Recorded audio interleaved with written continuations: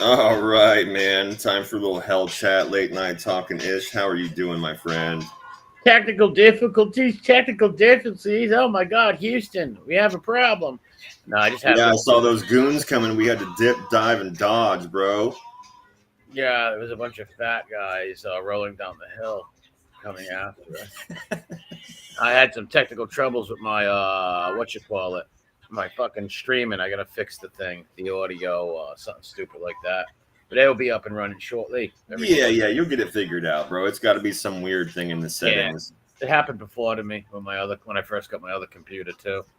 I had to Oh, is that right? yeah, I had to fix the stupid audio things and all that weird default stuff and crap like that. No doubt. That's what I figured. Some kind of settings bullshit. Yeah. Yeah, I also got I had a little what you call it those little a soundboard, like a little small soundboard, like my other one, like these little. I buy them at I got them at toy stores before.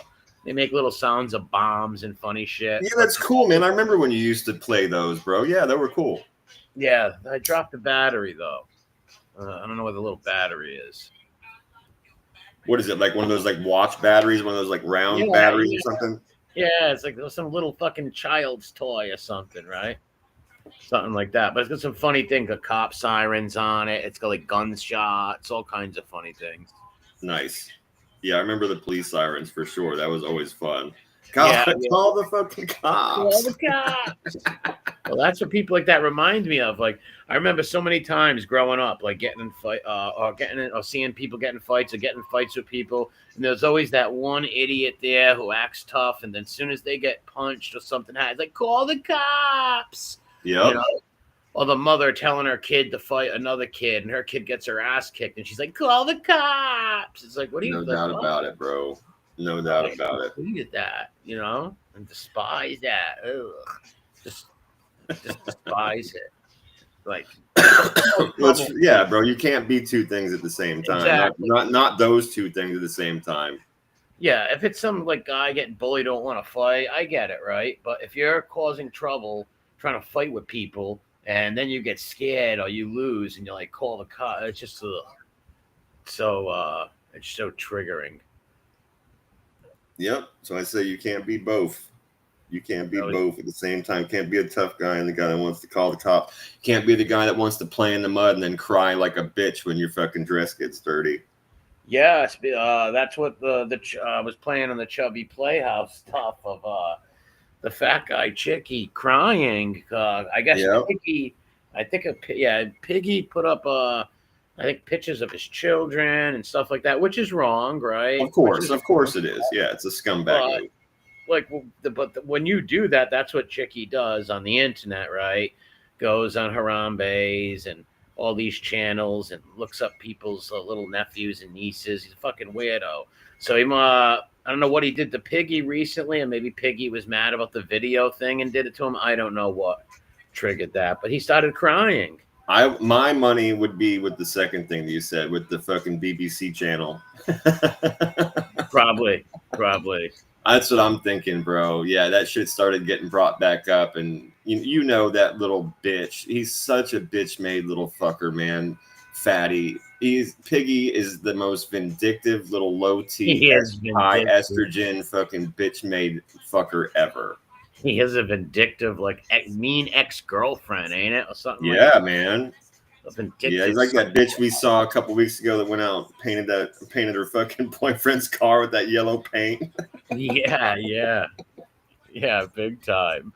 So I Yeah, didn't that's understand. him all day. Yeah, and Piggy did it to him before years ago. Put his family up, and then he became friends with him again. Like nothing's sacred, right? These guys will put up each other's families and crank call each other's families, and then be friends. Yeah.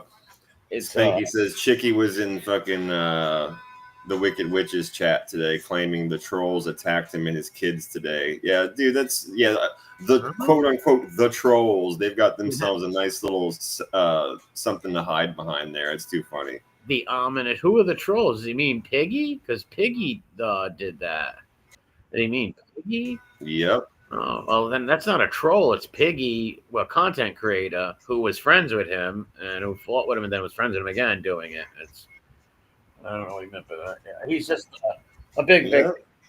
It's all the worst of the worst on both sides, man. You got a guy talking about a dude's wife and, putting her into fucking porno tapes and Yeah, he shit even swore on publicly. his grandkid's soul. Right. And then you got the other guy. It's like, I'll show you. I'll Now, dox your fucking kids and your grandkids in and all this defense shit. of Fat Chickie, he might have got the same tape I got, but when I seen it, I seen it and I said, yeah, I couldn't tell who it was really, but it looks like the Boz to me. But it really wasn't, right? Like it looked like a blonde lady, but I knew it wasn't her. But I said it was her, obviously, because this kid's fucking with my family. Either way, it's like, oh my god, my fucking eyelids just saved me But from it really having a heart wasn't attack. her, right? It was, but somebody was sending a video around, so I do believe Fat Chickie got a video, right? I do believe somebody sent email Sure. because Yeah, somebody I gotcha. emailed me a video, but it wasn't really the Boz. But I didn't swear on my kid's soul that it was the Boz, right? Or even go public, like, hey guys, guess what I just saw? Guess what the word around the cafeteria is, right? Without any kind of proof. Well, no, whatsoever. I did say it on Not stream. even mention No, the I said fact it he on didn't. stream when Yeah, people asked me. I said, "Yeah, I got a video sent to me too," and yeah. If they asked you about it, right? But you didn't go out fucking with a bulletin. well, I didn't go on every channel and scream it, no, but I did. Right. So I'm saying, make a big show about the fucking BBC tape and try and make everybody and he jump was on for that one reason, like Chickie's yes, doing. and he That's was what I'm saying. attacking my family, women in my family, and other females at that time that I was close to. I don't think he ever did. I don't know what he did to Fat Chickie or what made them fight and do that to each other. I have no idea with these guys. 1 minute they're friends, the next minute they're putting each other's families out there, then they're friends again. It's weird. Yeah, I thought it was fucking hilarious when you called him a yenta because dude, when he put his hand to his mouth and was like going back and forth with his hand, I was literally thinking, Yeah, "Oh, I'm verklempt." Yeah, and when you did that shit, I was like, "Bro, you took that fucking shit right out of my head." I thought, yeah, I wish I could have done that stream normally. I would have had a fun. That would have been a funny one, but it will happen in the future, and there'll be more Chickie content out there. So it'll be 2 times chubbatastic, double chubby tastics. Chubby things are on its way. But imagine crying on there. It's like, dude, you shouldn't be doing all this doxing and supporting channels that torture people's families and all that shit. If you're gonna cry over this stuff, you shouldn't be doing that. Like shit, because they're gonna do it to you. And like I said, I guess Piggy pulled up his children and stuff, and grandkids and all weird shit like that. I don't know why Piggy, there's so much content on Chickie out there. How couldn't you just make fun of him for other shit? Why'd you have to pull up his kids? I don't get it. And how do you cry and break down over that? And cry? Give me a fucking break. And then his friend turned on him, he said, but his friend had to do it for a reason. And I seen the guy Trite say that Chickie lied about him or made lies up to him. So he probably lied to him and bullshitted him. And the guy said, fuck you. Liars can't keep friends, man. People that tell lies all the time, it's hard for them to keep friends over a period of time. Yeah, sorry, I got kicked there for a second. Sorry about that. I'm back. Yeah, I seen that. You got booted. They're hard to keep friends, right? People who tell lies all the time. It's almost impossible to hold down a friendship. It's hard to tell when they're pulling their shenanigans like back. But this one was legitimate. That dude was crying like a bitch and all upset and he's like, I must be insane to be on here. Yeah, bro, you're still insane. You're on here right now is what I was thinking. I'm like, bro, you're making another video right now. You're fucking digging that hole. And did you hear what he said that made me laugh? He goes, and he almost said in my genre, right? Then he goes, in my life, in the world, where we don't talk shit. We go up to people and ask them things. It's like, what, guy? It's like, dude, you're on here all the time slandering people and threatening people's lives. What are you talking about? You don't just come. You've threatened my life over the last 2 years 1 million times, you tub of shit. And you're only an hour away. He came down here. I'm not inviting people to come start trouble or nothing, but he came down here in Providence to steal my medical records from the courthouse, right, you fat pig? Why don't you come down here and fucking and ring me up? You got my number and say, hey, come outside. I want to talk to you, right? He didn't have the balls to do that, but you'll do all that cunty shit. like I said, last 2 years, this guy's always saying, I'm bringing 7 guys down to your feast and beating you up. I'm doing this, all that talking shit. Dude's such a fucking joke. What's up, Maureen? What's up, DJ? He is Yeah, it is such a fucking joke. And he's on here crying. You soft bitch. Picture if a cop threw him in a backseat of a cruiser. If he's crying on here, you think he's going? You think he's not going to want to go home tonight and eat 3 of his donuts and pig out in Ben and Jerry's? He's not going to sleep in a cell. Dude, he's gonna turn into Rat Squaw and be like, hey man, I got to tell you guys a story right now, real quick, while we're standing in the street before you even put me in that car. Yeah, and another thing that pisses me off is he's saying that he's met my friend's father, right? My godmother's son. And it's like, wait, you were on stream with Damien 1 million times on Angel's channel. Not 1 million, let's say like 5 or 6 times. And you've told him 1 million times, oh, I heard so much good things about your dad. You know, never met him, but he heard he's a great guy. And all of a sudden now you met him. It's like you never met him. You know, like these people lie about these guys and they forget that 2 of his sons are in the chat, right? And like they know his dad never met you. And Damien was very close with his father, right? Very, very close with his dad. He would have known. His father never went up to Springfield anyways. It's ridiculous. They would have came down here if anything. It's 100% ridiculous on its face. Yeah, dude. I mean, all other things. And he would have never we've talked about this a little bit before. And that guy Bruno would have never brought a man of the likes of Chicky with him to Providence. If he ever came to Providence to meet with some people, which he probably did, right? He definitely would not bring the likes of him down here. Trust that. Nope. Nope. This is a man that let himself get picked on and fucking tortured and accosted just for the ability to hang around certain people, just to be around them. Yeah. It's a joke. It's a fucking joke, man. That's why I said before, it's like lower than a peon. You're lower than a fucking DuBois. You're literally the guy that they pick on and piss on and do all kinds of weird shit to. And you just let it happen so you can hang around. You're King Kujin. Yeah, King Kujin, that's right. King Kujin fucking wannabe. And it pisses me off because it's like, you know, these are people that you love, right? These are not just some guys you watch on a fucking documentary. These are people you grew up with. You're their fathers, your uncles. These are family, right? It pisses you off when they lie. Of course. Especially when you were on stream with these. He was on stream with me many times and told me, yeah, I never met Rocco, but what a great guy. And all of a sudden now he met him. I just hate that lying shit like that. It's like, be yourself, man. And that you tells see me this shit with him and pizza commiserating. Wait, yes. Go ahead.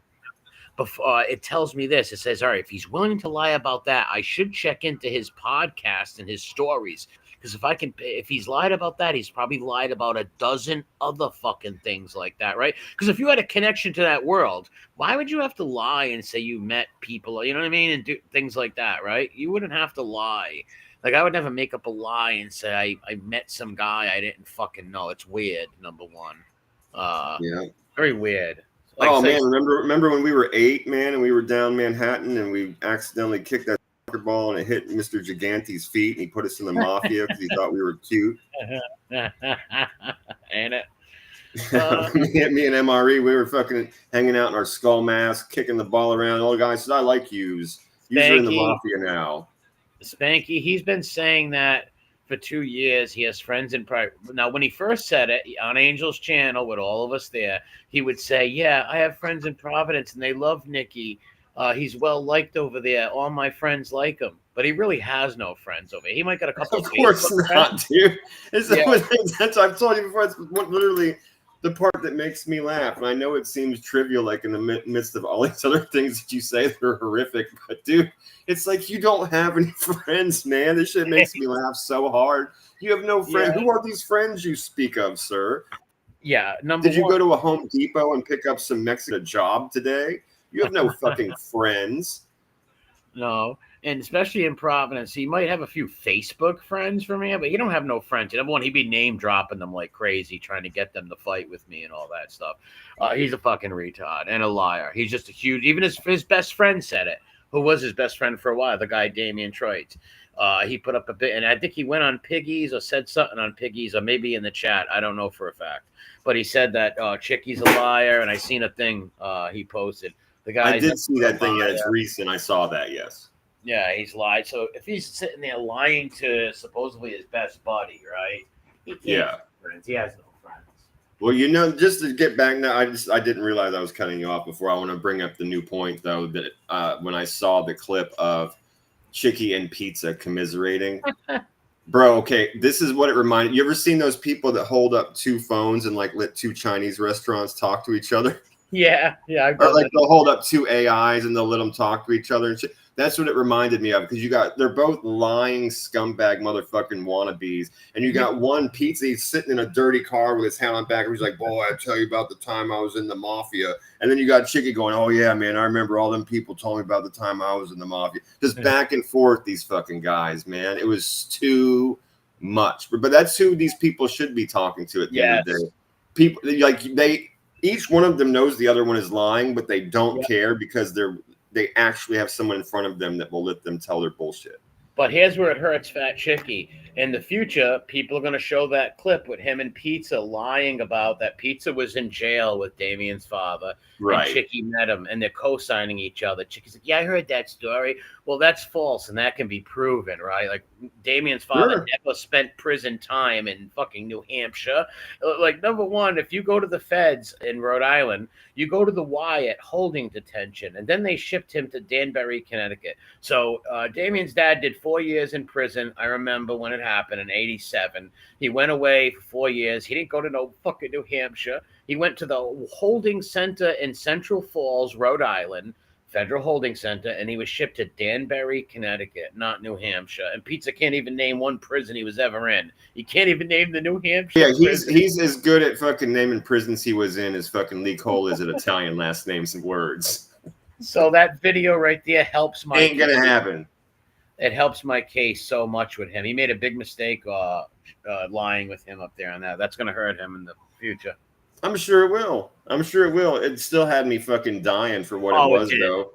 Yes, it did. But here's the thing: when you base your content off of like telling stories about your life and shit, and you get caught in little lies here and there, it ends up fucking you in the end. That's why it's not good to lie about people you met, people you know. Just be truthful, because if you be truthful, you can never fuck up. You can never get caught in lies. You don't have to remember all these lies. And who do you think you are? Do you think you're Fibby? You think you're going to keep a notebook full of all your lies and study them every day and try and keep this real for years? Because I don't think so, Pizza. I don't think so, Chicky. You are no Fibby, sir. Even Fibby couldn't do it with the notebooks and stuff. The memory, you tell so many stories. What's up, Zio? You forget what you say, right? Like, you forget. Yeah, it's too much, bro. You forget the lies. You know, that was between them. They've got a million of them between them. Yeah, I wish I could have played that and it would have worked out. I'll fix it this week and it'll come back and there'll be more content on it. And if it wasn't for people calling them on their shit, every one of these dudes would be telling the whole interwebs they were captains and fucking they're still a lot of them would fucking just put a black screen up and be like, I'm still in the mafia, but I'm gonna talk to you guys. Like, yeah, because it's easy. Listen, they're fucking ridiculous. Yeah, it's easy to do that. Like I said, and as you know how it is. All you have to do is live next to a mob guy, or him live in your town, and Oh my God! All you got to know is maybe a niece's or a daughter's name or a few things, or you were his neighbor. You can go on the internet and lie and say you're his kid, his nephew, his fucking grandson, and most people are gonna believe that, right? That's if you pick the right person with some dead family members and or something like that. They're sick people. It's even, and I mean, it's fucking annoying on here, but like for certain people, whatever it is, it's worse in real life when you got to hear people, oh, so and so said they're fucking friends with your cousin, or they were hanging out with him at the party, and he said that your cousin would fucking come and handle his business, and you're standing there shaking your head like, what? The fuck, man? Now I got to go slap this fucking kid around, you know what I mean? Like gonna have to go talk to this dude. I'm gonna bring my cousin with me, and he's going to be like, I've never met you before. I have no idea what you're talking about, sir. Can I come hang out with you? Yeah, there's the people are sick like that. Fuck. There are some. They're fucking sick, bro. People wonder why certain people just cannot stand these mob hump fucking King Kujin wannabe freaks, dude. They're very, I think, what's up, D? There's Damien in the chat.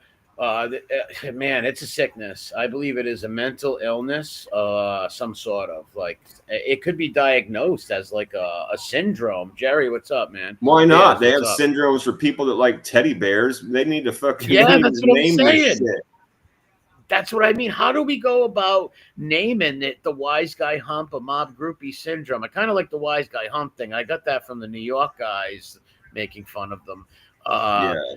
Man, it's a real thing, right?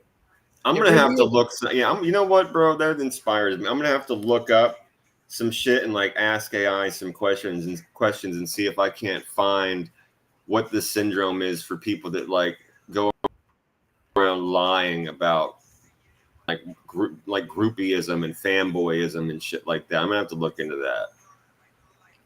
Yeah, Yeah, yeah, we're gonna for have sure. to figure out what that is and start using the correct term and put it on these motherfuckers. If they're gonna fucking hop in the jar. Yeah, it does need a label because it's a real thing. It is a real thing. We've seen it with since I started this channel. I always knew it existed in my own life, like meeting like little fanboys here and there, over fangirls over the years. You know, people just want to hang out with you, or a girl just wants to date you so they can say they were around your cousins and your uncles and dumb shit like that. Or maybe use your fucking last name or your uncle's last name to threaten people without you knowing or something. There's always those weirdos, right? There's always them. And that's what these people are, right? On the internet though. Sick. It's a Yeah. real thing. I've seen Hell it yeah, over. it's a real thing. I've had this channel now for almost 4 years. Shit, I've seen so many of these weird humps, like the Tranbo guy. All these guys. You don't think when they get off here, they go tell people that they were like John Gotti's best friend or this one's best friend? Because like, hey, you don't believe me? Look on YouTube. There I am on the channel with his family, right? Like that's how sick these people are. That's how sick. I We've guarantee. said before, and I stand by it 100%. I stand by it. Somewhere right now, Tranbo is telling somebody that he's in the mafia. Yes, of course. Yeah, he did it to that people in Florida. Mikey, what's up? There's Damien's little brother, Mikey. What's up, Damien? What's up, Mikey? Yeah, I saw Gigi in here. Gigi, if you're listening, I just emailed you the link if you want to hop on and say what's up to us, man. We'd love to talk, say hi to you. But yeah, go ahead. GQ, Aussie Wog. God bless you, Jerry. I love that picture of him with the cigarette and the train thing. He was enjoying that thing so much with the black and white all GQ'd out. I was like, this dude belongs on a magazine. This is classic. Like, Yeah, hilarious, man. yeah, that's our friend from the future right there. Yeah, I was talking back and forth with him in the email earlier. I said we're going to be doing a show later. If you want to hop on, let me know. We'll say hi to you. It'd be good to talk to you for a minute. So I just dropped him a link in an email. We'll see if he pops in. Yeah, the Aussies are in the future. Yep, they're ahead of us. Yeah, it's tomorrow for him already. Yep. Yep. Australia, and that's a country. That's a continent. Like that's a whole fucking continent. That country. Yep. I believe it's the only country that is a whole continent. Yeah, I believe so. Yep. I just never mind. I was watching this Cat Williams mix up on YouTube the other day, and he was talking about Steve Irwin. And he was like, bro, Steve Irwin was a fucking gangster. He's like, you don't think this dude was a gangster? He's like, why don't you go next door and just jump right on the back of one of your neighbor's Rottweilers and see how that shit works out for you? He's like, Steve Irwin was a motherfucking gangster, bro. Yeah, he was for real. I miss that guy. Yeah, he was a good dude. R.I.P. to him. That was sad. He loved those animals, and it was natural. That was the best part about him, was that he was genuinely raised in the outback fucking with these creatures, and he like literally he cared about them and wanted to move them to like safe places and stuff. And that dude did not give a fuck. It could be 25 degrees under zero, bro, and this motherfucker would be in his shorts like, I'm gonna creep up on him. Look, there he is. Yeah, he was a good dude, and he did love the animals. Yeah. Everything with him was conservation. Yeah, I loved that about that guy, and he was the real deal. Yeah, he was. R.I.P. Yeah. Chicky is swearing on his grandkids right now. Oh, sure he is. Yeah, that guy, like I said, he's just a lying bastard. He was probably having such a paranoid attack because of the video He must have been so happy that didn't work. It should have worked for his sake, because next time I have more content to blast. The only time you see him is when he's driving around in that fucking SUV with like bolted on iron supports to the struts to keep his fat ass above the fucking road. Oh, He's always driving, and he's got the fucking glasses that he stole off of Elvis's corpse. You see them ugly shits? he looks like Chaz Bono or some Rosie O'Donnell's girlfriend with a buzz cut. He looks weird. Yeah. Napoleon Dynamite's grandma. But if she was in my 600-pound life with just fucking legs spreading everywhere. He looks like an old bubby. Those people just mad all the time. Where's my breakfast? He reminds me of an old bubby from like Bensonhurst, some old bubby, some old like Jewish grandma. Yeah. Right? He's up there crying and shit. You know how rude that motherfucker must be when you forget one of his pieces of toast. Oh, like you forget to bring him a sweet and low for his lemon wedge. This motherfucker. But where's my toast? I can just see it, bro. You know what I got to do? I got to go back and look at some of Angel's old shows when he was on there with me and Damien, so I can, because he talked about it many times where he said, "Oh, I never met your father, but I heard he was a great guy and stuff." I want to find that clip, make him look like a real jerk off, because he said it so many times on there. We talked about, he mentions Damien's father with us in conversations, and he always said for years he never met him, just heard he was a great guy, and all of a sudden now he met him. It's like, give me a break. You fucking liar. These people are all fucking bullshitters, man. Hey, man, you want an autographed headshot? So, yeah, I had a Bobby Luisi selling headshots. Yeah, I'm sure King Kujine's in on that game. Yeah. I'm sure he telling people, you know who I am? Outside of Burger King holding a triple whopper. You know who I am? What makes me laugh is these guys, they pick fights with you out of nowhere. You didn't do nothing. Like I said, I didn't do nothing to this fucking tub of shit, this toilet buster. I never did nothing to him, never made a video on, nothing. This guy just started stalking me and literally went down to the Providence courthouse and stole paperwork of mine, like fucking medical records and it's no different than his real life, bro. Let me tell you that the reason he was doing it, he's allowing himself to get picked on by people online in order to be a friend, in order to have friends. Yeah. He just was over there with the fucking Rat Squad people, and they were like, okay, well, we've obviously got a born mook with nothing in his fucking head that wants to be a hang around. Let's give him all the talking points and he'll go down. Yeah, let's send him down there to get like, what was that fucking cereal? Mikey will eat it. Life cereal. Yeah. Mikey likes it. What's up, Mike? Mustang Mike. William Wallace, what's up? Yeah, it's like I said, it's very fucking weird for some man in his 50s to go down and get your paperwork, all this shit, and then threaten you at the same time.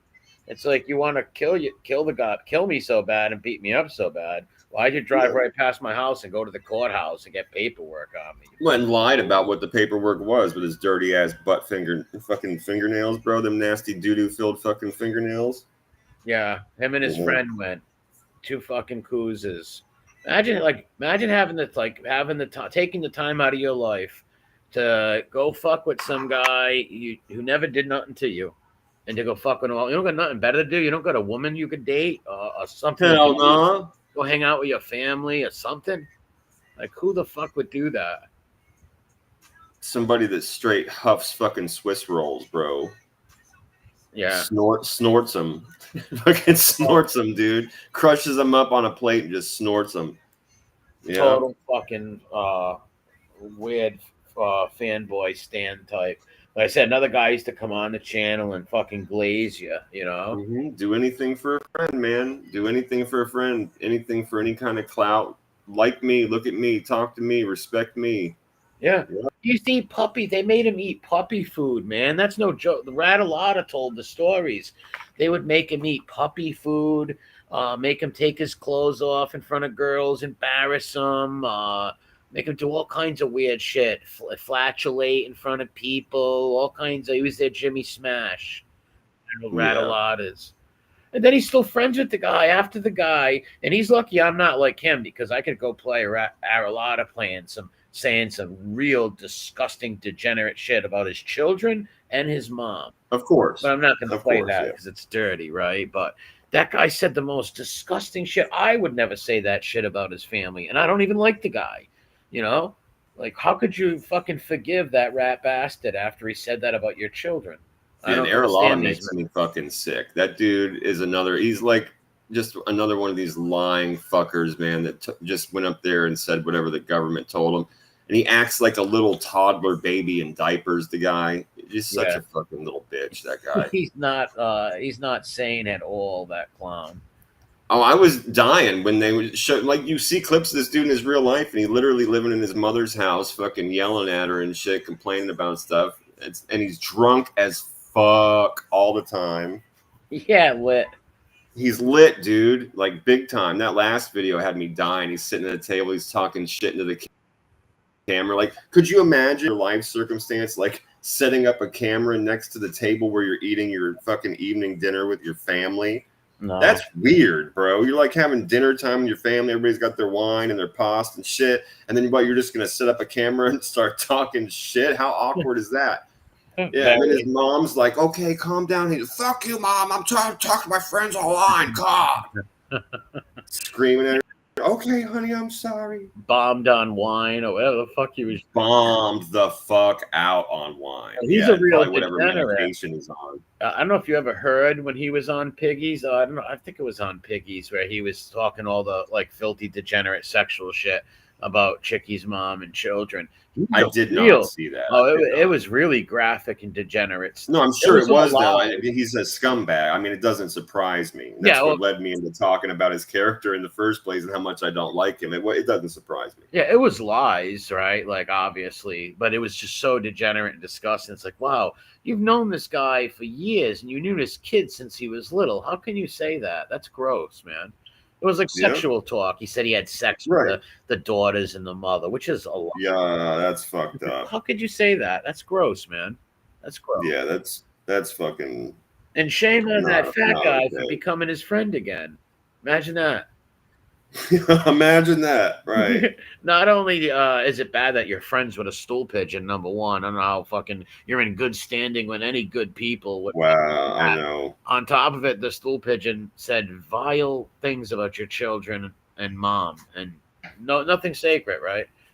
Right. I mean, dude, I think your first point's amazing. Let's start there, which is okay, fine. You knew this guy in another life. Okay, I can put myself in that situation. You knew a guy in another life, but he's a government fucking informant now. He's a rat. He was in witness protection. He decided to come home. You would still be around. I wouldn't still be around this month. I don't give a fuck if I grew up with him when we were like, yo, anything for you forever. I'm not going to be in the same room as this motherfucker now. So let's start with that point right there. It's just like, dude, this dude's a rat. Why do you even want to be around him and fucking talking to him, be friendly with him in the first place? Yeah. God forbid if one of my close friends ever went bad and hurt somebody like that. Man, I would never be their friend again. I don't care who it was, and it would hurt, right? It would hurt real bad, but I could never ever be friends with somebody who put someone away like that. Never. Well, you can't trust them. Put it this way, bro. This is somebody like, say you were in the mall and you were like buying an engagement ring. Your fiance didn't know, and this rat motherfucker goes walking by and comes up and is like, oh, wow, man, you're buying a ring. I'd look and be like, not now. Yeah. This shit's supposed to be a secret. I'd make a big old fucking problem in that. I'd be like, this is supposed to be, you're just going to run, go tell. I'm absolutely not. Get the fuck away from me. No, I'm not buying a ring, rat. That's a great thing Bears just said, especially if they play gangster on TV. I'm not going to be around a rat like you. That's right. No normal person would hang out with a guy like Chickie who wants to be on, who dresses like he's on The Sopranos, right? Wants to be on a fucking mafia show and all that shit. That guy, he's a fucking clown. He's got omerta tattoos all over him and all these weird death before dishonor things and shit. Dude, the bookie thing, that shit will forever make me laugh. And this is the reason that, like, even way back, I've said this a million times, way back when this fucker first popped up on the Wicked Witches channel, I started flipping out. I was like, why the fuck anybody talking to this? Why is anybody talking to this dude? Like, this dude's this guy's a joke. Like I've said before, vice principals and fucking high school students are bookies, bro. Who the fuck are you impressing? And you are a bitch. You just got beat every day. Yeah. Nobody paid you, dude. You just did that shit to hang around. You were like basically like an ATM.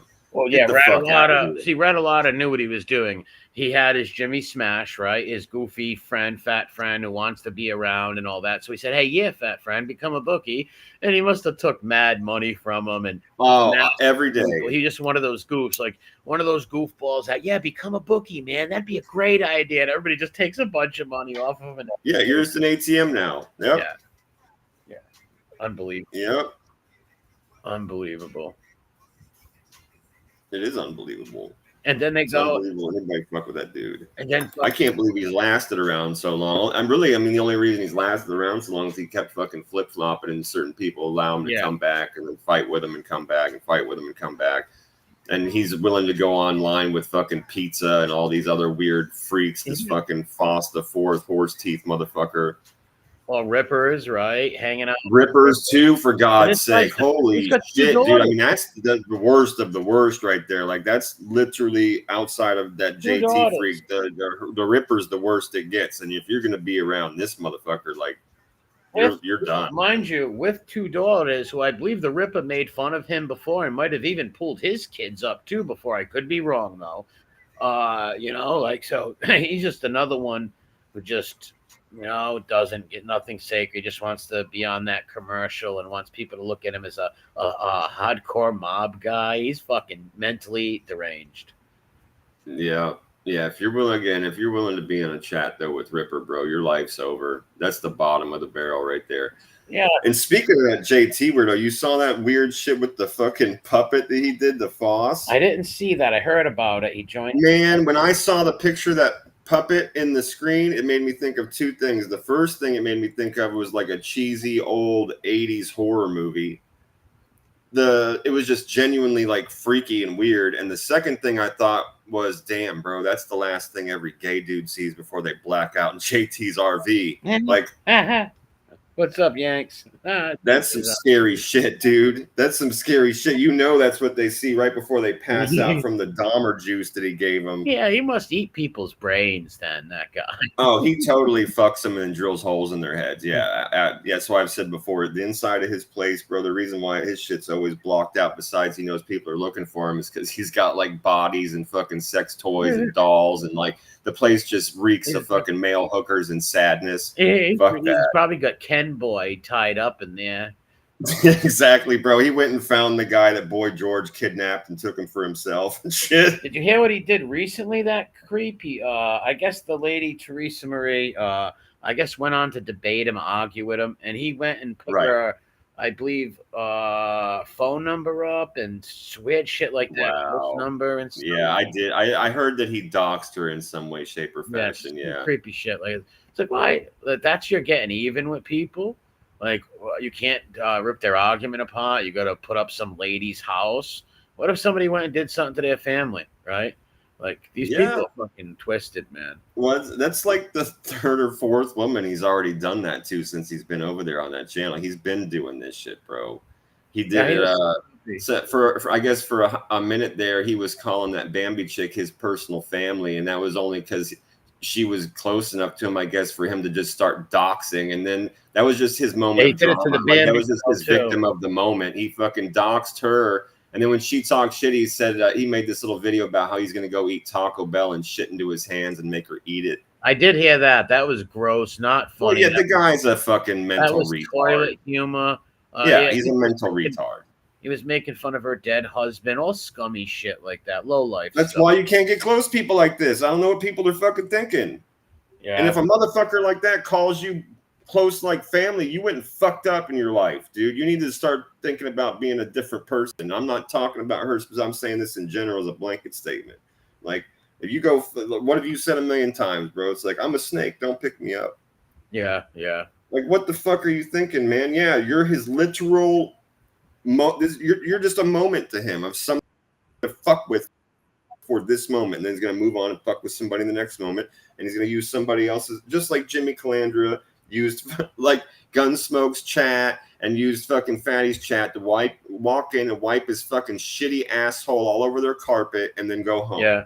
You know, like a Shih Tzu who can't get some shirt off. Yeah, it's the same thing. He go into other people's chats because he's banned from having one himself in this case or going anywhere else, and he just uses your house to fucking wipe his ass on your carpet. That's it. Yeah, that dude's mentally deranged.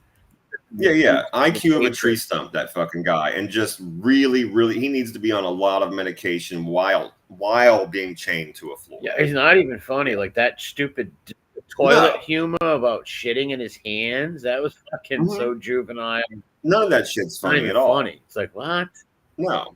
He's not funny. That's what fucking oh, he makes me laugh. Well, you're a moron. I don't know what to tell you about that part. This dude's not funny. I don't know what to fucking tell you. Weird that he makes you laugh. He's actually 100% disgusting, but nothing funny. No. Yeah, and if you're into that fucking puppet thing, then you need help because that shit looked like an MK Ultra experiment. I'm telling you, bro, it looks like some shit that you would see while like all doped up, strapped to a fucking chair. What do you think that puppet's made out of? Fuck, I'm sure it's got real human hair.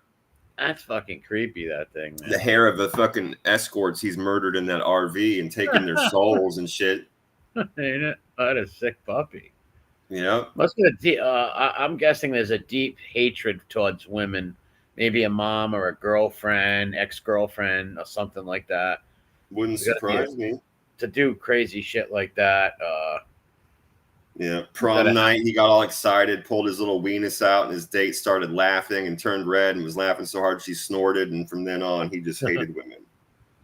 Yeah, or maybe he didn't have his mom wasn't a great mom, maybe, or maybe she was too strict with him. I don't know. Who knows? These people got mad at him for blowing his brother. Yeah, ever see the brother? He looks like oh yeah, I've seen him fucking let my Cameron go. Dude, he looks just like fucking Ferris Bueller's Day. Yeah, and a little bit of Marilyn Manson without makeup, a little bit. Yeah. Well, the one picture I seen, it was very much Cameron-esque, big time. I only seen one pic of the guy.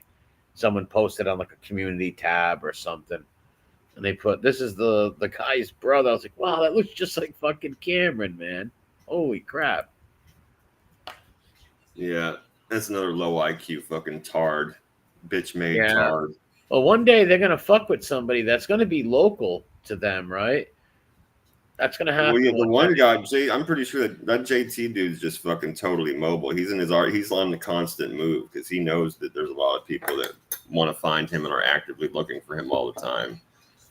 What do you think's gonna happen when you mess with missing children and people's pain like that? You're gonna get some father or mother or some family members that are gonna be like, fucking go full Liam Neeson on your ass. Well, yeah, and if anybody really wanted to fuck with the brother, he's out in Hollywood working with those guys. If that's true, that's a super woke industry, bro. You start putting his shit on blast to all those people out there and start getting the word around and putting out proof with the video clips and stuff you have, that motherfucker will never, ever be able to work again.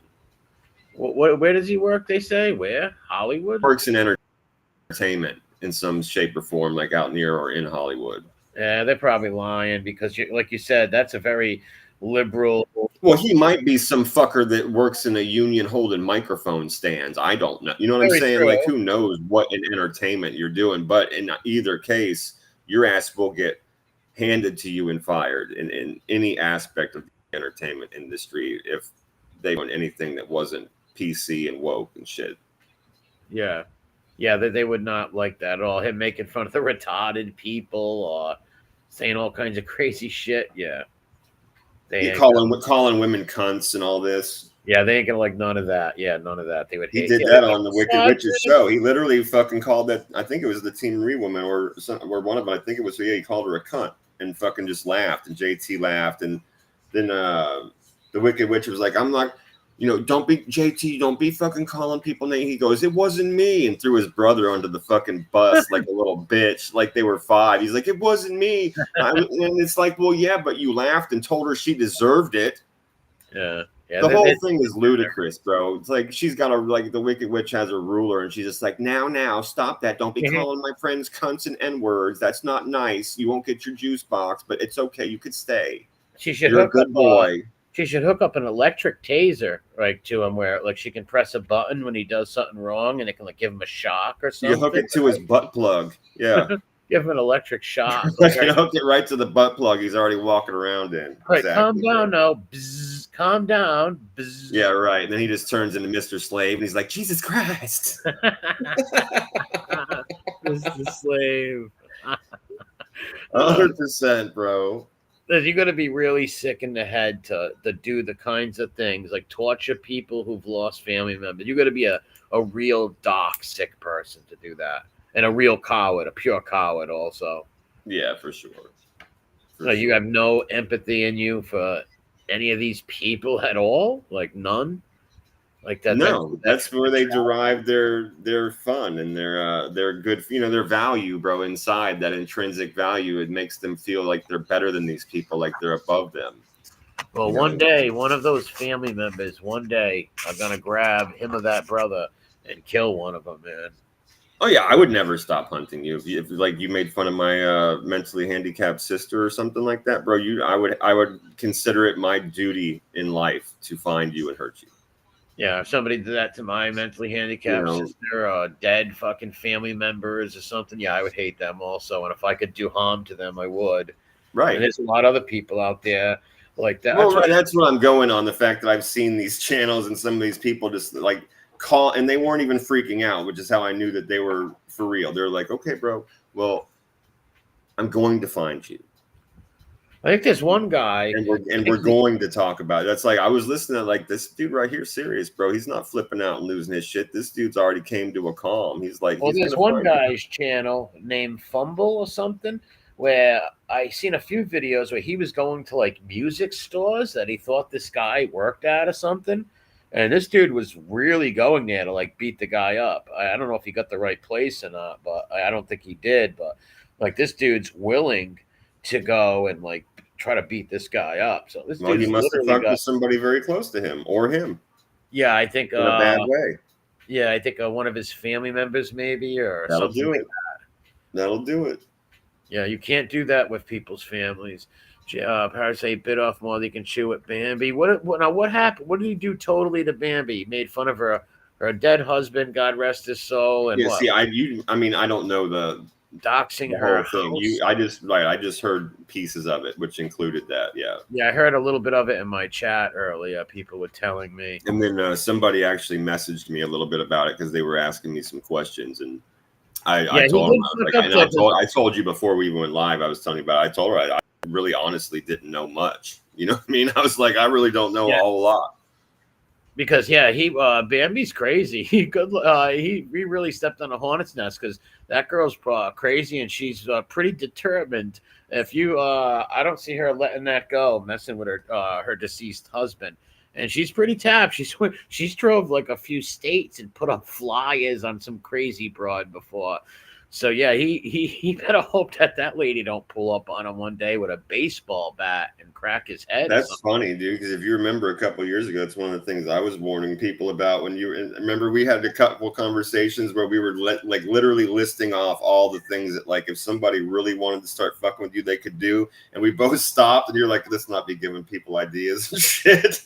And the flyers thing was one of them, bro. I was like, dude, if you really got to me in a bad way, I would find out where you are. I would literally get in contact with every single business within like a 10-mile radius of where you live, to anybody that would listen to me talk, and I would literally have them printing out flyers and say you're like a fucking goat fucker and all kinds of weird shit. That's what that all over your fucking town.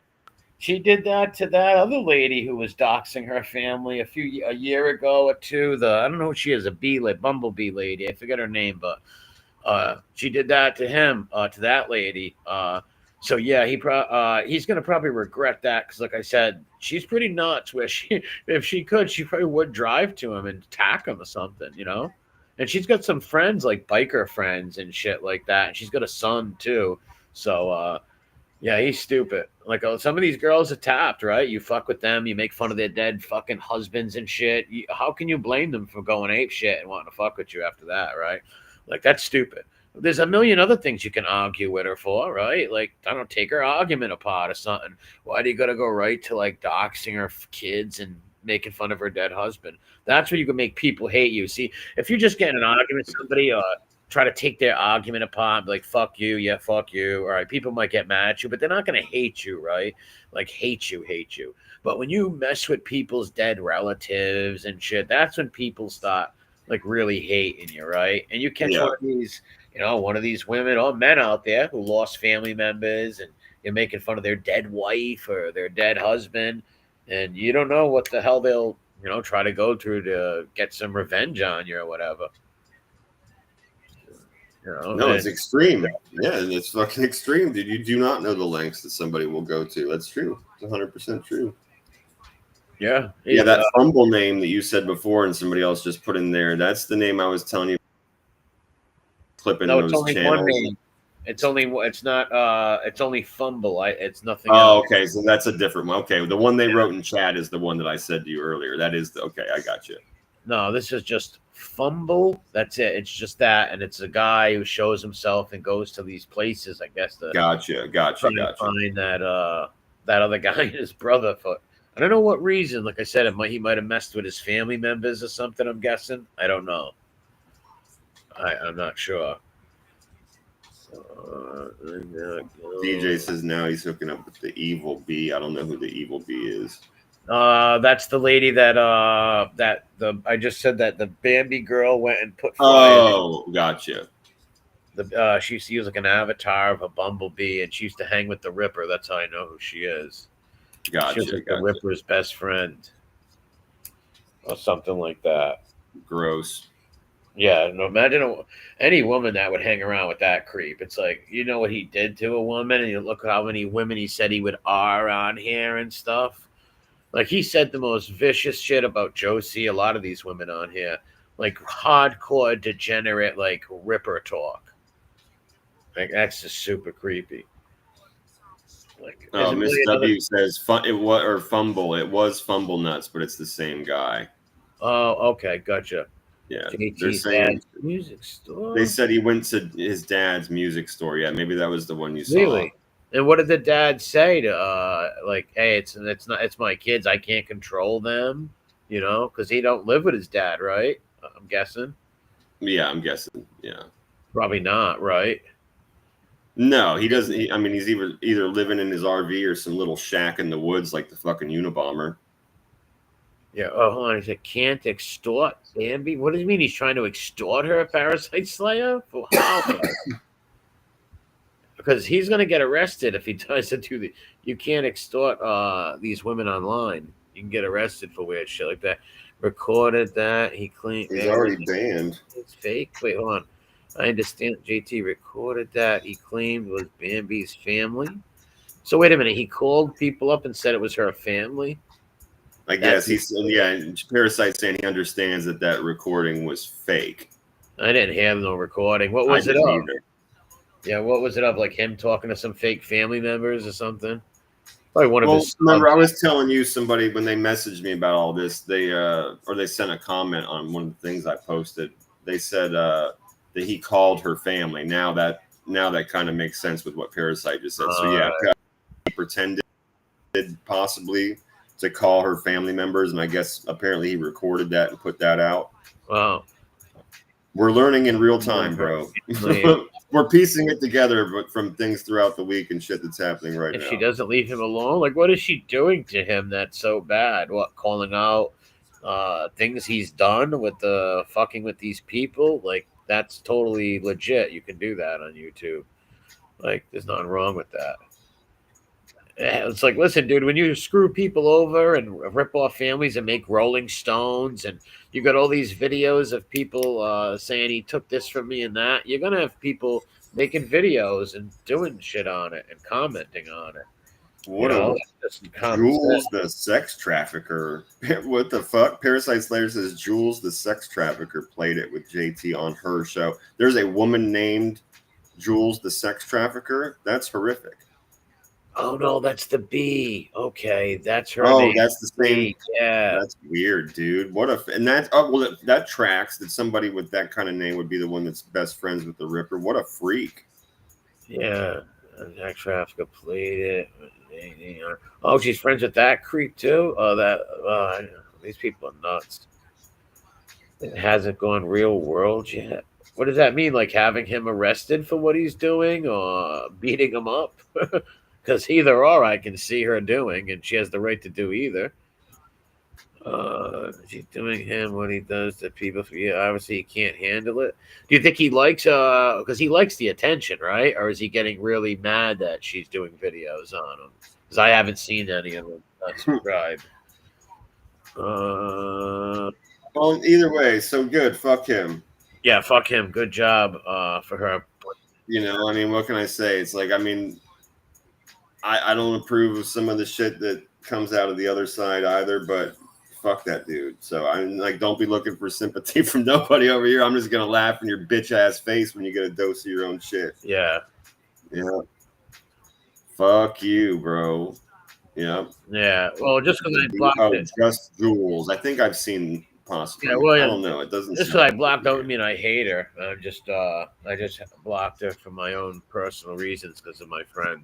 That don't mean I hate the lady or nothing. No, of course not. We say that all the time. We don't like your actions. Doesn't mean we hate you as a person, but sometimes you know it's rather not have you around in the conversation. But 100% still fuck that guy.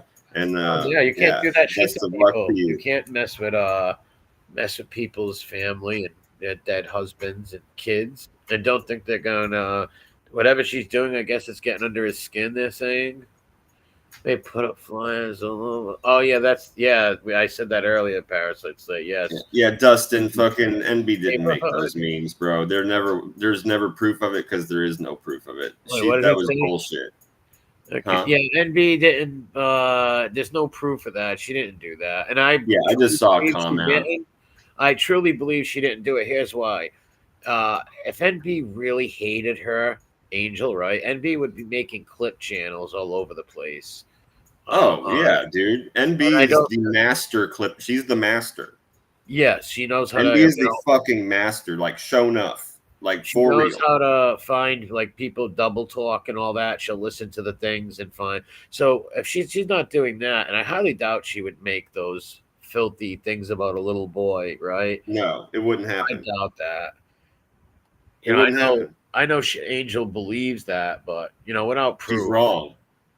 Yeah, she is wrong on that. It was those Borello because she knows it was Borello and them originally, but she thinks that, which is why I've always been saying. Let me just finish this one. I don't mean to cut you off. Go ahead. She Angel believes that somehow NB got like a hold of them or something and made like a second copy or something. I forget how she explained it, but it's all the logic of Lee Cole. Yeah, and I think Pizza too said it, but he said like 20 different things, right? He said she didn't do it, then she did. Oh yeah, he went back and forth. So yes, you're right. Yeah. But I'm just the whole thing, especially with Borello and all that shit, and covering his ass for him and playing the game, 100% fucking. Lee Cole has always played Angel, dude. Yeah. So I mean, I think that has a lot to do with why she truly believes it was it, but it was not NB. NB did not fucking do that. No, you have to be a real scumbag to take some poor little kid, God rest his soul, and make fun of a dead little boy. You got to be a fucking scum. No, I truly don't believe that girl's a scumbag like that would do that. That's no. That's like low, man. Low. You don't fuck with people's family. You don't fuck with people's pain like that. Someone who lost a little brother. You don't fuck with them like that. And the only people that do that are those rat types, right? Like the Borello types. Those are the only people that would do sick shit like that. And they're and you're fucking A-liars and shit. Yep. I don't think A-liar ever even done nothing like that, honestly. He never even made fun of the little boy. And that's A-liar. He never. Oh no, I'm talking. Yeah, but he did put dicks on people's faces and stuff, and put them on social media sites. Well, yeah, he had Borello, and he had them do that. Well, yeah, Borello was his little puppet boy. He put his hand in his ass and fucking controlled him. Yeah, Gene's a real degenerate, and that's all up his alley. He'll say, "I hope your mom dies. I hope your dad dies." He's one of those creepy weirdos that talk like that. Very sick. He recently beat up another girl. The lady babysitter that never came back. I think she wanted like fast action of me to let her join the stream immediately or something. But I never heard from the lady again. I think she went and told somebody else. I just gotta find the video of what she said. He was beating up another one. Gene Simpson. Yep. The babysitter. Yeah, he's got a real serious problem with putting his hands on women, man. Yes, he does. He's got That's that not the mommy black. complex, bro. It's another one that just doesn't like. Well, he's got something against women. Yeah. He needs to feel like superior and like above them. Yeah, it's weird. Seems like every time you hear that guy with a girl, it always ends up with vicious fighting and abuse and hitting all the time. Yep. That guy will do life on the installment plan with For domestics. sure. Yeah, he'll end up doing like fucking 20 years in the can, 2 years at a time, 3 at a time, all for domestics. That type. He's already working on it. Was this like that? He's been in like several times. I'm not even gonna try and count them. Yeah, that's fucking hilarious, DJ. I laughed last time you put up that .com. What is it? It's at least stupidasshole.com. It just makes me laugh. Bad Pappy. Yeah, he's a creepy old dude, man. Bear says, I thought she was going to subpoena Instagram. What happened to that? That's so funny, dude. What a bunch I don't know. Can you do that? Like, let's say legitimately, how could somebody really go about finding if somebody did? Let's say today somebody dropped, I don't know, a picture of someone's dead cousin or something, and they wanted to find out who did it. How would they? Would they have to literally get like a lawyer? It depends, right? So if it was your everyday average person with no kind of, I'll try and make this quick. If it was your average everyday person that just didn't think about protection or worrying about hiding behind anything and just straight up sent it right from their computer to an account that was hooked to them, Instagram would find them literally in a millisecond. However, on the total opposite side of the spectrum, if you had somebody that removed all of the fucking metadata, all of the EXIF data, used the VPN, possibly like even jumped through Tor or some shit like that, or loaded it from Tails. I know I'm speaking Spanish, but I'm just like, if you went through a lot of different steps, they would never find you. And two, unless it was like people that were genuinely nude or like genuine fucking child abuse or something, I don't think Instagram would even play the game. I think they would just deactivate the account. Yeah, I don't think that they would even give it like put resources into it unless it was genuine abuse or something like that. Gotcha. All right, gotcha. And that part's personal opinion because I don't know their actual rules. I'm just assuming that like they wouldn't be investigating, really like dedicating resources to like every single time somebody wrote, "Hey, somebody put a dick on my face." You know what I'm saying? Like it probably happens 10,000 times a day across the world with just dumbass high school kids. So they would probably just deactivate account at that point, is what I'm thinking. Now, if you could say this is genuine abuse, these are pictures of like my child being harmed or a real child being harmed or some shit like that. Memes. I mean like memes of, like I said, let's say somebody's deceased little sister that Right. No, I'm with you 100 because a meme is a picture. I'm with you 100%. So I'm saying like if you could show that it was like somehow actually fucking harmful and was causing like damage in the real world, then they might. Well, what about the family? What about the family's damage of them seeing their little sister face put up on like YouTube and like knives in her head, weird stuff like that, right? That's gonna have someone have a mental breakdown, maybe, right? So couldn't that be harm? They could say that's harmful to me. If they had a lawyer, they could argue it, right? Hang on, Gigi just fucking jumped up here, bro. Hang on, check this out. What's up, bro? How you doing, Goomba? Can you hear us? You might be muted. What's up, Gigi? Yeah, you're on. I think you're muted. Can you guys hear? Yeah, now we can a little. Well, he'll come back. He'll come back. I heard him say, "Can you guys hear me?" I did hear. Yeah, and then he dipped out real quick. Yeah, he'll be back. What's up, Cuban Big? Yeah, that'd be What's cool. up, Good to see Gigi for a minute. All right, there he is. What's up, man? He popped out. He's gone again. I seen him pop on with his glasses for a second. I think he was probably messing with his camera. He'll be back. He's probably having technical difficulties. He's not home. He told me earlier he was running all around. Usually I catch him when he's like on buses and trains and all kinds of shit running around Sydney. Yeah, bad internet on there when you go into tunnels, maybe shit like that. I'm guessing too. Kathy Griffin Yeah. held Trump. I remember that, Biz. Kathy Griffin, the magazine thing on YouTube. The family victims can have it. Wow, like if they have murder cases on YouTube, etc., family, the victims can have them take it down. Wow. Faceless Pothead says it took Pornhub years to take down content that was like underage and abuse vids and stuff. So these companies drag their feet with little enforcement. Really? KD says it depends on. I understand what you're saying. KD says it depends on its transformativeness. Again, like those things could be argued if you had a lawyer. He says like they have murder cases on YouTube, etc. The families of victims can't have it taken down. Because at that point it's used as press, right? So I understand what you're saying. All right, no worries. Gigi's on the bus. No worries, bro. We'll be here. You pop on. We'd love to see you, bro. Take your time. Yeah, take your time, Fratello. What's up, Hev? I can believe you can only report things. Yeah, that's why I said you'd have to really have a lawyer and convince them it was worth Well, look at, resources. Otherwise, they're just going to deactivate the account and be like, well, "Fuck look it. at that. It's no longer there." Speaking of the devil, that guy, the Jim Ferry guy, he's kicked off of YouTube because he's messed with some of the Yeah. families. I wonder how they got him Yeah. off of that. What's up, Dave? Well, here's what I was hearing for a while, and I know Parasite's in here, and I know KD probably knows a little bit about everybody. You know, respond please, because I don't.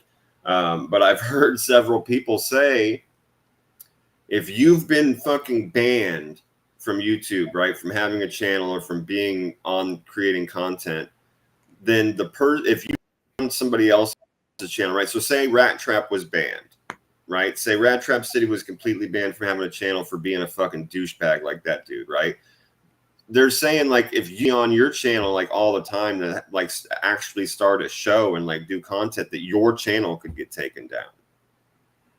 I've heard several people say that. How long? All right. How does YouTube determine how long somebody is on someone's channel before they think like, all right, now we're going to take that down because it's becoming? I think that's a good question. Yeah, you know what I mean? No, I do know what you mean. I think that's a great question because like I said to you, I was just hearing that if you've been banned for being, for some fuck shit, that if you go on somebody else's channel and just start doing content with them all the time, that channel can get taken down too. Now, if that's true, I'm very surprised that a certain channel is still up with the amount of people that know this information. And you think that's I would suspect would be on that sort of thing. Do you think that's why that guy might have went there to get our channel taken down, possibly? I mean, I don't know I don't know because what that dude's fucking end game is. I think his end game more is like just trying to like get people out of there to pay for his gay ass channel and also to have a place to take over and make his new channel. Very so I don't true. know if he wants it to be canceled or not. Well, he also knows that it's possible, right? Right, right. So the flip side of that coin is no, I don't think he gives a fuck if it happens or not. No, right? He don't. No, of course not. Yeah, well, I don't know what like I said, what qualifies for someone to think, all right, if this guy, because if somebody goes on someone's channel for a week straight, it's not their channel, right? Like, how long would they determine? Like, all right, 2 months, you're on there every day. That's there. Like, I don't know how they would do that, maybe without their names in the title. How does they even know they're on there? I don't know how that works, but yeah, I wouldn't take a risk. Let me flip through here and see. I think a couple of people. What's up, Uncle Edwin? Mickey Griggs said he's a habitual violator. What's up, Uncle Edwin? Out of its mouth, he can't be a host because he's banned, but supposedly can be a co-host. Let's see. Honeybee says correct. William Wallace says so that channel should get banned. I'm just going through these real quick since we asked a question. I want to see what people actually said. KD, Nick Fuentes, and Alex Jones both were on shows, and they got strikes for being on each other's channels. Really? Okay, so maybe you get strike and warning first, maybe. But how do they know it's that person? Facial recognition, or if you don't put the name in? Maybe I think maybe they get reported on or something. I don't know, man. But I don't know. I think that's a really good question. Like I said beforehand, I really don't know, man. Well, yeah, that's a risk I wouldn't take. People should very fucking think about that. before they have these people on, like, especially if it can cost you your channel and shit too. Yeah, Mandy says no. He went there for subs. He charged $30 a month for his gay channel. He's bragging that he actually has some of those people now, and only wishes he had done this sooner. Channel for what? His like, Yeah, that stupid fucking like want to be a makeshift UHF style TV station he has on Roku, and he charges people $30 a month for his supposed content.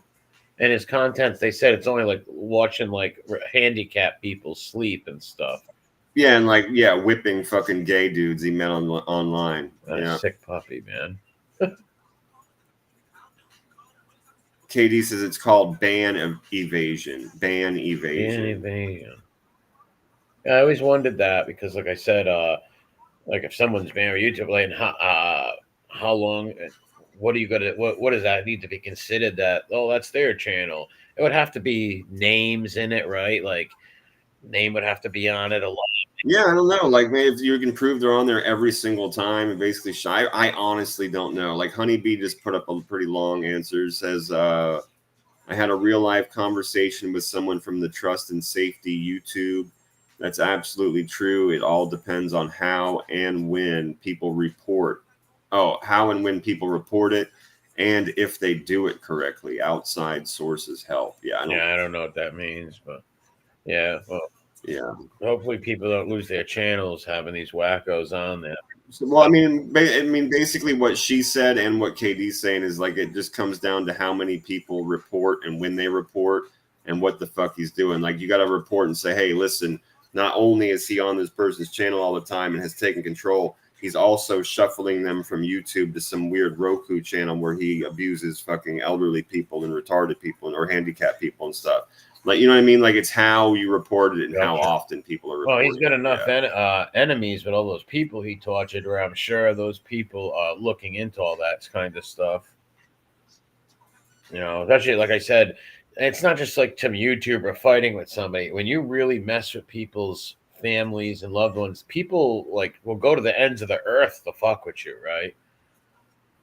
Like for sure. Yeah. Well, that's why I said I was kind of like, because I had heard that's how this conversation started, which is like I heard from several people that channel could get taken down if they were just hosting this fucker like constantly. And I was saying to you, like, I'm genuinely surprised that I don't know. Nothing's happened. Like, there hasn't been droves of people probably reporting that shit and like constantly reporting it. You know what I mean? What's up, Roddy? Good to see you. Doing right. They could be. You never know, right? He's got a lot of those people that don't like him. There was a whole community of those people. DJ's got a good point here too, Skull Bro. He says his Roku channel, he's probably getting people's IPs through the membership and info and stuff like that. Yeah, for sure. When they subscribe and they have to actually pay and subscribe to his personal channel. Yeah, you're damn right. How many of them people would be dumb enough to do that? I don't know if there might be. I don't know who the fuck would pay for such a thing like that anyway. It seems ridiculous on its face to me. Yeah. Like, what are you doing? Yeah, I don't know. I don't think many people would sub to it. I doubt it. He might have got 4 or 5 people to go over there, and hopefully you don't get their IP addresses or whatever. But you know, I don't know how much it is, 30, 40, 50 bucks a month for some guy's channel of just making fun of handicapped people. I don't know who the hell would pay for that, especially when you watch YouTube for free, right? Yeah, bro. I mean, come on. You want to watch some fucking weirdos channels? I mean, it doesn't. None of it makes sense at all. There's even like these weird personal. No, the guy has the IQ of a rock. Watching handicapped people sleep? That's not funny. Making them do shopping so you can laugh at it. Today I'm at the local Taco Bell. Yeah, later I'll be at the fucking rodeo. Like, who gives a fuck? That's not even dark humor. Because I like dark humor, right? I love it, but that's sadistic. I don't consider that dark humor. Right? Well, no, that's evil and disgusting. Yeah. Humiliating handicapped people. They think you're their friend, and you're humiliating them. That's fucked up. Yeah, it's evil. It's fucking evil, bro. Yeah, and taking their money too. Like, some of them people give parts of their checks to him probably. Or he probably gets them on the phone alone and says his cat needs fucking, I don't know, a new house or something. Can you imagine going in these communities and like like befriending these handicapped people in the first place just so you could trick them into signing up for your fucking stupid channel to profit off of them and then just make fun of them to their face. Yeah, that's It's fucking sick, bro. Fucking sick. It really is. It's fucking sick, dude. Yeah, that's Ron Gross. Shout out to Miss America. Yeah, it's super crazy. Yep. Psycho meds, bro. Fucking psycho meds needed. Yeah. Yeah. Thorazine and a blanket, bro. How many people does he have watching? Does anyone know in the chat? Like, I'm talking to like the people that came over here with him. How many people watch his weird little? Yeah, Honeybee will be a good person to answer that, I'm sure. Yeah, Honeybee. Yeah. How many like watch his like little shit show on there? It can't be many because he's always on YouTube on other people's channels. And that's his job and everything. Like, what's this guy stay up? It's a fucking pathetic disgrace, is what it is.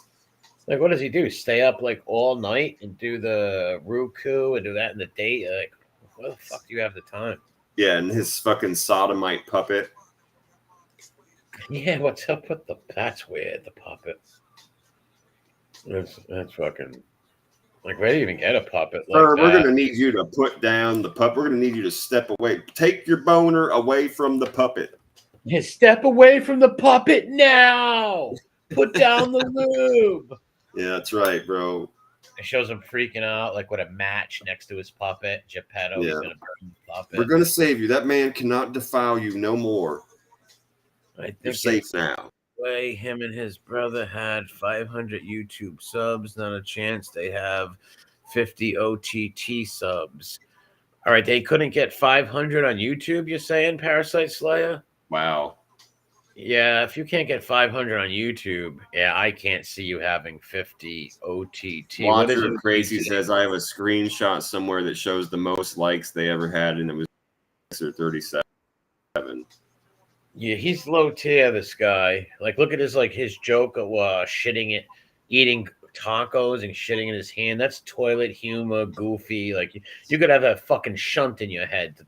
Oh, I told you, like, when he convinced the handicapped lady he started talking about her boobs on purpose and then told her to lean forward. And he was talking to her about her boobs and making fun of them.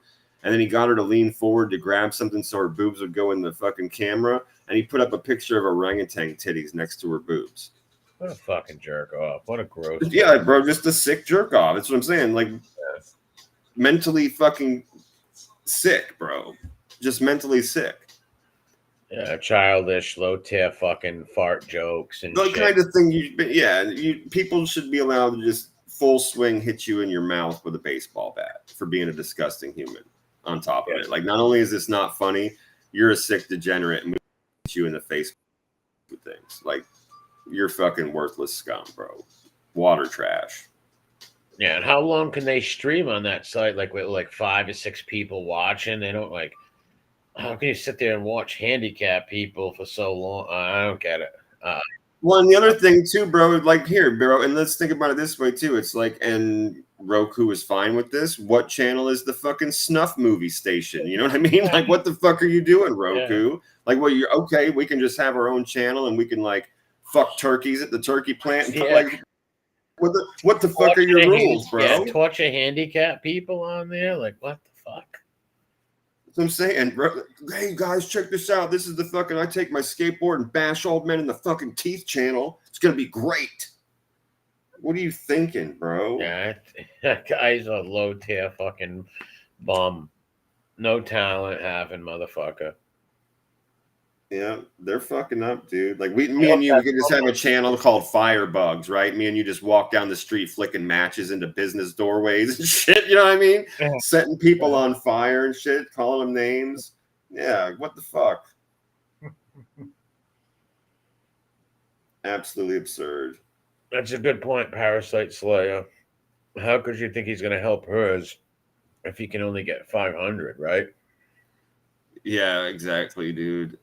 And yeah, DJ, that's a very, very solid point that we've heard and talked about, dude. That he likes to try and make those poor handicapped people go shopping so he can make fun of them while they're fumbling around and choosing things and making faces because they're trying their best to get by And he was trying to have the Wicked Witch go shopping too. He was treating her like he a didn't mental fall retard. Yeah, Angel didn't fall for it though, and didn't go shopping. Well, yeah, she's not genuinely fucking doesn't have a touch of the palsy. You know what I'm saying? Like, I mean, come on. He's not going to go shopping. But he treated her like she did. That's the point. Yeah, he thought he could probably get her to do it, but she was probably like, no way. Probably had a fucking bet with his brother, a fucking tendy tuggy bet. Yeah, and let's see if we can get her to go shopping. Yeah, I'll tell you what. If you can get her to go shopping, I'll give you the tuggy, and you can have the tendy. Yeah, but if you can't do it, then I get the tuggy. Yeah, you get the tendy. And what is amusing about handicapped people shopping anyways? What's the fuck so funny about that? I don't. Just making fun of the poor people doing things differently than everybody else, maybe having a hard time doing it. Yeah, I know. I get it. All right. Yeah, they might have to like use one hand to put something up or take a long time or drop something. What's so funny about that? Amusing. Well, to me and you and other normal people that aren't sick and demented and fucking demonic, nothing. We'd want to help them. We would pick the thing up, show them where the thing was that they were looking for, help them if they needed it. These sick demonic motherfuckers are laughing at it because they think it's funny because they're different. It's fucked up, man. Yeah, he can't have many people though that do watch his private show. How many people did in the chat, like the people that know that were there, how many like new people did he bring over?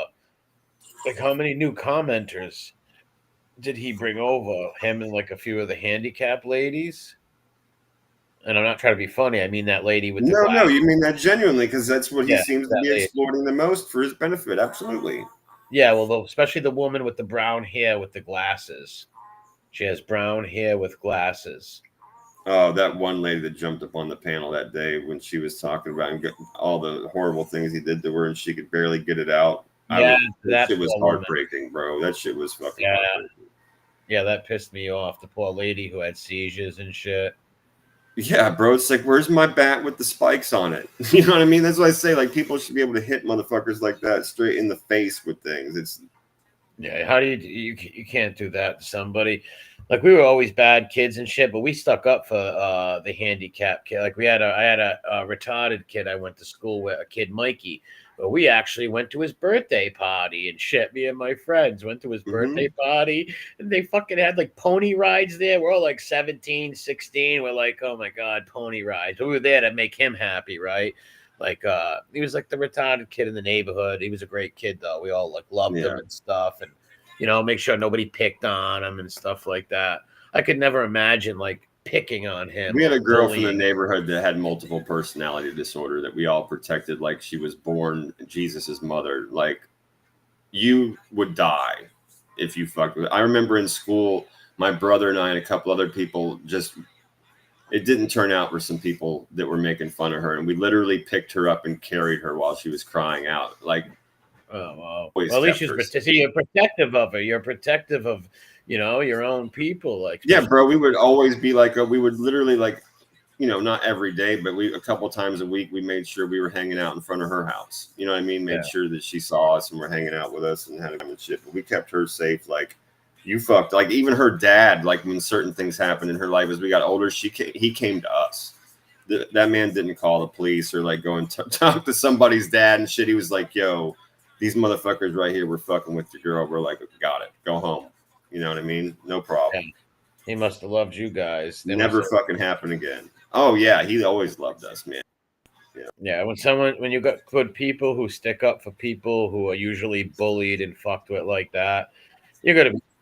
Yeah, I mean, we were in fucking kindergarten together. Like, you know what I mean? It's your friend, regardless of they've got shit going on, you know? Like, but when you find out, we didn't find out until we were in 7th grade, but that's like really started to become. What do you mean multiple? And she still started to get medication. How many personalities? Were they different? Like how? Like what was her? Yeah, they were different. Like, not to get too far deep into it, but yes, like she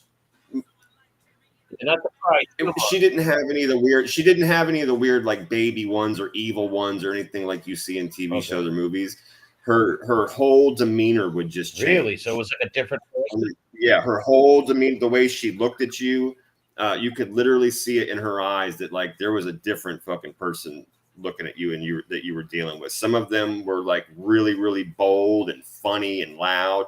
Other ones were very, very tucked back and But they have quiet. different names or anything, or did you? We never had to call her by different names. But did she like think she was other people or no? Or she didn't realize? Yeah, it was literally different personalities. Yeah, 100%. Yeah, and sometimes like you could, if you ever saw the change, I was around her a lot in my life, but if you ever saw it change, like the personality switch, they would literally be like drinking a glass of water and be like, "Oh, wasn't this just full?" Or I thought I was drinking this really instead. Wow. Yeah, totally. Or where's fucking mom? We're at your house. Oh, what's up? How are you? Like the whole way they would speak to you would change. Yeah, I never knew anyone Yeah, like that. That's pretty interesting though. Like when you think about it, like wow, that's got to be tough for the parents, right? In case the personalities are decent, right? If there are any of them that are like trouble or something like that, that's got to be hard. And then she had well, I don't want to get to. She had, let's just say she had several siblings, and all of them were like 100% cool. Gotcha. Nobody else that we knew of, like in their family, had any issues like that. And like I said, it was I want to say it was 7th grade, bro, when we started noticing, like, hey, why isn't she around? Or, oh shit, she's in a hospital. What the fuck is she in a hospital for? And then like close to 8, like the end of 7th grade, going into that summer, she came home and she was on medication and shit. We started finding out from her other siblings what was going on, and it was like a really slow process at first before she even, like, at first she was really like ashamed and like thought that people were gonna fuck with her, like that people would give her shit, and it took a while for her to like even come out and hang out with us and stuff. But once she knew that it was like fucking go time and you're our like little sister and we've got your back kind of stuff, she just became totally normal most of the time. She'd be out and about hanging out. When we switched schools into a different, like from junior high to high school, I guess is how people would measure it, like whatever they call it in your area. That's when some kids fucked up and were making fun of her, and it didn't turn out well for them. And we literally picked her up and carried her out of that motherfucker. Good. She was fucking huddled in a ball. Like it wasn't. Yeah, they were fucking with her. What were they like calling her names and stuff? Yeah. Mm-hmm. Because of her disability. Yeah, freak, shit like that. Oh, that must have been cruel then. Shit. Yeah, she was curled up in a ball crying. She had she shut down. That's what I'm saying. Like I tell you, like we picked her up and carried her out of there, and she was really crying and freaking out. We made sure she was safe. Literally took her the fuck out of the school and took her home. Huh? How long did it take her to like calm down? I don't know. I'd have to go back and ask her. We took her home. I mean, she wasn't calm then. Oh, so when you brought her home, she was still like crying and all upset? Oh yeah, she was still freaking out. Gotcha. It got much worse on the way like out of there. It was more than like just having been shut down. She actually started getting like very upset. Yeah. Wow, what evil bastards, man. Yeah. We didn't get in any trouble, by the way. No, these must have been hailed as heroes, no, but we were told that what we did was the right thing, and that everything was cool. Thing. Yeah, that nothing was going to happen to us and stuff like that. Yeah, those other guys must have looked, because we left school, bro, like before lunch. You know what I mean? Like we fucked some kids up, and then we literally like left school grounds. So we could have technically gotten a lot of trouble for that. Yeah, true. But they knew what you did. Once they figured out and they talked to her parents and shit, they told us that we were all good. Everything was fine. Oh, wow. That's crazy. Yeah. I still know her to this day. I know her husband. Yeah. And her husband got the fucking talk. Just the same thing. Like, no matter what, like, you better come back to us, like, with your legs broke. Right? Let's still have friends like that for years. Yeah, like we told him when he started fucking dating her, like, bro, we don't care if you're outnumbered. You fight until you can't breathe, and then we've got your back. You know what I mean? Like, don't ever let anything happen to her. Ever. Yeah. Always stand for her, because we're not going to have her marrying some fucking beta cunt that we're going to have to be, like, showing up for. You know what I mean? Yeah, you better handle your fight for fucking your wife, business. pal. You better fight for your wife. Somebody fucks with her.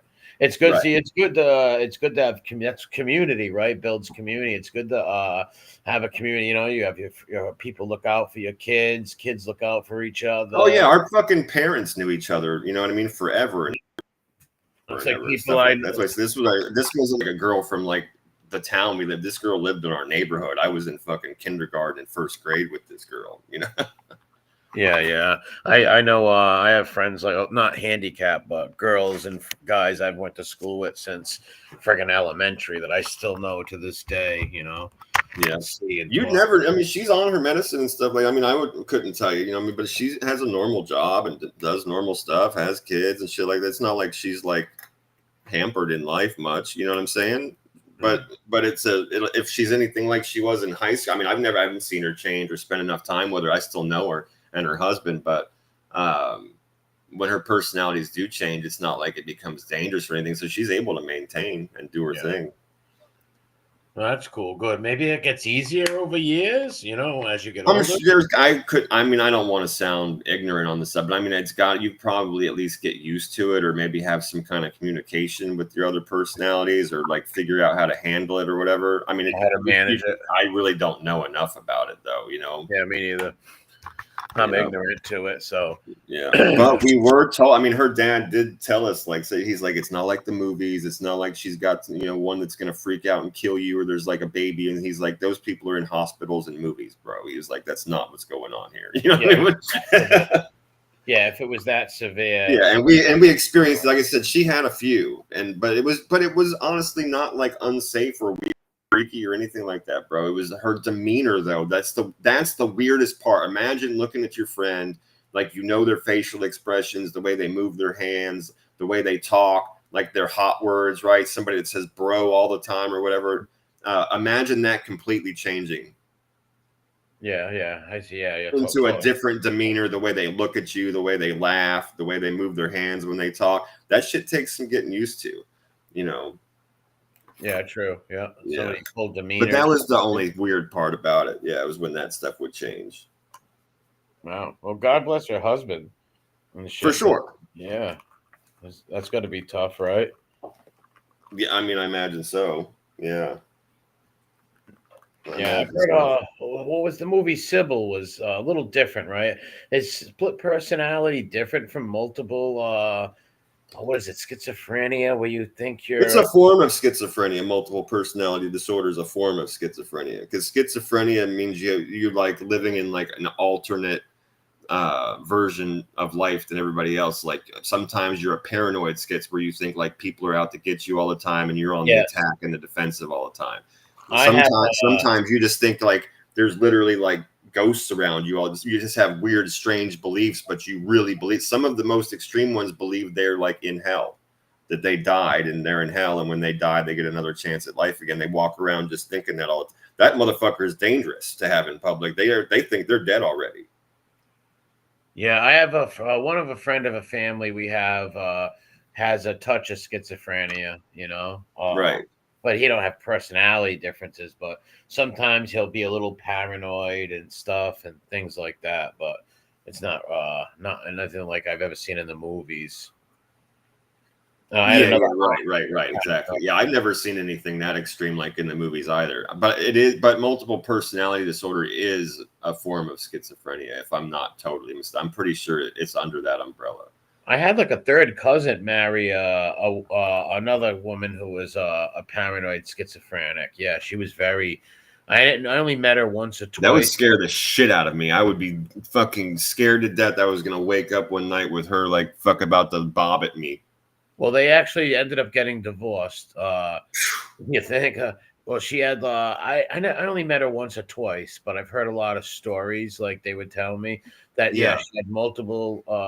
Paranoid schizophrenia, and she would think that he was trying to put her in like a mental ward or call the cops to put her in like a ward, and she would freak out and like hide in the house and Yeah, another common one is they get convinced that you're putting things in their food or you're putting Yeah, that things was like it. in their soap and their shampoo, and they become really fucking like upset and emotional and sometimes lash out, and that's the stuff that scares me. Yeah, I think it was that too, where she believed that people would be putting things in her drinks, something to that nature. I can't remember all of it. I'd be lying if Right, I. and you're looking at them like, dude, I would never do that. They're like, fuck you. Like, okay, bitch, here's your chain. They can't help it neither. Like No, that's why my heart goes out to them, and I've always said that. Yeah, My heart goes out to people that have those serious mental issues, man, because it's not their fault. They're wired wrong. They're walking around just like me and you. Their shit's just altered. yeah, it's a sickness. My heart goes out to them also. They can't help it. They can't help it. Imagine having a mother or father like that. That's gonna be tough, man. Being raised Fuck yeah. like someone with crazy, like violent, multiple personalities or something, man. Wow, that's gonna suck. That would not be good. No. What's it, 1228? All right. 36 years ago today, my father was probably still being worked on by the paramedics. My father died at midnight on the 19th. Today was his anniversary, 36 years he's been dead. Rest in peace to your father, my friend. Yeah, so this time, right about now, they would have still been in the chapel, probably taking him out in an ambulance.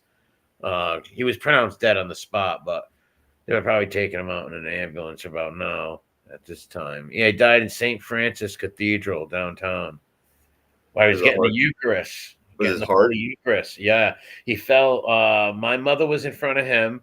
My aunt was in back of him. My father's heart just gave out, died immediately, and fell into my aunt's arms. Like she was behind him, waiting to get the Holy Eucharist. Yeah, Right. Palm Sunday, 1989, March 19th, the week after my birthday. Midnight Mass. And I remember around, all right, it's 12:29 now. Around like 1, 2 o'clock, I remember hearing lots of fucking noise downstairs at my grandmother's house because we lived upstairs. Hearing a bunch of people downstairs, but that was normal to me, right? Because my grandmother, they had always had the house packed with cousins and fucking gumadas over. So the house was always packed with people. So the loud talking and shit didn't bother me. It didn't get to me. It didn't make me curious to go downstairs, right? So I keep watching. I was watching Comic Strip Live, and then I watched Glow Gorgeous Ladies of Wrestling. It used to come on back then. And I ended up falling asleep. And then I got woken up by my aunt, and the first thing out of my mouth was, why isn't my father waking me up? Because he woke me up every morning, right? Every morning. Right. And she says, come downstairs. And I'm like, all right. I was like, okay. And I'm going, I know something's wrong, right? Like, why the fuck is my aunt waking me up? And I go downstairs, and my grandmother had one of those big fucking tables, right? Like, you can sit like fucking 30 people, 40 people out. And it was packed with all of my family, people standing up. There had to be like 50 people in the house. And I'm looking at everybody, and I'm looking for my father's face, right? Yeah, of course. Everybody's here. Where the fuck's my father? My little brother's only 5 years old. He's sitting next to me. He didn't know what's really going on. And I'm looking, and my grandmother, my mother stood up, and my uncle told me what happened. I was just like, shit. Like, what are you going to do? Ran upstairs. Of course. Nothing you could do. What I would give to have another week with my father, or just a few hours with him. For sure. I tell people when they're older, when they lose their parents, nothing I can say to really console you, but be happy you had the years with them that you did, because you could have lost your father or mother when you were a little kid, and that's the worst. I know one girl who lost her mother and father when she was 3 years old, man. Wow. Yep, was raised by a car accident. Both parents died. Had to be raised by her grandparents. Yeah, and she would always say that too. Like, oh man, be happy you have your mom, and be happy you had 10 years with your father. She used to say to me, because I don't even remember my parents. Right. Yeah, and my little brother, he was 5 years old, so even though I was 10, I used to hang out with my father like he'd hang out with me like I was an adult, take me with him everywhere, beat people up in front of me and shit. I loved it. So my brother didn't get to experience that like I did. Yeah. Yeah, I told you my uncles and my dad were the same way. Yeah. Wish I had They more they time. always spoke to us like we were adults. Always brought us around everywhere they were going and stuff. Yeah, same thing, bro. Yeah, go and hang at the social clubs, the fucking donut shops, all that shit. It was great times. Yeah. Those were some great years. That's why people make memories with you and cherish your family when you have them, because they can be gone quick. My sister too, man. I miss my sister. Of She's been course. two Of years. course. Rest in peace to your sister too, man. Yeah, Of course you do. Of course you this do. summer will be 2 years. Almost going on 3 years. Fucking shit. Yeah. Time flies, man. Yeah. Dave just passed, lost his dad at 5 and mom at 14. Oof, that's terrible. Yeah, that's terrible. For sure. What's up, Templar? Yeah, but there's always somebody who's got it worse off than you, right? Like that's why I say I'm lucky I had the 10 years I did with my dad. And by the grace, thank God my mother's still alive. By the grace of God, you know? Yeah. And I was blessed with two good parents. I had an awesome mother and father in life. I was truly blessed. Like I see some other people, like a lot of my friends have good moms and dads, but there's some people that don't have the best mother or fathers, or they weren't in their lives or whatever. I always thank God that I had two good parents, man. Yeah. Yeah. I had I had some friends whose parents were fucking off the fucking chain when we were growing up, man. Yeah, we knew a few. We had a few of them too, but Yeah. I had friends whose parents were just off the fucking chain. We were like, holy shit, man. I had a friend whose parents used to have swingers parties, dude. really, And you know what's fucking? You'll love this because it's when you're a teenage boy, right? Just we were like 15 when we realized that that's why every time we spent the night at our buddy's house, like the doors were locked and we weren't allowed out in the fucking in the house and in the living room and shit on the weekends because they were out there fucking having swinging parties, walking around like Donald Duck and shit. wow, that's Yeah, super creepy. Wow, yeah, it was fucked up, bro. how It did the was kids fucked up. find out? They just told him. Wow, and the Yeah, kids didn't like. They weren't like enraged and fucking dude, crazy. I don't know all the circumstances of that. I just remember being in junior high and him. I remember the day. I can literally picture it right now.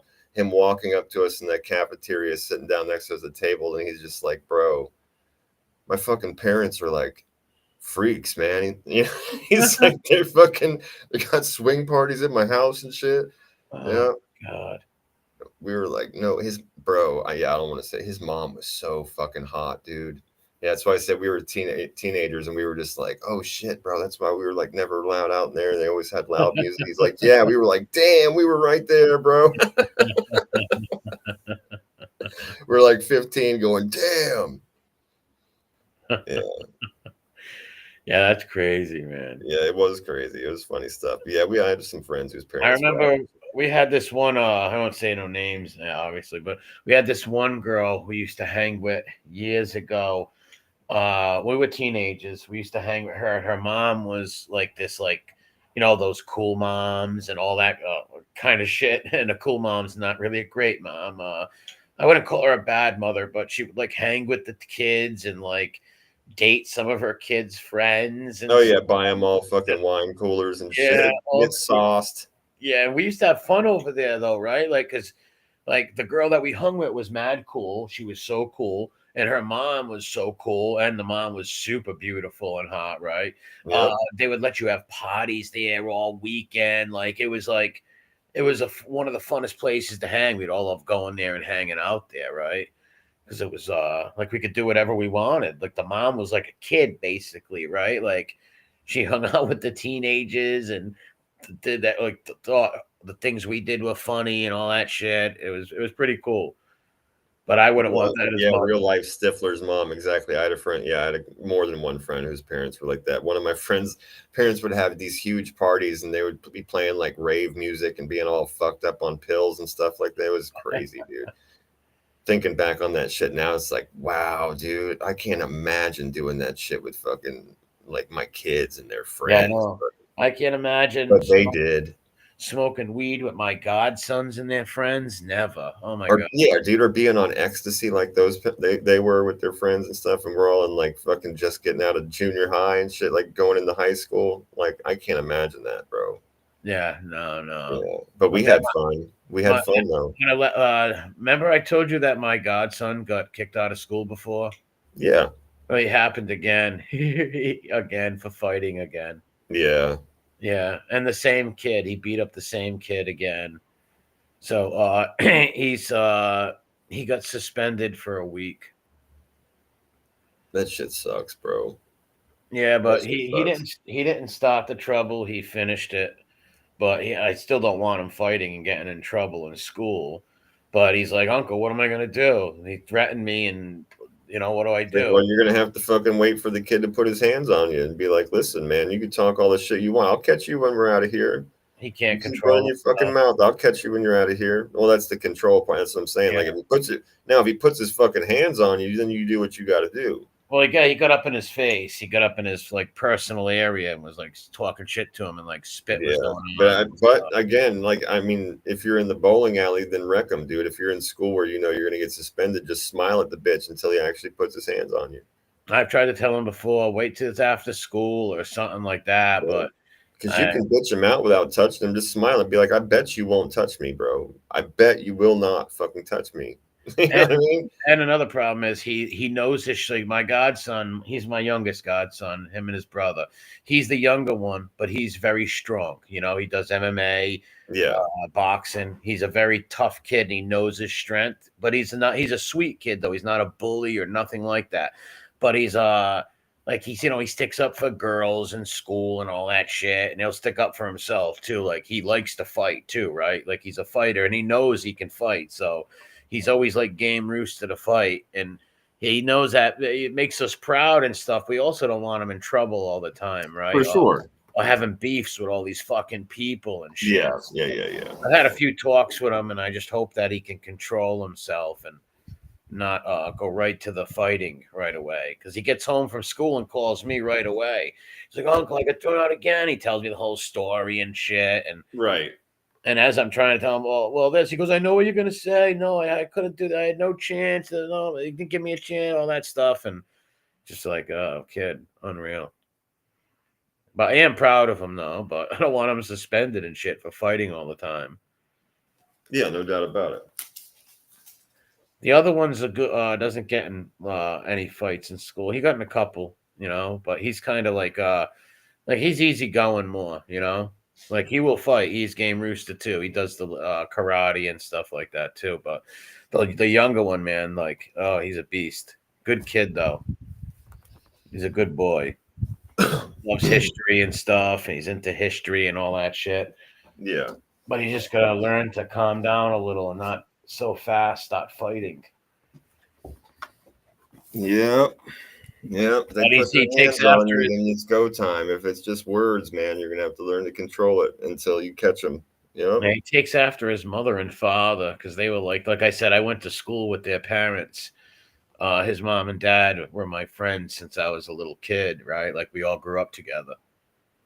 So my two godsons, their parents, like I said, been my friends. One since elementary school, and the other one since high school. Right. And I know them well. So it's like, wow, I see them in you, man. Like, like remember how you acted at this age? It's like that's your little mini me, man. Yep. Better talk to them. Yep. Yeah, I try, but they say they listen. No, you telling the fucking parent that was them when they were young. It's like you better talk to them. Yeah, they try to, but yeah, I know they do, bro. I know they do. Kids are gonna be kids. They're their own people, man. They're their own personalities and shit. All right, boys Some will be of them, boys, right? He's gonna fight. Kid gets up in his face, he's gonna fight him in school. That's what's just he's gonna, even though I tell him wait, fight him after school, something like that. Maybe you can resolve it by talking or whatever. He don't want to hear it. Of course not. Especially like I said, he knows he can handle himself. Mm-hmm. Censorship. Yeah, they're talking. I've been watching their Rumble. the chat. Yeah, they're talking about like all these different fucking social platforms and some of the ads and what they cost for like the ad blockers and all kinds of crazy shit. They're just having a conversation amongst themselves. Let's talk amongst yourselves. Cool. Coffee talk. It's the topic. That was a funny Saturday Night Live skit, man. Mm-hmm. That shit was hilarious, yeah, dude.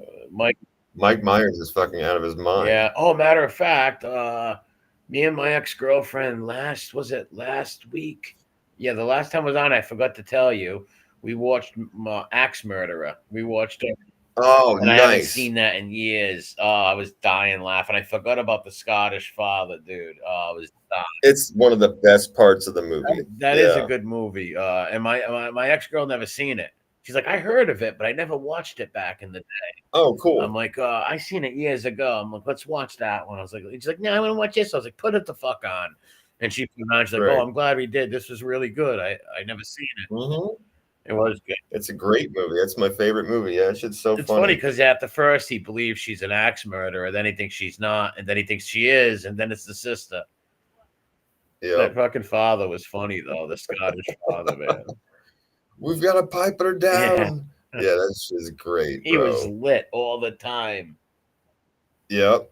Fucking straight lit. What's up, and she grabs him in that fucking arm lock and shit, and he's like, I give. Like, do you make your own sausages? The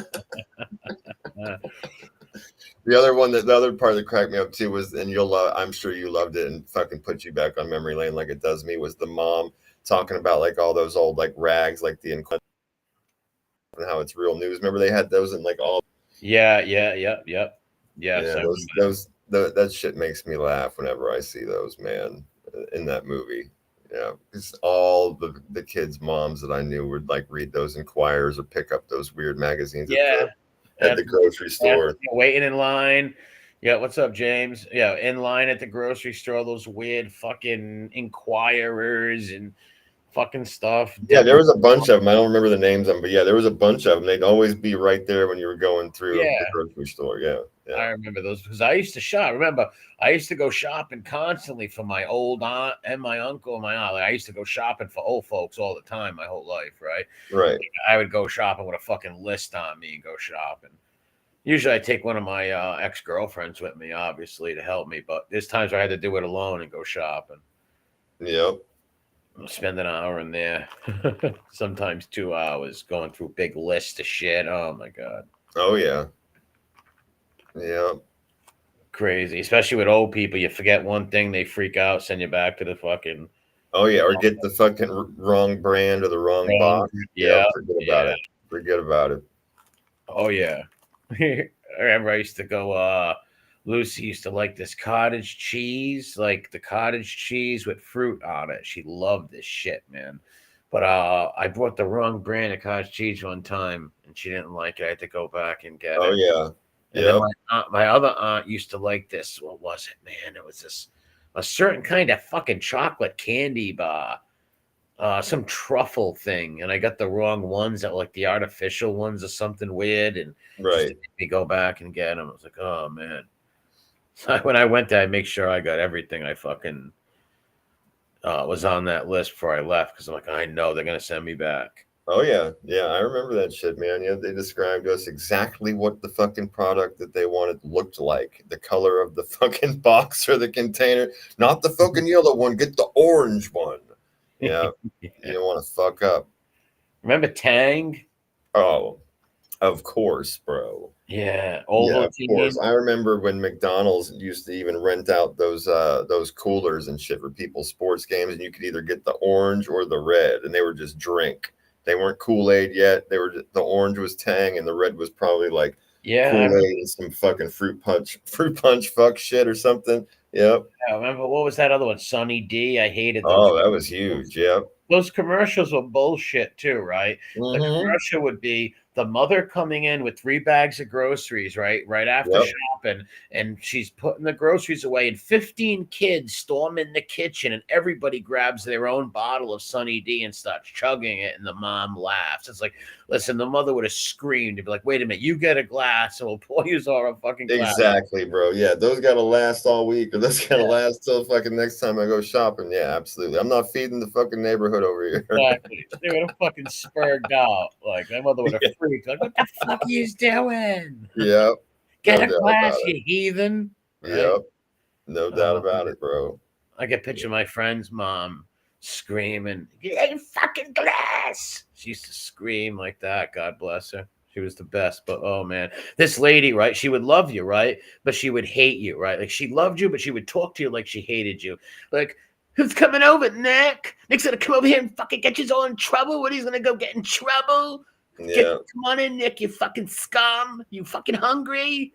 You want something to fucking eat? Like, she was nuts like that. God bless her. But yeah, she would yell at you and insult you by doing nice things to you at the same time. It was the weirdest thing in the my world. mom would feed everybody, but she would also slap my friends, which I always thought was hilarious. Like if they came out of pocket or said something kind of sideways, thinking she was like the extra cool mom, she would literally slap you. Thank God we never got slapped. Because she knew all their parents forever. You know what I mean? Like they were all neighborhood kids. That, like I said, all our parents knew each other and shit like that. So she would just slap the shit out of you. I don't like that. That's what she'd tell them too. I don't like that. Yeah, I'm sorry. Yeah, there's some funny people's parents, man, years ago. Funny shit. Characters. Yeah, it was fucking crazy back in the day, bro. Yeah. Proctor looks like he's dehydrated. Tom Glavine. Yeah, he does look like a Tom Glavine. Yeah, he doesn't blink much, that dude. Yeah, he's a nice guy, but he looked like a serial killer when I first seen him. I was like, oh, this guy's a serial killer. JS says his mom was the same way. He's laughing. He said RTC knows the words to a T. Exact, bro. I know. Yep. MRE saying the same thing, bro. Parents would freak the fuck out. That shit happened. Sunny D. All right. Yeah, Sunny D. Any parent coming home shopping and some 12 kids walk in the house and grab all the drinks and start chugging them. It's like, yeah, right. Yeah. Now he's gonna take all the change you got in your pockets, go to the store, buy more Sunny D. Yeah. Yeah. Narc, Purple Boy, he is mentally ill, Purple. He spent time in mental wards. He let a man give him a handy. Yeah. He's a mental ward guy. I don't know what's up with the nose now. I don't know if it's, like I said, it's still a mystery if it's lupus prana or bulbous, but he's got something was up with his nose where it was purple. I don't know what it could be, but he was in there staring at the mirror like that guy in How High. Fucking no, not How High. What was it? That movie with Dave Chappelle, that stoner movie. His fucking buddy goes to jail, and the big guy's gonna fucking R him and shit, and he's getting all paranoid, and he's staring into the fucking mirror, going, "You're not a fish." I never seen that movie. You're not a fish. You're a man. What movie was it? Yeah. It's a movie with Half Baked. That's what it I've was. Seen that. Half-Baked. I've seen that movie. Yeah. His buddy gets arrested, goes to jail, and this fucking big guy keeps wanting to make him his bitch and calls him a fish and shit because he's gonna be puckering his lips when he sucks it off. Yeah, and Chong comes to his rescue. Yeah, and he's like, "You're with me now," and fucking Dave Chappelle's buddy's like, "That's right, his bitch. I'm somebody's bitch." Yeah, I haven't seen it in years, but I remember it was Dave Chappelle, that other guy who played Jim Brewer. Jim Brewer, right? Yeah, he's funny too. Yep. Jim Brewer, Chappelle, and who's the other guy in that movie? I haven't seen that movie in a long time. Cuban B. That's where Cuban B gets his name from. He's like, yes, Cuban B. He's like, I'm Cuban B. And the guy goes, yes, Cuban B. I have his camera slip pic. Parasite? Yeah. Really? Post that on your thing. You got to send that to me. Nasty Nate. That's who it was. Yeah, Katie. I have a few of his where you could see the nose. It was huge, like a soggy hot dog. It was like a hot I've dog. seen one before when you showed it on video. I was disgusted. Yeah. Well, that was before that. I have one picture where he has the glasses on. It was before the nose started getting deformed and stuff. Whatever it is, I don't know. He's got some rare nose disease thing or whatever. But Oh, if it was KD says, yeah, I saw that movie 10,000 times. I sold weed and was a teen when that came out. Oh, yeah, I want to talk to Samson. yeah, that was real Man funny. with the That smiley movie. face. Bring him over to my place. Hell yeah, bro. I've seen that a million times too. Yeah, it was Nasty Nate that was trying to fucking make him his bitch. And then Chong was the squirrel master. That's right. I can't remember much from it because it's been so long, but I remember it was real funny and I liked it back It was then. really funny. Yeah, Dave Chappelle was a janitor at a hospital, and he was up cleaning the floors on in an area where they were testing medical marijuana. One of the scientists comes over and he's like, "Hey, do me a favor, run down to this room and bring back the package." He like writes out a little prescription on a sheet of paper and hands it to him. And Dave Chappelle's like, "Cool," and he runs down to like the hospital pharmacy for all intents and purposes. And he hands him the paper, and the lady's like, "That's all?" And he goes, "Yeah." And she says, "Okay." She comes back with this like fucking 3-pound block of weed, bro, like the dankest shit he's ever seen in his whole life. And he like passes out, you know. Uh-huh. And he realizes now that at the hospital they have hundreds and hundreds of pounds of weed in this pharmacy. Well, when him and his buddies are smoking out at their house, they get the munchies and they send their buddy out to the store to get snacks and shit. And when he comes out of the store, he starts feeding the horse. He sees a police horse and he starts feeding it all this junk food and stuff like pizzas and fucking, what do you call it? Like beef jerky and popcorn and chips and all kinds of shit. And the horse fucking drops dead. And the cop runs over. He's like, "You fucking killed a police officer. You're going to prison for like murder on a law enforcement officer." He's like, "What do you? I love horses. I love butterscotch. I love this butterscotch horse." And but they take him to jail, bro. Yeah. And when all of his buddies have to raise the bail money somehow, they decide to start writing the scripts to get the weed out of the hospital, and they start their own weed business. And then they find themselves at the wrong end of an actual drug dealer. All right, it's coming back a little. Yeah, it goes by the name Samson. Yeah, it's funny. Yeah, some things are coming back. I remember one of their buddies going to jail. I remember that. Yeah, I remember that. But yeah, like I said, I haven't seen that in so fucking long. So long. Yeah, me and Red have used clips from that movie. We've used that one where Chappelle like goes to an NA meeting and he stands up there and he's like, you know, trying to get clean, all this stuff. And then they're like, "What the fuck you in here for?" You know, he's like, I'm smoking weed. And this crackhead jumps up. He's like, "What?" He's like, you in here for some fucking weed? Oh, it's the dude, Bob Saget. He's like, "You're in here for some fucking weed." He's like, Yeah. "I suck dick for fucking coke, man." And this dude jumps up. He's like, "I seen him." Yeah. I remember that part, the Bob Saget part. Yeah, me and Red have both clipped that and put different people's faces on the characters through. I did. I put Piggy on Chappelle and Gunsmoke on the other guy in the crowd. Yeah, too funny. Oh man. Yeah, I remember that part, Bob Saget. "You're here for weed, dude. I took tip for crack." Oh man. It's a great movie, bro. It's a great movie. It's very funny. But yeah, in that movie, when the dude's in jail and he thinks he's gonna get pimped out and he's gonna have to fucking suck a pecker, he's looking in the mirror. He's like, "You're not a fish. You're not a fish. You're a man." Just like that purple nosed dude staring in the fucking mirror, going, "You're not gay. No, that messed You're his not head up, gay." right? Like, Yeah. He didn't like. at least he knew. Knuckles. At least it got to his head, right? At least he knew he's wrong and it bothered him, right? Like, at least that's a good point, right? At least he's not like, "That's no big deal, right? No big deal, nothing happened." I closed my eyes. I just let him touch it. It's like, yeah, but the Yeah. calloused hands of that old man. Yeah. I told him not to talk and I closed my eyes. Like still, you know you did wrong and you can't live with that. Had a grip like a fucking retired miner and shit. Yeah, you know what you were doing, bro. You know who you were with. Oh man. You knew who you were with. Yeah, listen, when the rent needs to be paid, purple hands need to be laid on the joysticks. Yeah, right. I'm going homeless, bro. Fuck that shit. Yeah. I sleep. We're gonna have to work our way up, dude. And when I finally make it back into an apartment, I'll be playing that fucking "Moving On Up." Yeah, I'll be fucking all excited and shit. to the Yeah, east because I side. did it without having let another man touch me. Yeah, I'd stay rather inside, be homeless. stay indoors. I'll get a fucking tent, whatever, a box. Fuck that shit. Yeah, I'd be homeless. Parasite Slayer, not that I know of. It's all going to be redacted stuff, anyways. You know those guys for all them years? You know those guys on like YouTube and these shows that say they killed JFK and all that shit? There's a few of them, right, who've done interviews over the years in prison and all that. They say they were the guy in the grassy knoll.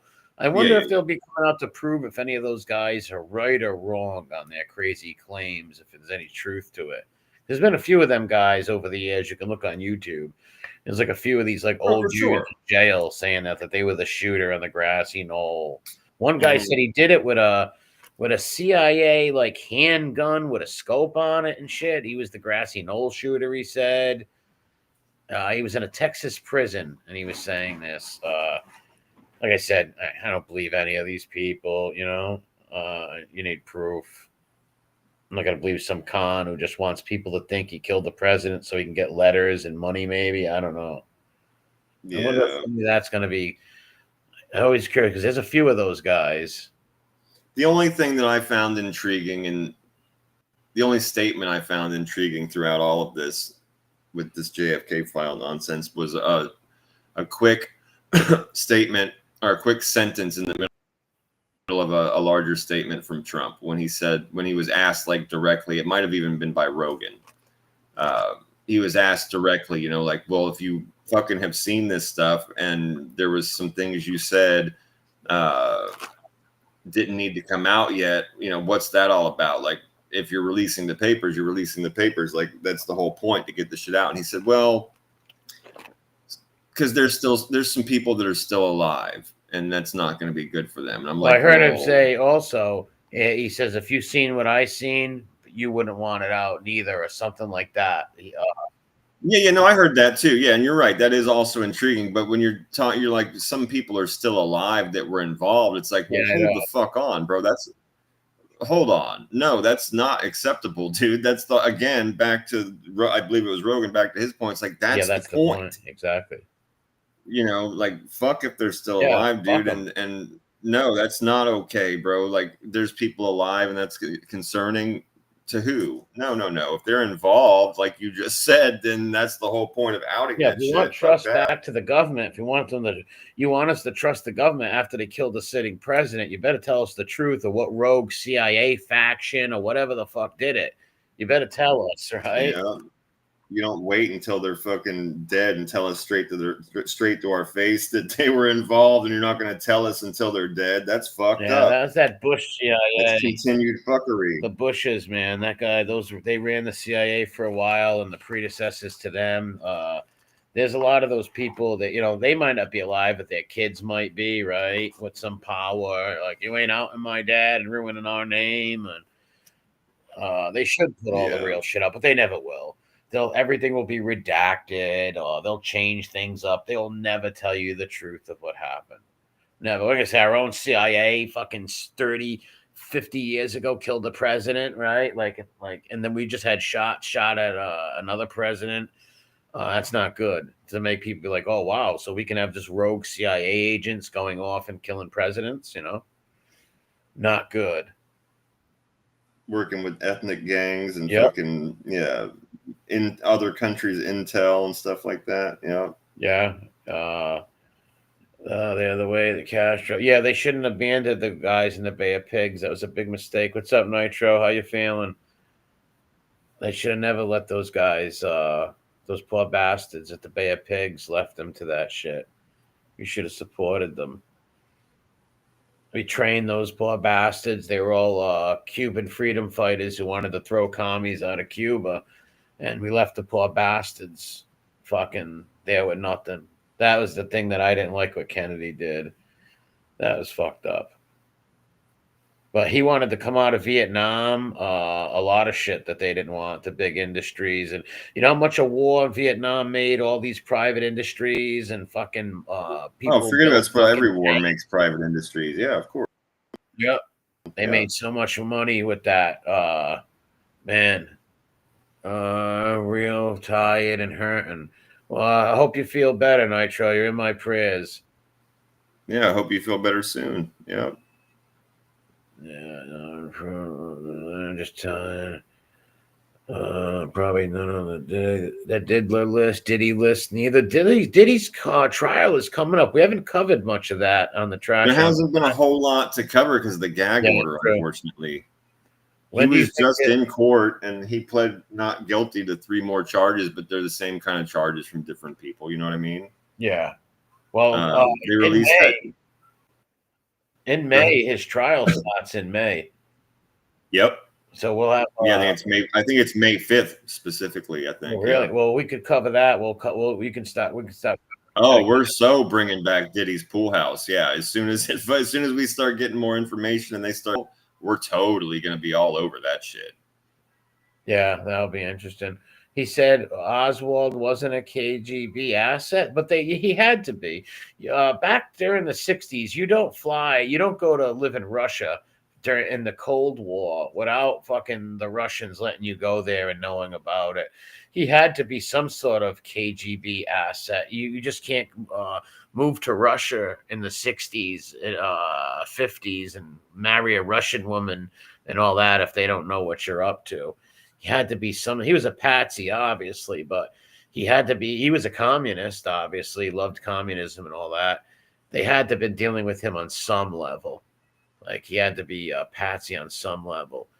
Oh yeah, you're going for the biopsy results tomorrow. I didn't get them today like I was supposed to. Okay, I didn't want to say nothing in here. I was gonna text you on your channel later and ask you, but tomorrow you go. All right. Well, results tomorrow. Well, you're in my prayers. You'll be okay. Keep faith, sister. Thought things going for.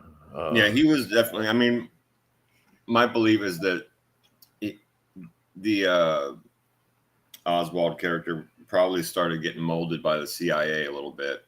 Yeah. Was doing a little CIA and double KGB. agent provocateur type shit with the KGB. Yes. Yeah, I believe.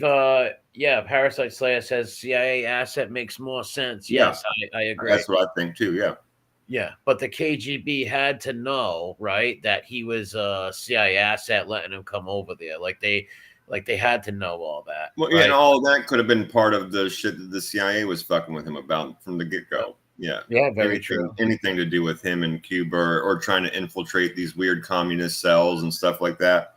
It still reeks of fucking CIA involvement. He was an American boy. You know what I mean? Like, that's what the guy wanted to do. You know. Yeah, and shot, he could have. That family pissed off several groups of people that at the end of the day were just like, okay, bro, you're done. Yeah, he wasn't a good shot neither, and he that rifle he had was a bolt action Italian rifle, I believe, or a Japanese rifle. Yeah, I don't know. No way he could have made those shots. And you know that Kennedy's head was shot from the front, anyways. Of course it was. Any fucking moron can see that. Yeah, because Governor all you have to Conley, do is watch it one time and know how fucking bullets work and understand basic fucking scientific principles. Is like, bro, no, this dude got tapped more than once, and one of them motherfuckers came straight from the front. Yeah, because they tried to say the magic bullet hit Kennedy in the back, hit Governor Conley in the arm, then hit the ground, then hit Kennedy in the front of the head. It's like, give me a break. Yeah, now that dude got fucking smoked from back of that boy's head straight the fuck out onto the trunk of the car. And they also said, what I did hear though, Parasite Slayer, what you said earlier, anything on? I did hear that they said that the CIA agents were told to stay away from the car or something like that. They were told to get away from the car, something to that point where they would, something like that. There should have been more agents on the side of the car, but they were told to stand down. Yeah, well, that kind of pairs into one of the theories that I read that came from a report that said they believed that whatever the guy was that was riding on the back of the car, one car behind them, that when the first gunshot rang out, he got startled and fucking dropped down and accidentally fired his gun. And then that's the shot that went through fucking from the back. And that kind of always made sense to me, was that as far as a possibility that like somebody had a loaded fucking weapon that was cocked, ready to go, heard the first bullet, slipped on the back of the fucking car, his gun went off and fucking went forward and shot somebody in their back. That makes sense. It could, I mean, it's plausible, you know. Well, the cameras are on it. I've never heard anybody ever say that or think that one of the guys could have shot him from the back there. No. Yeah, that was one of the things that I read too, or one of the things that I read anyway. Yeah, I don't know how many shooters. At least. Yeah, anything's possible. I don't know how many shooters. There had to be obviously a grassy knoll guy, and some shooters. There was a lot of teams they say were on that ground. Like if the bullet didn't work, right? If they would have done something else. There was probably a lot of teams there. Like if let's say if they didn't hit him with that headshot, you know, maybe they would have rushed the car. Some other person would have thrown a grenade or another shot at him. Oh, Gigi's back. Oh, nice. What's up, man? Hey, what's up, Goomba? Can you hear me? Yeah, we can hear you, bro. How you doing? Hey, not too bad. How are you, MRE? I'm doing good, man. What's up? Oh, not too bad, guys. I was trying to jump on a little bit earlier. What time is it? No worries, bro. You're riding around on the bus and shit. Had bad reception. It's just after 4 p.m. now. Wow. So, yeah, that's why I wanted to show you guys. That's still... Hold up. I'm trying to duck because I'm not wearing a shirt. But, yeah, it's still light outside. What time is it for you guys? 1 a.m. on the East Coast. 1 a.m. Nice. Nice. You're having a late one. Oh, yeah. Yeah. Usual way it goes. We get on here and just start talking shit. It goes on. Yeah, I was listening to you guys for a bit. Right on. How's your day been? Yeah, I had a bit of running around to do today, and you know that I usually work nights, but I'm not actually working tonight, which is why I'm able to hang out for a bit. Oh, that's good. What kind of weather you got? Sorry? Is it winter for you right now or going into summer? Going into, I think last week was the first week of autumn or fall. Yeah, I was gonna say it's our spring technically, so it's his fall, and then when it's our summer, it'll be his winter. Yeah, that's right. Pretty much. Yeah, so it's starting to cool down now. And they say words wrong, and their toilets go the other way. It goes the other way. Our prime minister sits in one of those backyard pools. There it is. Remember that Simpsons?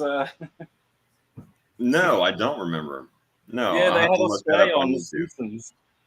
Oh, okay. Well, their version of Australia, and yeah, it starts off with the toilet. Like I think Bart's curious about whether the water goes clockwise or anti-clockwise in the toilet.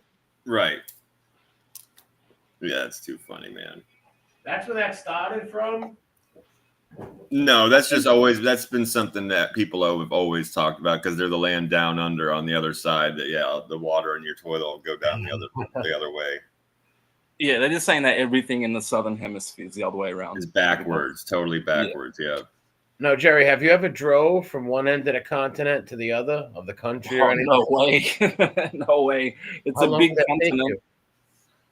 Yeah, it's huge. How long would that take you to drive from the East Coast to the West Coast?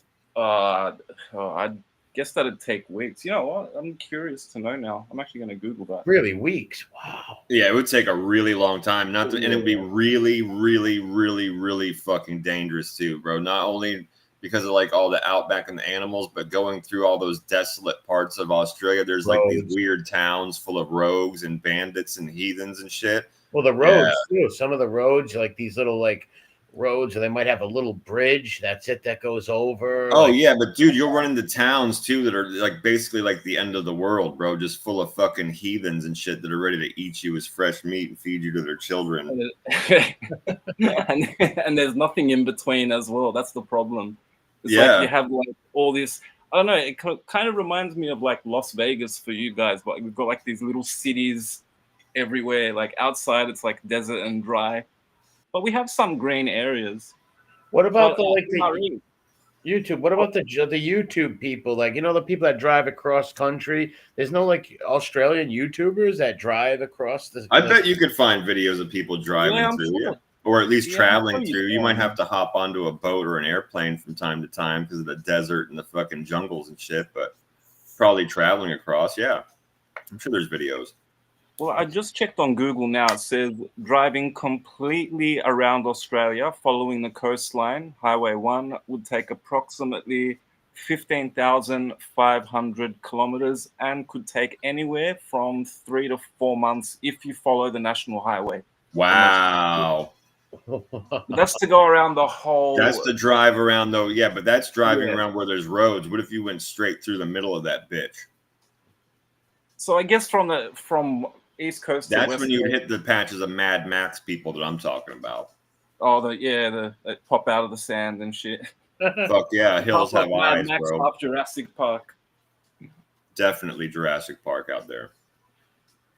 Imagine taking a camper, right? Like a camper, and your couple of, you know, your friend or your wife or whoever you live in, and fucking going across all that. That would take a long time. Might be real dangerous too. It'd be insanely dangerous. Yeah, and just following the roads, he said fucking 3 or 4 months, dude, going around the coastline.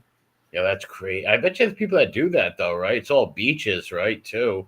I was gonna say, like, you've got a lot of old Aussie like couples, you know what I mean? Like retired surfers and shit too. Yep. I wouldn't get in that fucking water out there. There's nothing but fucking death in that water. Fuck that. Nah, you that know, water killed fucking Steve Irwin. Fuck that water. Did he get killed in Australia? No, it wasn't in Australia. No, it wasn't. Bahamas. I know he got killed by a punk ass fucking stingray. Yeah, sadly, stingray got him. I think it was in the Bahamas, maybe. Not sure. Let me check that as well. I thought it was the Caribbean, but I could be wrong. Where did... And he tackled so many big animals and shit. Imagine that a stingray killed him. What a shame. Oh, he did die in he Australia. just grabbed the most gnarly snakes right off the ground and out of trees and shit. Yeah, man. He actually died in Australia. Oh, wow, really? Yeah, up near Queensland, pierced in the chest by a short-tailed stingray. Yeah, it pierced him right in the chest. Yep. Like those things are dangerous, but when you compare, like, you know, to what he used to handle, like, yeah, I remember. Like, well, exactly, bro. That's what's so fucked up about it. Yeah, man, that guy would jump on like 28-foot crocodiles and wrestle them around and shit. Yeah. Crazy.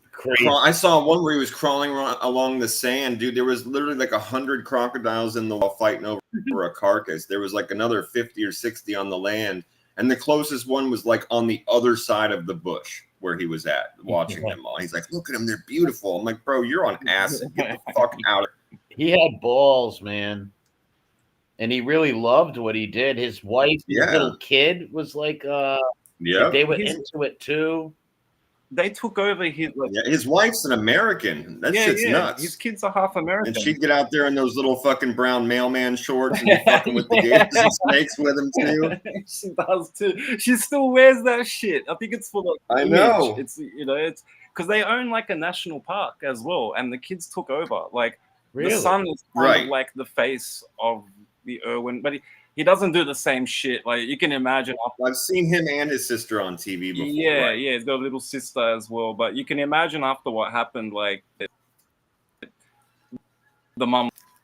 Yeah, like, you know, right? Like they don't do all the.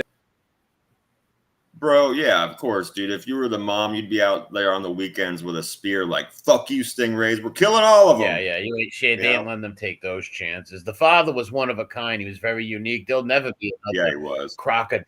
Well, then that's what I was saying to you earlier when we were talking about him, which is like this was not some like dude that went to school and got like a fucking degree in zoology. And so this motherfucker grew up in the bush, like fucking with these things when he was a little kid, you know? Yeah, he lived it. Yeah, he was the real deal. Yeah.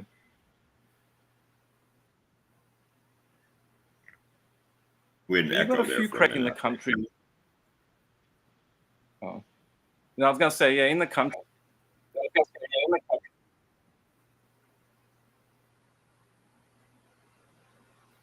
Did he cut out for you? Did we lose you? Yeah, he cut out for me too. Okay. Can you hear me? Now we can. Now you can? Yeah, I'm having some issues with Yeah, we can hear you now. Yeah, you were getting the echoey. You said and in then the you went out. Yeah, you're country. good. The last thing you said was out in the country. Oh no, I was just saying out in the country you do have like you know, it's not common, but you will have crazy people like, you know, someone that might have grown up with snakes or something like that. So they'll do snake shows but we'd never really had someone like would wrestle with crocodiles like Steve Irwin did. Right. He was one of a kind. Yep. And he was such a decent person too. That's why so many people liked him too, right? He was a genuinely good guy, happy all the time. Yeah, that's why I told you, man, he'd be out there at fucking 20 degrees below zero in those little shorts, fucking with animals and stuff. Look at him, they're beautiful. Oh, he's nuts. I've seen him save baby snakes from a fire, and he's like crying. I'm like, are you serious, bro? Like he's crying over they're little burnt baby snakes that would probably bite him if they were a bit bigger. You know, but of course they would, right? They'd be trying to eat them and shit, right? Yeah. Oh, that's a beautiful snake. Look at her. He was a character, that guy. Didn't they make a movie about him? I don't know. I've seen documentaries. I still to this day every once in a while I'll pull up the clips if I see him on YouTube. I'll watch him fuck with a gator or a crocodile or a snake or something. He's awesome. Yeah, I like the snake ones. Like you've seen the one where I think it's like a spitting cobra or something. Yeah, oh yeah, Yeah. Yeah, he's wearing sunglasses all on his face. He's wearing sunglasses, like that's supposed to help. Fucking crazy bastard. Yeah, like it's gonna do a lot. Yeah, he had to stop filming like to go wash his face and shit. Apparently, it paralyzes you if that gets into like your eyes. Dude. Fuck that. Well, he was. You want to see Rat Trap run like a bitch? Put a fucking spitting cobra in front of me. Well, fuck yeah, I don't blame you. I'll run like a bitch, and I won't have any shame about it at all. I'll be like, "Fuck you, that's a cobra. I don't mess with snakes, bro." He was bit a few times, I believe. He like a lot of these snake guys and stuff. They build their like metabolism up for those bites. Yeah, he got bit by all kinds of crazy lizards and shit too. I saw one not too long ago when I was watching his clips. He's yanking these lizards out of the trees. Oh, here's another one, and they're just like fucking tagging him in the arm, and then he's like, "Oh, he's a feisty one." I'm like, "But bitch, you're bleeding." He's a feisty one. Yeah, I'm like, "Bitch, you are bleeding. You see the teeth is on that motherfucker, bro? That shit is not cute." Yeah, I wouldn't mess with no snakes or crocodiles. I remember when we went down to Florida a few years ago. Me, D, a few of us went down there, and we pulled over to the side of the roads a few times to see if we can see a crocodile or anything or whatever. We didn't though, but it was like, whoa, man, I want to see one, take a picture of it. I'm not getting close to it. But you guys have huge gators, though. I've seen some video. I saw a video of a gator fight in Florida, like on a golf course. Oh yeah, I'm sure. Yeah, there's so many. Oh, well, in America, yes, there are absolutely giant fucking like American crocodiles and alligators. Kane Shays told some few stories about Miami where there's kids that go missing in Florida. Even B will tell you too.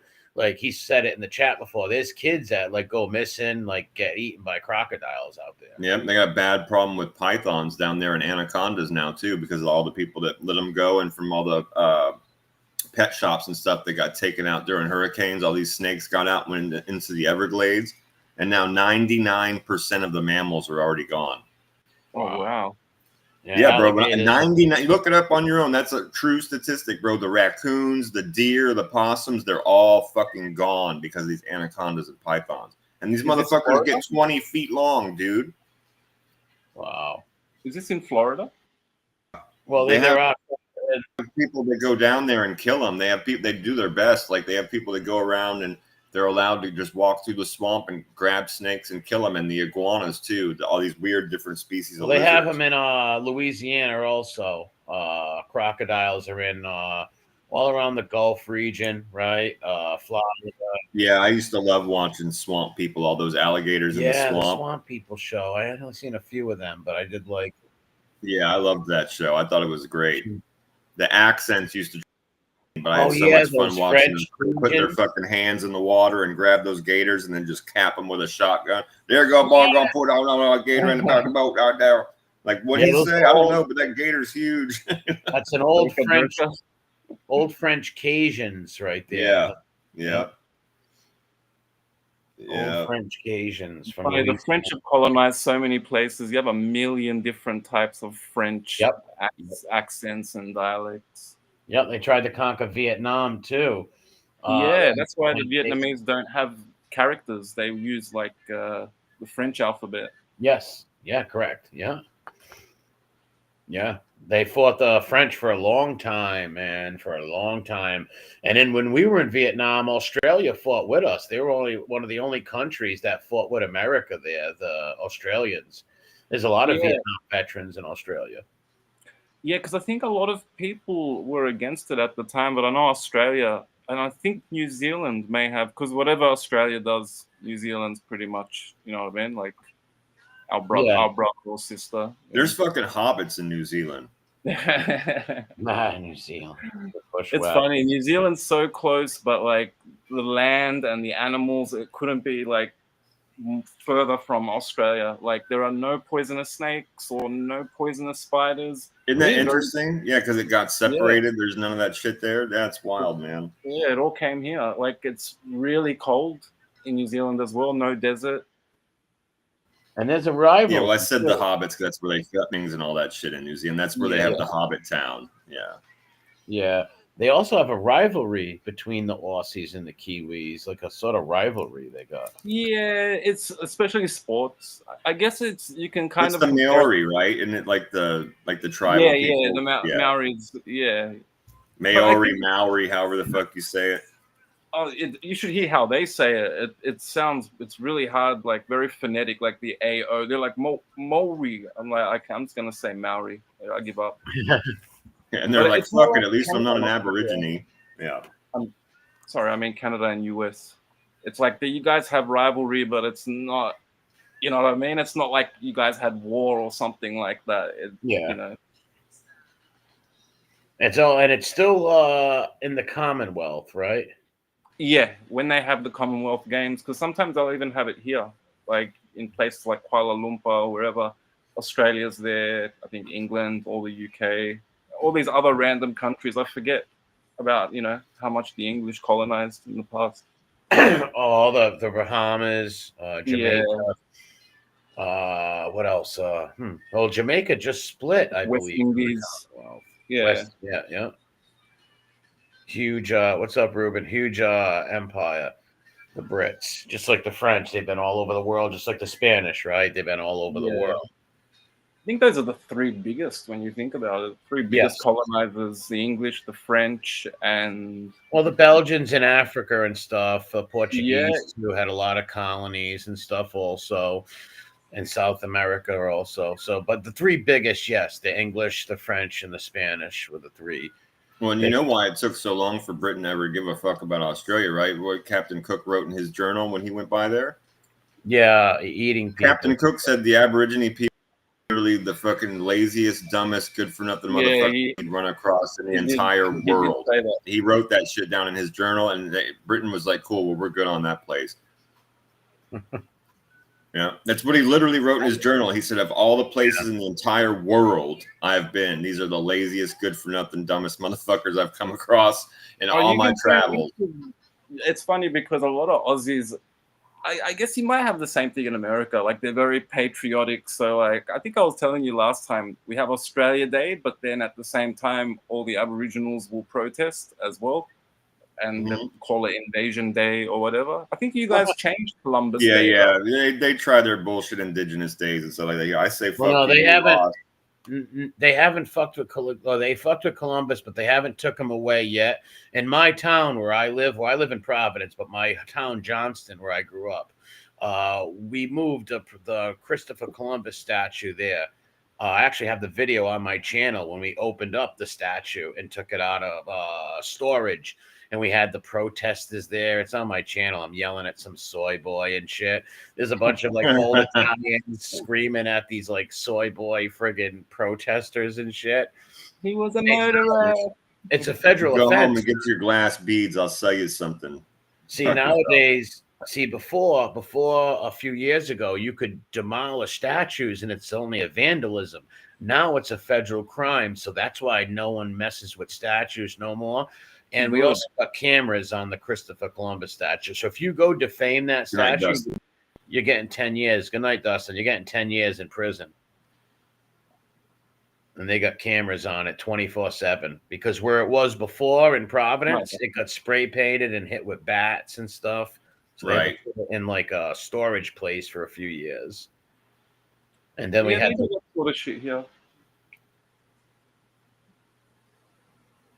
Do what? And I was just saying that like people do that sort of shit here as well. Yeah. But we are a young country. I don't think we have like, it's like we have a statue of Captain Cook in every, Yeah, those fuckers over there that you're talking about, they just sit up in the tree huffing silver paint and fucking complain about everything. Well, they said the Aboriginals, they're one of the lowest IQ humans on the planet, I believe. Yep, that's even what Captain Cook said back in the day. Yep. Yeah, and all I know is that if I'm unemployed, I'll get about maybe $700 a fortnight from the government if they're unemployed. A fortnight, ladies and gentlemen, is about 2 weeks. 2 weeks, yeah. Go ahead, my Australian friend. Clarify that again, yeah. Fortnight, 2 weeks. Whereas H&H, whereas don't start with me, Gigi. I'm going to make you say Z. Look, we don't say zebra, okay? That's right. It's not a fucking zebra. It's a zebra. Yeah. That's right. I'm not going to even start now. No, don't start. I should have left it. Because you were born in Italy, Jerry, right? Oh no, my parents were. Oh, all right. So your whole life you grew up with the Australian accent. Okay, I thought when you were little you came to Australia. No, he's one of the Napolitan that just invaded over there. Yeah, he's first generation. Yeah, first generation. Yep. Yeah, there's a lot of Italians in Melbourne, Sydney. There's a whole bunch. Yeah, didn't you say you got a lot of Napolitan, a lot of Calabrese? Gigi? Calabrese, yeah, I know a few people. I got some Calabrese friends online that live in Australia. Yeah. Yeah, that's probably if you put all the Italians together and you have to find out, like, I don't know, differentiate each region. We probably have more Calabrians than anything else. Okay. Yeah, way more from Calabria than anywhere for sure. Yeah. Melbourne, definitely, as you mentioned, and a lot of Greeks as well. Yes. Outside of Greece, we have the most Greeks in the world. Yep, that's true. Yep, mad Greeks. Yes, gotcha. I didn't know that one. There's a fun Jeopardy statistic I did not know. Yeah, huge Greek community out there, big time. I believe the Greeks and Italians came over at like the same time. I believe around the same. Yeah, time. Roughly the same time, like 50s and 60s. Yeah, before that it was just like because the Australians are usually English or Irish, right? Or Scottish. Yeah. Well, I think we were sort of like colonized by the English, but settled by like the Irish because it was mainly convicts. Yes, like they were looking for a place to find, and they found Australia. So. Well, they looked through Captain Cook's journals. They were like, "Wow, I know exactly where we're going to send." You remember that song?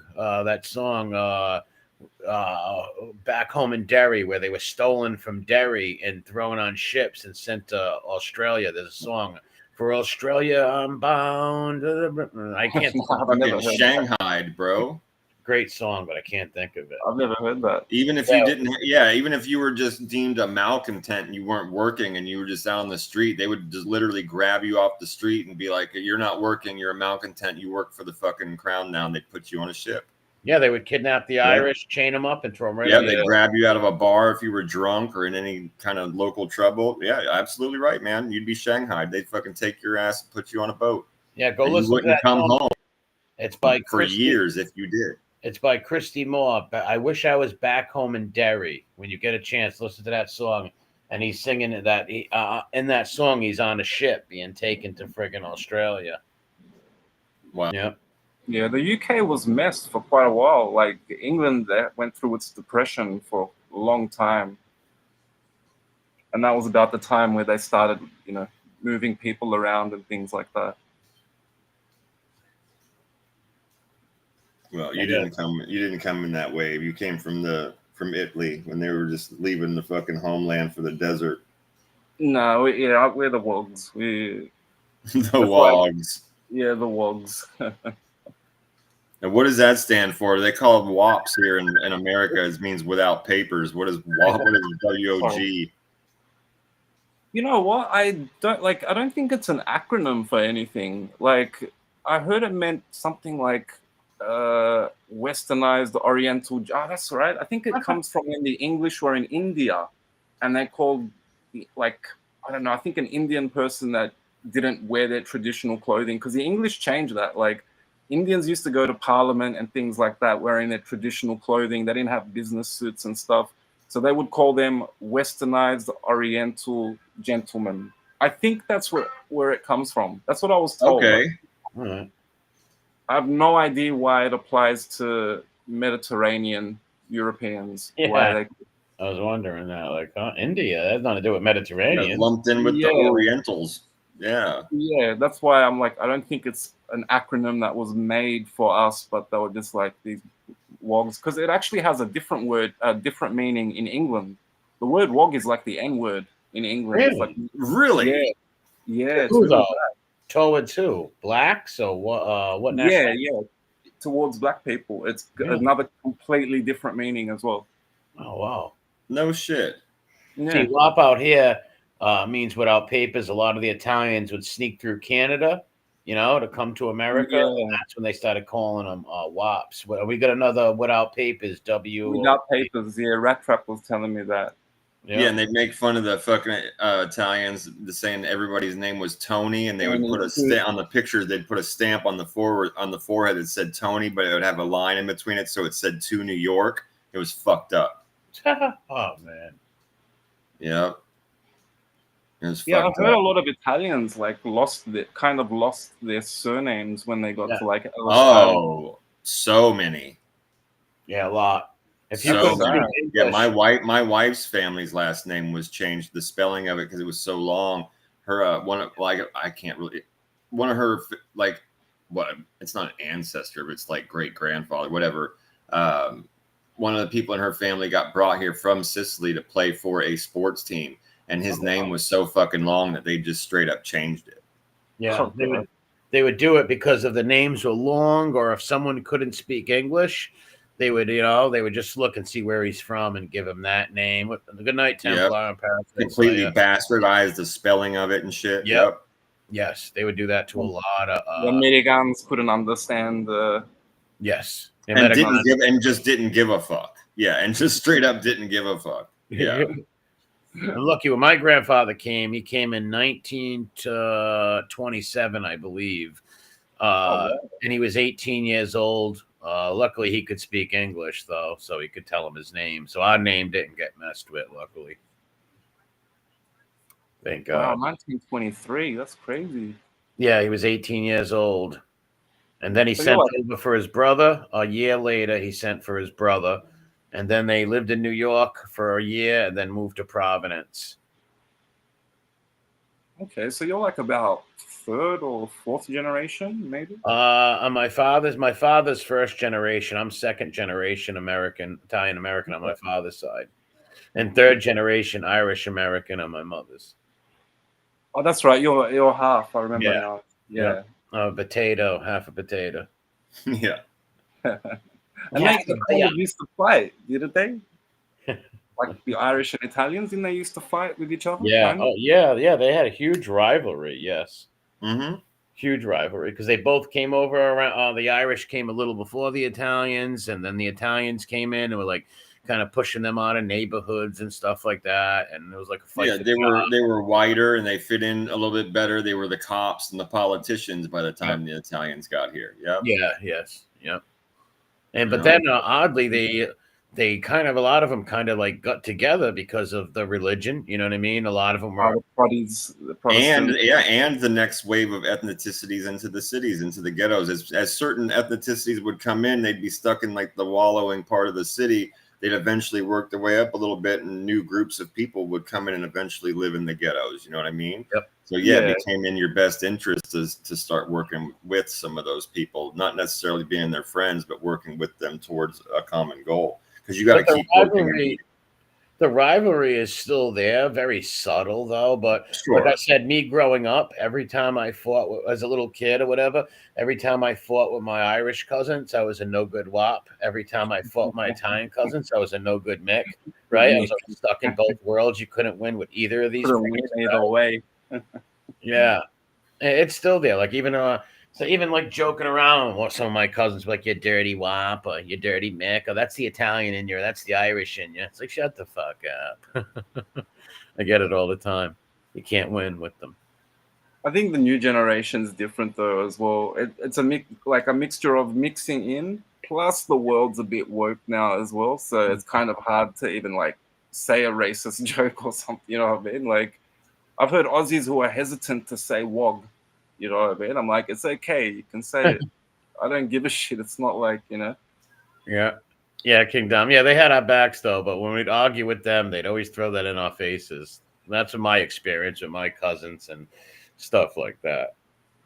I say I got the both the best worlds. I think that's normal though. Even in Australia, if I have an argument with one of my Aussie mates, you know, he's likely to call me a wog. Yeah, we called each other all kinds of crazy shit. We were fucking around. It was a different time though. Yeah. I missed that time. Yeah. Nowadays, jokes like that could get a kid arrested or something. You know, they'll end your life. They'll end your fucking life, man. You get canceled, bro. Yeah, you really. Some people will. Yeah, Look at for that, sure. There was one kid who made a tweet about something. He got thrown out of school and the whole nine. It was something stupid too. It wasn't even mean or cruel. It was something childish too. It was like making fun of a Tyler Perry, Medea or something weird, and right. the kid got suspended. Fucking ridiculous, man. Like he's making fun of a fucking show. He's not being like cruel or not. I forget what he said. It was something childish and stupid, but it wasn't cruel or vicious. You know. Yeah, I'm sure. But this cancel culture is annoying. How it's so selective, though. It depends on if the people like them. They you know. Yep. Well, you're 100% right. It's all selective outrage, bro. Mm-hmm. Yes, you said that well. Cancel about selective outrage. Yeah, and by people that are so arrogant and fucking small inside and have no lives themselves, they just go out and they think that they can fuck with other people about shit they did 10, 15 years ago and put them on fucking Front Street with it and try and end their lives and their careers. That's what canceling is. You're trying to end somebody's ability to work and feed their family. Almost destroyed comedy, right? They're like, it's already destroying it, I think. Like, yeah, I would say that more. There's only a few of the truly like really, really big comedians that have been able to stick it out and say, fuck you, I'll do what I want. I'm too big for you to cancel, right? Dave Chappelle's one of them. But I was going to say, even still, though, Chappelle still toned it down. I know he's getting a bit older, but he used to go hard. Bro, that motherfucker straight ended all that tranny bullshit. He didn't give a fuck. That dude went the fuck in on everybody that tried him with that shit. I love Chappelle. He's still good, but I think he has toned it down a little bit. I think he's an alien version of himself from a different reality. I think we lost the real Dave Chappelle, and they gave us a robot. Yeah, he's so different. Why, he's still got a show? I don't know if it's a show. I think he still does like a bit of stand-up. Like he does stand-up. Yeah, he doesn't do it. Good luck tomorrow, Nitro. Oh, I'll see, Nitro. It's been a while. Yeah, she's waiting for a doctor to call her. But yeah, he just does stand-up. No, it's all over YouTube. Yeah, ever like Nick DiPaolo, the Italian guy? Yeah, some of it I did. Some of his stuff was good. He had some funny things. I haven't seen him in a while, but he was a funny stand. I can't think of a lot of stand-up comedians no more. Like I used to know back in the old days.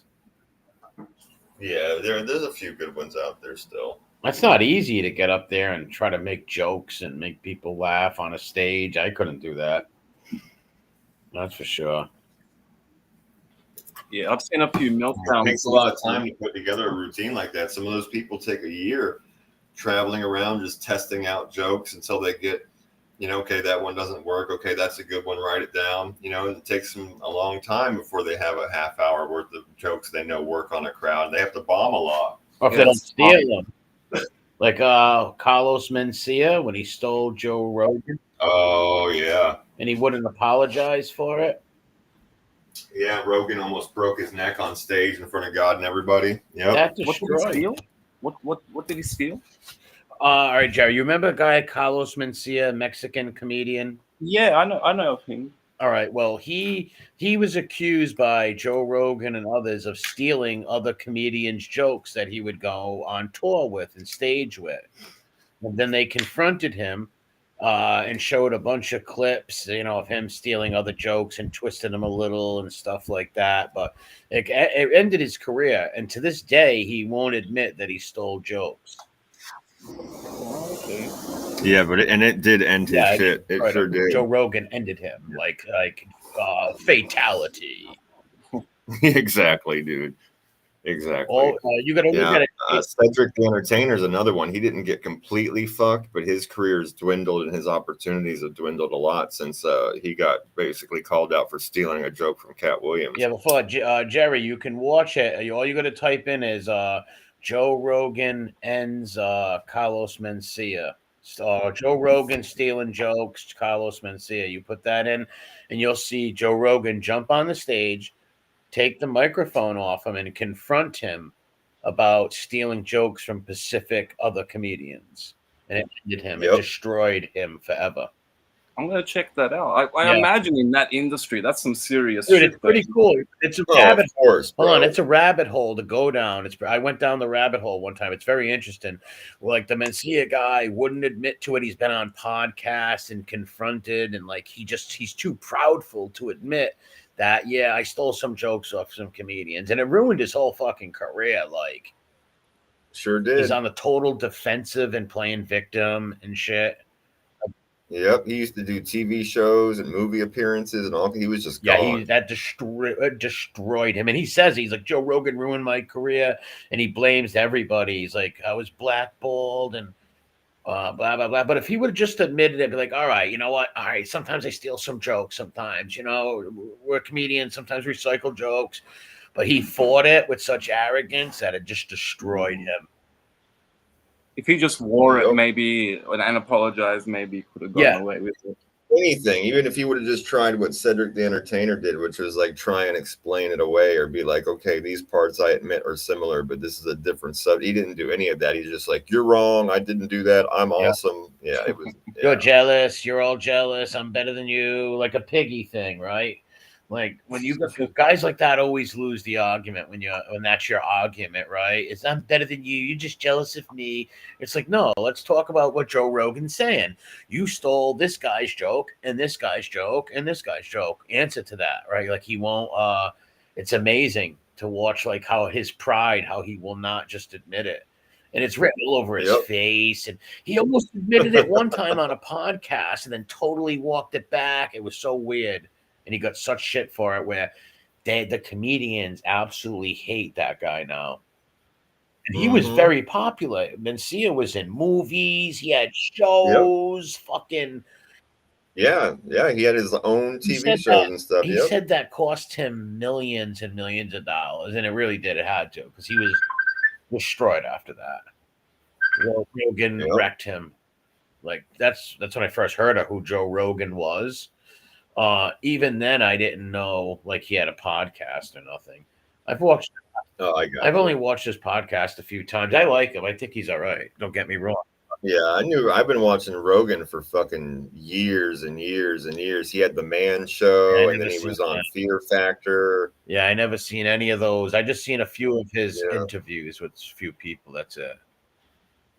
He beat the fucking living dog shit out of a dude when he was on Fear Factor. This dude fucking put his hands on a woman, and Joe Rogan jumped his fucking. They had to turn the camera off, and they couldn't even air part of the footage because Joe Rogan about sent him to see fucking Jesus, bro. He beat the fucking shit and that dude out of that. Crazy dude. Too. That dude apparently he had done a few other shows as well.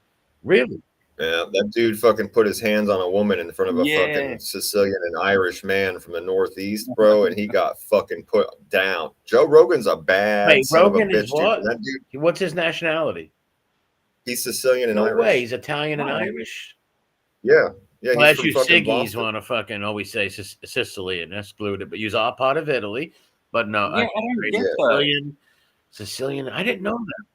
Yeah, but you use a cheat. You know what I mean? It's a little, but yeah, no, he's from Boston, and that dude will fuck you up, bro. He is a fucking like crazy MMA fucking I know artist, that. jujitsu specialist, and when that dude kicks bags, it sounds like thunder. Yeah, I know he was thunder. an MMA. He's a tough bastard. I know that. I did not know he was Italian and Irish though. Sicilian and Irish. Wow.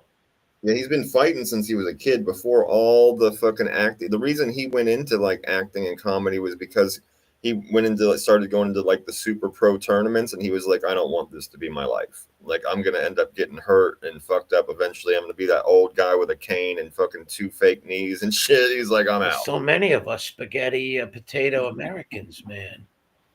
So many half and half people that are just half Irish, half Italian, man. I know so fucking many.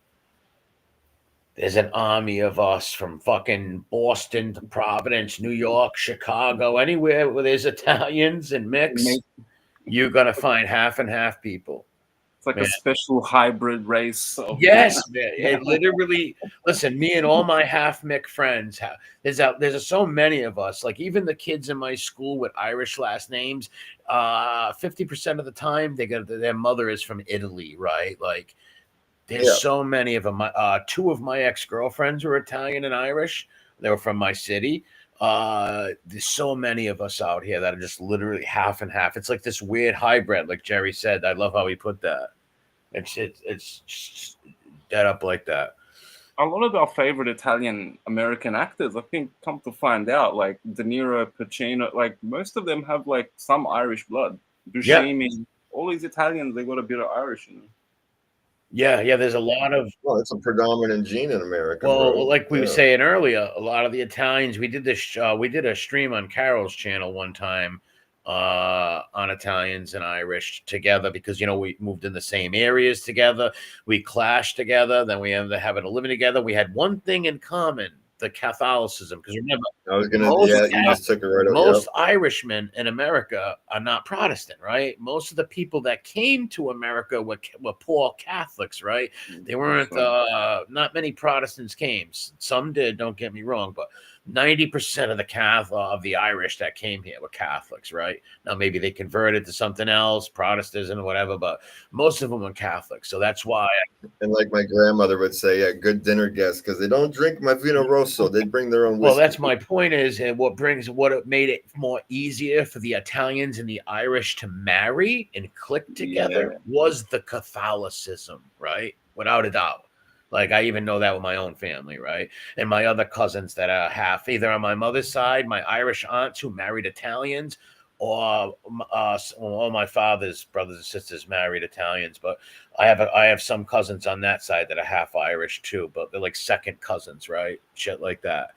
But there's so many of us around here. A lot of my friends are just like me, half and half.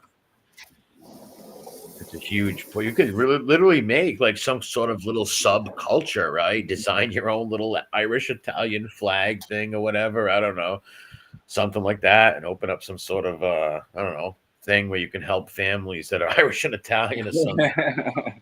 That's a business idea right there. Well, there's a whole shitload of them, and Yeah, you get accused of being a racist. Yeah, right. Yeah. It's like we help the Black Irish too. Yeah, Black Irish. The Black Irish are Spaniards. The Spanish that like there are so many graves there.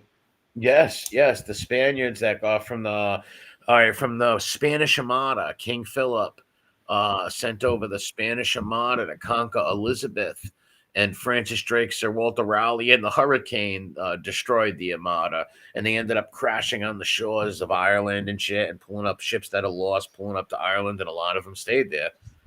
Yeah, that De La Vera, one of the IRA leaders, his last name De La Vera. That's no Irish name. That's a Spaniard name, But he was as Irish as they come. He was, he was like an old IRA guy from the early 1920s, I believe.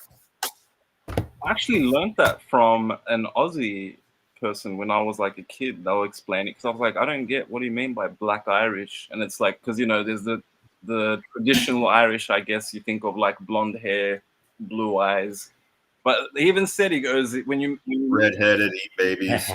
Well, he even said, he goes, when you meet Irish that look a bit woggy, you know, a bit dago, you know, he goes, that's the Black Irish. Well, a lot of people think that, you know, a lot of people think, you know, because this Irish guy's got black hair, he's Black Irish. It can be, but it also could be like he's not, right? But there was yeah, no, there are some of the people that are 100% Irish from like these small towns and villages and stuff like that. They have black hair, dark eyes. Sometimes they have blue eyes and black hair. Yeah, there's obviously the majority are brown and black hair, but there's just in the Irish and Scottish cultures, the Celt cultures, there's a huge amount of redheads and blondes, right? So in Ireland, yeah, they stick out, but others with brown hair and stuff, people would just think Black Irish, but no, there are another people where that, like the Spaniards that came over, mixed with the locals, stayed, and you know, so that's where they call the Black Irish. It doesn't come from like what we thought it did, right? What Jerry's friend and him thought it did. Just Irish people with black hair, right? Because there's a bunch of them too, even more than red hair and blue blonde. Yeah, but yeah, black hair and blue eyes is very predominant in like in Irish people that have a very, very high percentage of Irish. I was watching a thing about it on YouTube. One guy was damn near 100% Irish. He had black hair, blue eyes. Yeah. It's same with the English as well. You see a lot of English that, like, you can see their name is 100% English. Their lineage goes back, whatever. But yeah, they might have. Why are you calling people inbred on my channel? What were you going to say, Jerry? The last word? Oh no, I was just going to say, like, you can like they have dark features, but like they're still English though, 100%. Well, you're going to think England. You remember what are the Anglo-Saxons? Let's take those words. What is a Saxon? A Saxon is actually a German tribe that migrated. That migrated to England back in the 7th century, shit like that, right? Just like the Tedesco in North Italy, the Tedesco are German. Exactly. Yeah, that's how you say German. Yeah, Tedesco. Yeah, and that's a predominant last name and region in Italy, in North Italy. Yep.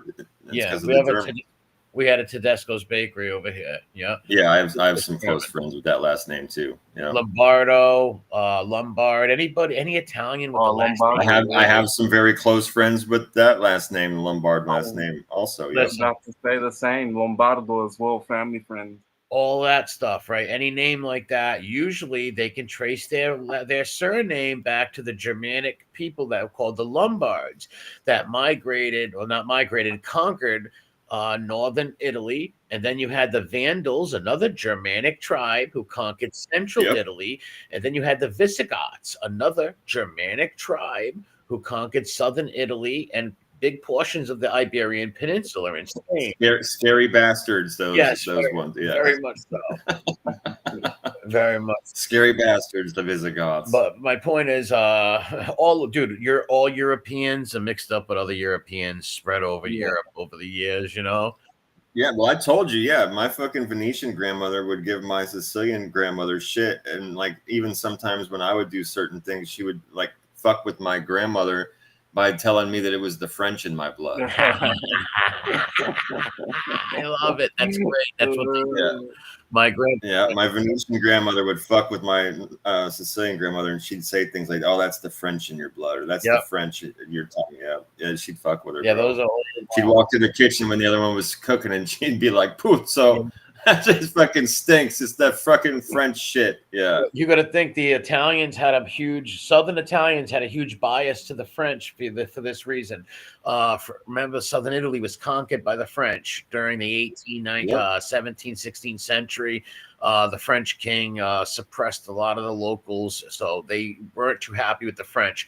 They liked the Spaniards more than the French. The Southern Italians. Yeah, they were really cruel apparently in their rule or something. Like, they were really like bad towards the people. Yes, they treated the. Oh yeah, the soldiers were raping the women and all kinds of crazy shit until the night of the fucking Sicilian Vespers, when all the people rose up and just started murdering the French soldiers and shit like that, leaving them in the street with their dicks in their mouths. Well, we're talking about Spain though. Yes, the French were hard on the Italians. Oh yeah, well yeah, I know, but you started from the Yes. the Italy thing, yeah. Yeah, well, like Italy was conquered by France, and then Spain occupied Italy for a long time. But there was no real Yeah. hatred towards the Spaniards because they ruled very kindly with a velvet glove, other than the iron fist, right? They were much more generous and good to the people and the nobles and the locals and stuff like that than the French. The French were more hard. That's why you have such a bias in the old Italians when it comes to the French. Yeah. And we lived in America. Plus, we live in an anglicized country. England and France was always at war, so you always had that Anglican friggin' rivalry with the French, also, especially where I'm from in New England. Because Rat Trap and I were talking about that before. Saying, remember Rat Trap? I was saying how my friend went to France and they thought he was American or English, Right. And like, they were really rude. They refused to understand. They were making out like they couldn't speak English or anything. It's happening in Montreal. Yeah, I told you that story. Yeah, I remember this conversation we had. Yeah, I was gonna fucking kill those people. Yeah, I think they were one of the last countries in Europe to, you know how like a lot of the countries in Europe, though, they kind of force the kids to learn English because English is the global language. Yes. It might not be the most beautiful, but even when I was in Japan, I was able to go out like for a whole day on my own because like half the shit's in English. You know? So, but I think France was like the last country. Wow. Yeah, that they didn't want them speaking English in France at all. Well, there are parts of France. Look at Brittany that are very English, and there's some islands in the English Channel, French islands in the English Channel that are somewhat more British than French, or like a crazy hybrid between them, right? Like, especially over there, like in Normandy, or like I said in Brittany. Look up Brittany; they got a real beautiful flag, the Brittanyans. And they're like a hybrid of French and English society mixed almost. And over the years of, during the Middle Ages of, the countries switching sides so much, right? Right. And, France ruling England for a while, and parts of England ruling France for a while with the Normans. You're going to remember when William, the Duke of Normandy, conquered England and became king. He was still a duke in France, right? Like he was the king of England, but he was still only a duke in France. There was a king of France, right? Like he was only he had only a large dukedom. He had the dukedom of Normandy in France. Yeah, you had a lot of the same blood, like people that were fucking cousins and just ruling different countries. Yeah. Yeah, well, he actually was a Viking. The Normans are actually Vikings. So he was not even really French. He was Norwegian, but he was giving that land in France as a buffer zone so other Vikings couldn't come in. Right. Yeah. Yeah, I've heard that before. It all goes like Normandy, right? I remember learning. Yeah, I remember learning that. Yeah. Yeah. So it's all, like I said, man, no matter where you go in Europe, all Europeans have moved around, things have changed. Look at the Roman Empire, or even Italy. It wasn't even a unified country to the 1800s, right? That's why we Italians identify with our city-states, our provinces. That's very true. I've noticed that even with soccer. Like, yep. More people are like fanatical about their club than they are about the Italian national team. A lot of times they don't give a shit about the national team. They're more invested in their city, Like that's really, I didn't know that. Yeah, that's the truth. Yeah, man. I know they love their local ones. Wow, they don't even care when they care more about their local ones, gotcha, than the national team, gotcha. They do care about the national team, but they're not like when it comes to the locals. Yeah, definitely. Yeah, everybody wants their team to move up in the series. Yeah, of course. Yeah, and they're fanatics over there with the soccer, football, for sure. Italians aren't even that bad if you look at some of the other countries, like South America. Forget it. Like they have like gangs. Yes, yeah, they're huge with like that. I mean, like soccer fan gangs, like for each club. Like it's really weird. In England, they used to call them firms, and they're literally. Yeah, I remember that. I remember hearing that before. Yeah. Yeah, they like Grant knows a lot about that. Like they have Rangers firm, Celtic firm, and Like they're tough. Yeah, I seen documentaries with them, and they used to fight. Like they had to separate these people because they would try to kill each other. Fuck yeah, dude! Keep games and stuff. Yeah, enter them at different times. Yeah, fucking barriers. You can't mix them up. Exactly. They fucking kill each other. They're the Scottish one's one of the biggest. The Rangers Celtic, they're crazy, man. Those yeah, they are. That's a wild rivalry, dude. Yeah, Ranger Celtic. Oh my god, Ranger Celtic, vicious rivalry. Because it's a religious thing too for them. Like it's not even about the football anymore. Like if you're a Celtic fan, then I think I always get confused. But yes, no, it's the Celtic. Yeah, Celtic's the Catholic. Yeah, Rowdy's the Rangers. That's it. Yeah, and the Rangers are the Protestants. Yeah. Oh yeah, I remember there was one Italian player. Yeah. I remember one Italian player, Gattuso, that played for Rangers, like actually stopped wearing his crucifix on his neck, like just out of respect for the fans. I thought that was interesting. That's how hardcore they are. Oh, gotcha. When he's playing, and he must have been playing for the Rangers or playing. Yeah, and back then you could wear. Now soccer players can't wear any jewelry. Not right. So this is like the early 2000s or something like that. Oh, all right, gotcha. That's when I learned, like, okay. That was back when you could still knock a motherfucker out. Yeah. People weren't crying about getting nipped in the heel and shit like that, trying to get it was penalty points on the other team. Yeah, it was different. Totally different. It was played by tough guys, man. Not these screaming little bitches they got out there playing now most of the time. That's why I like seeing footage of like Maradona when he's in like Naples, and like back then Italy didn't really have that much money in soccer, and you like half the pitch is like mud and it's bumpy, and he's doing this crazy shit with the ball. But it's like watching Sicily now. It's fucking disheartening. Oh yeah, there's no green on the. It's like all brown.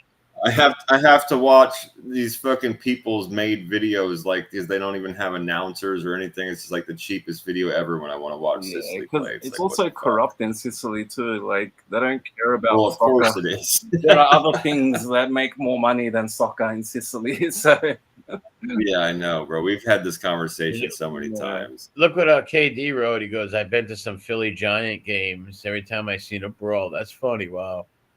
Yeah, the worst I've ever heard was my father said in the 70s when Jim Rice would go to Yankee Stadium, they would throw batteries at him like people would throw batteries. Holy shit. That would hurt, man. Getting batteries. That would suck. Fuck yeah. Yeah, when Jim Rice would be rounding the bases after a home run, people battery will fuck you up. Yeah, they would be throwing like little batteries, not car batteries, obviously.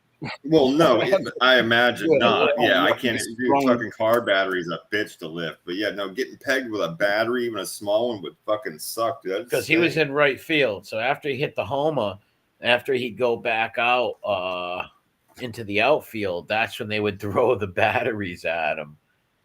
Damn. Yeah, I remember my father telling me that. That's crazy. But I've never I don't know if I was there. My friend Bob was, and he watches this stream right here. So Bobby, if you hear this, write it in the chat. I don't know if I was there I was at the Phil plant when Bill Buckner got into the fight. Yeah, he was with me at that game. Bill Buckner got into a fight at the Pawtucket Red Sox game because of a heckler. One of the fucking fans was heckling him because he let the ball go through his legs. And Buckner actually like punched the guy. I didn't see it happen though, but I was there at the game and I seen all the commotion and stuff. But I didn't see no fight or nothing. I was far away from it, you know. But yeah, I think someone bent over or something and like said, "Hey, look, you bum!" And the ball was between his legs and he was taunting him and stuff. And Crazy. Buckner couldn't deal with it, and he ended up punching him. Crazy. Yeah, I've never been around any shit like that. It was extreme with sports. No, Jared. No, not Yankee Stadium. Pawtucket Red Sox in Rhode Island, in Pawtucket, Rhode Island. It was the Red Sox farm team. Okay. For like 50 years, 40 years. And now they moved to Massachusetts. Cotrain. Shout out to Cotrain. They moved out there. They're the Woo Sox now. Worcester. Yeah, or to those that have never been there or don't know how to spell the word Worcester. Yeah. I'm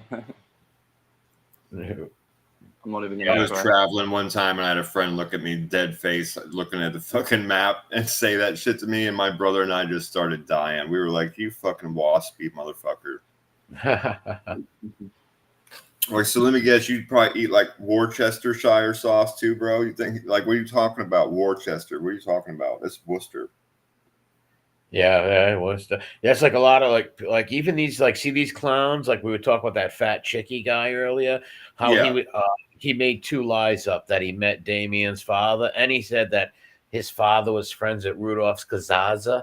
He couldn't even pronounce the man's last name. So it's just like, give me a break, man. Like how can't you pronounce last names, right? Of someone that you know. Yes, exactly. It's weird. And you hear them; they won't pronounce the names, like I said, like they're supposed to be pronounced. You could tell. Yeah, I have no idea. Even yeah.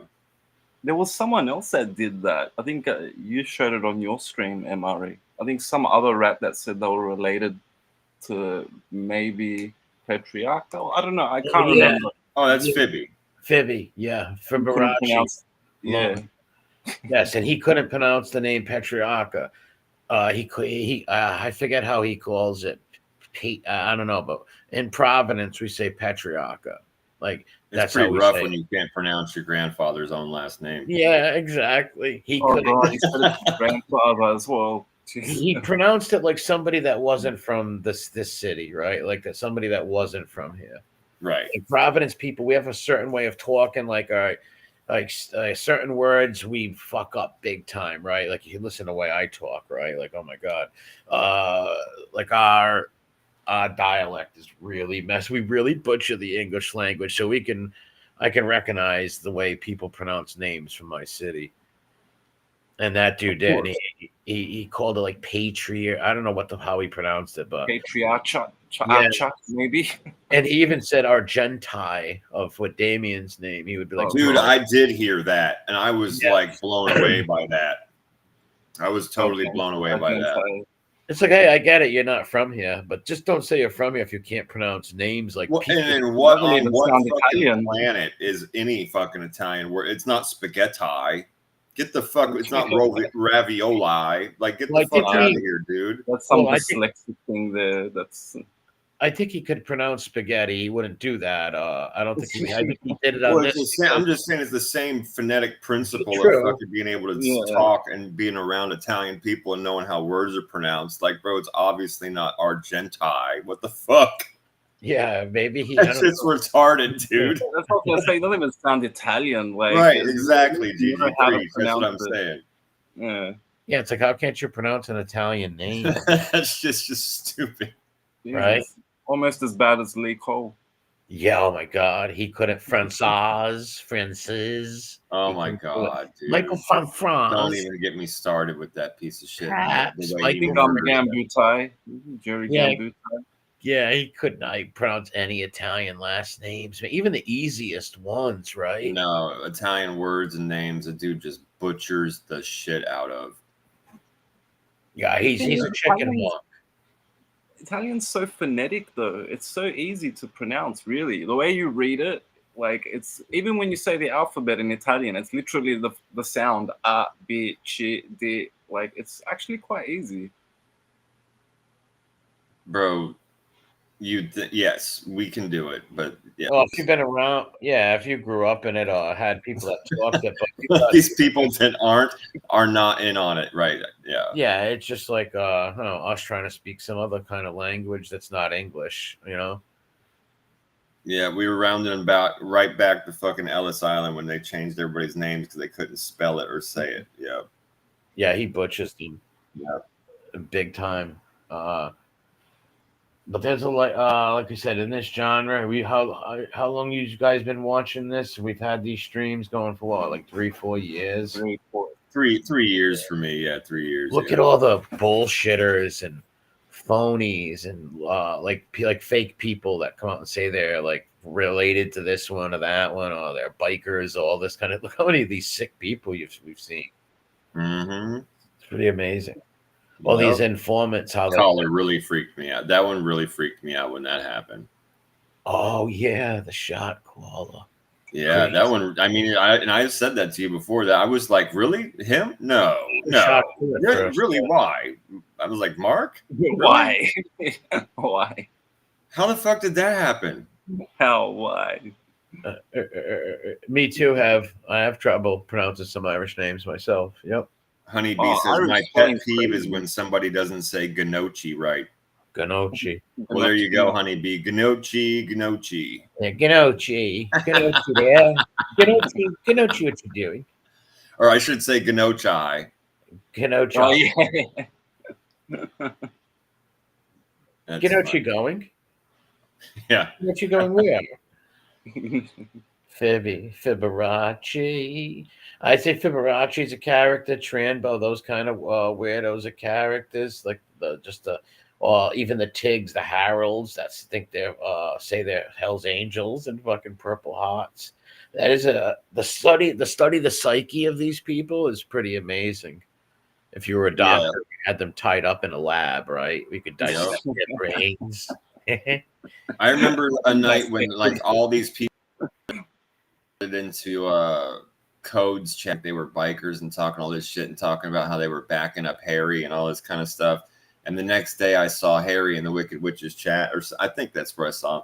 And I was like, hey man, there was a whole bunch of bikers that said they knew you in codes chat. And he was like, I don't know what you're talking about. I'm like, that was all you, bro. Yeah, that was all you. He's like, I have a lot of brothers on YouTube, but I don't know which ones you're talking about. I was like, those were in that moment. I was like, you're a fucking fake weirdo.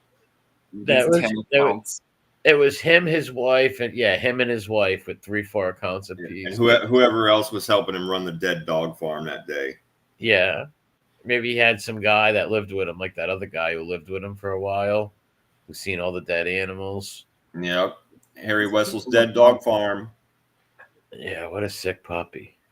Like I said, that age, you know what I mean? Being that age and like coming on YouTube pretending to be like, it's so sad. It is, ain't it? Like, that's like his life must be like whatever you're going through. Just you're like, oh wow, it can always be worse, right?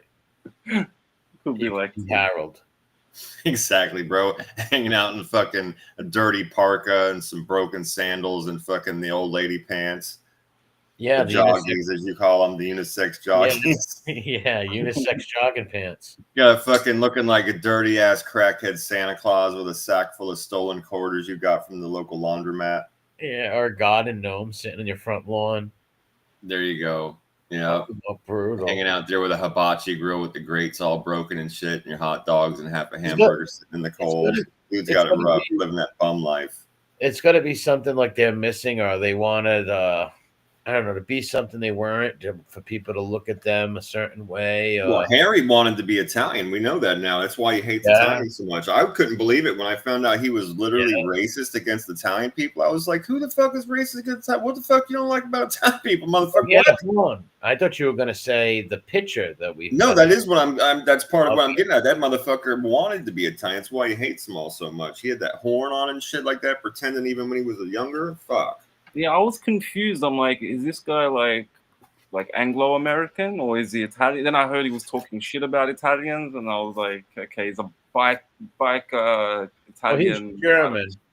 He's German, but someone found a picture of him as like a teenager in his early 20s with a big Italian horn on his neck and a chain. Yeah, so the good luck horn, looking like a fucking wankster.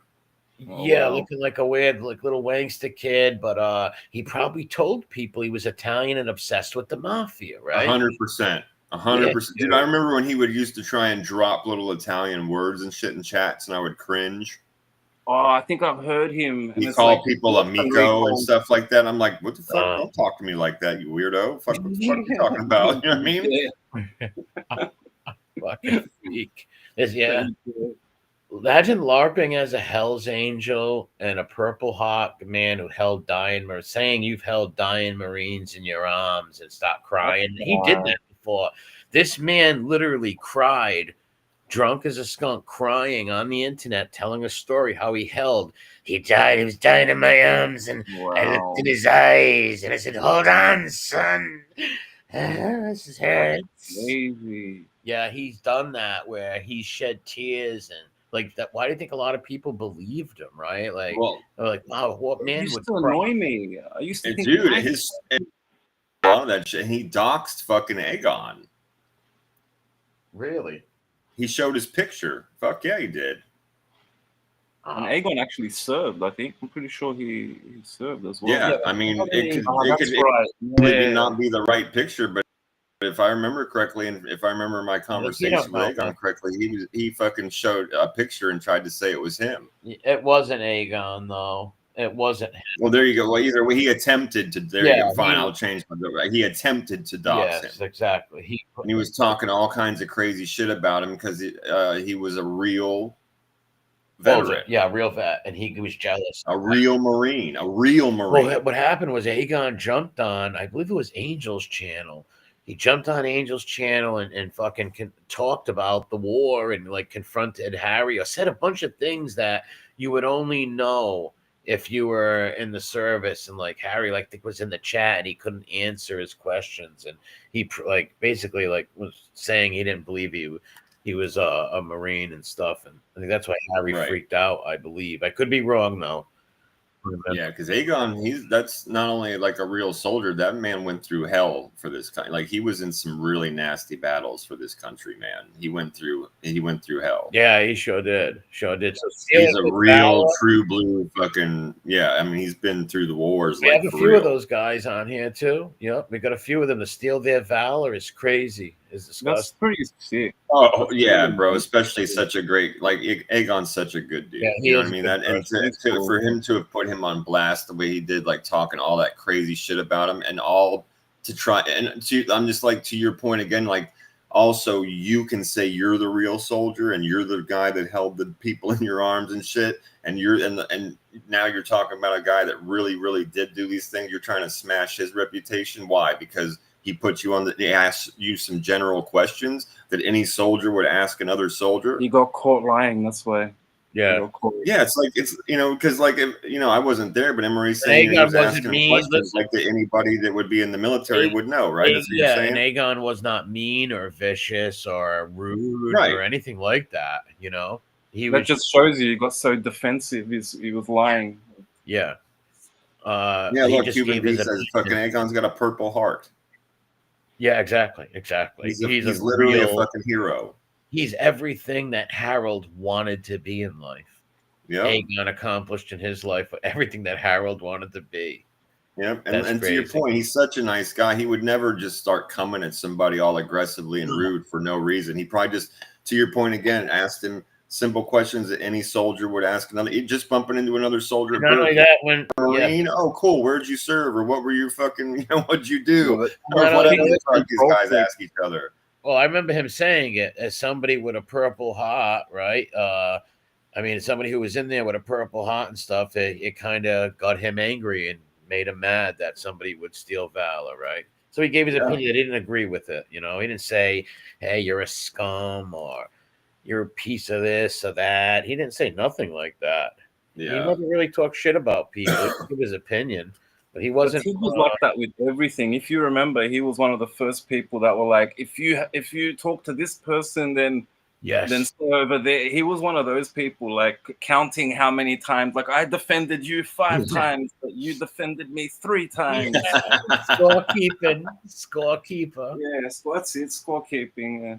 That shit's petty as fuck, dude. Yeah, one time he got the first time that I thought to myself, all right, this guy cannot be a Hell's Angel nor a Purple Heart guy, is when in my head I said it, is when he got mad at me for, he did like this little like rant gay video for 2 minutes. I'm really hurt tonight that somebody had a wrench in somebody's channel. And I didn't know he meant me for 2 days. Like someone told me he meant you. I'm like, really?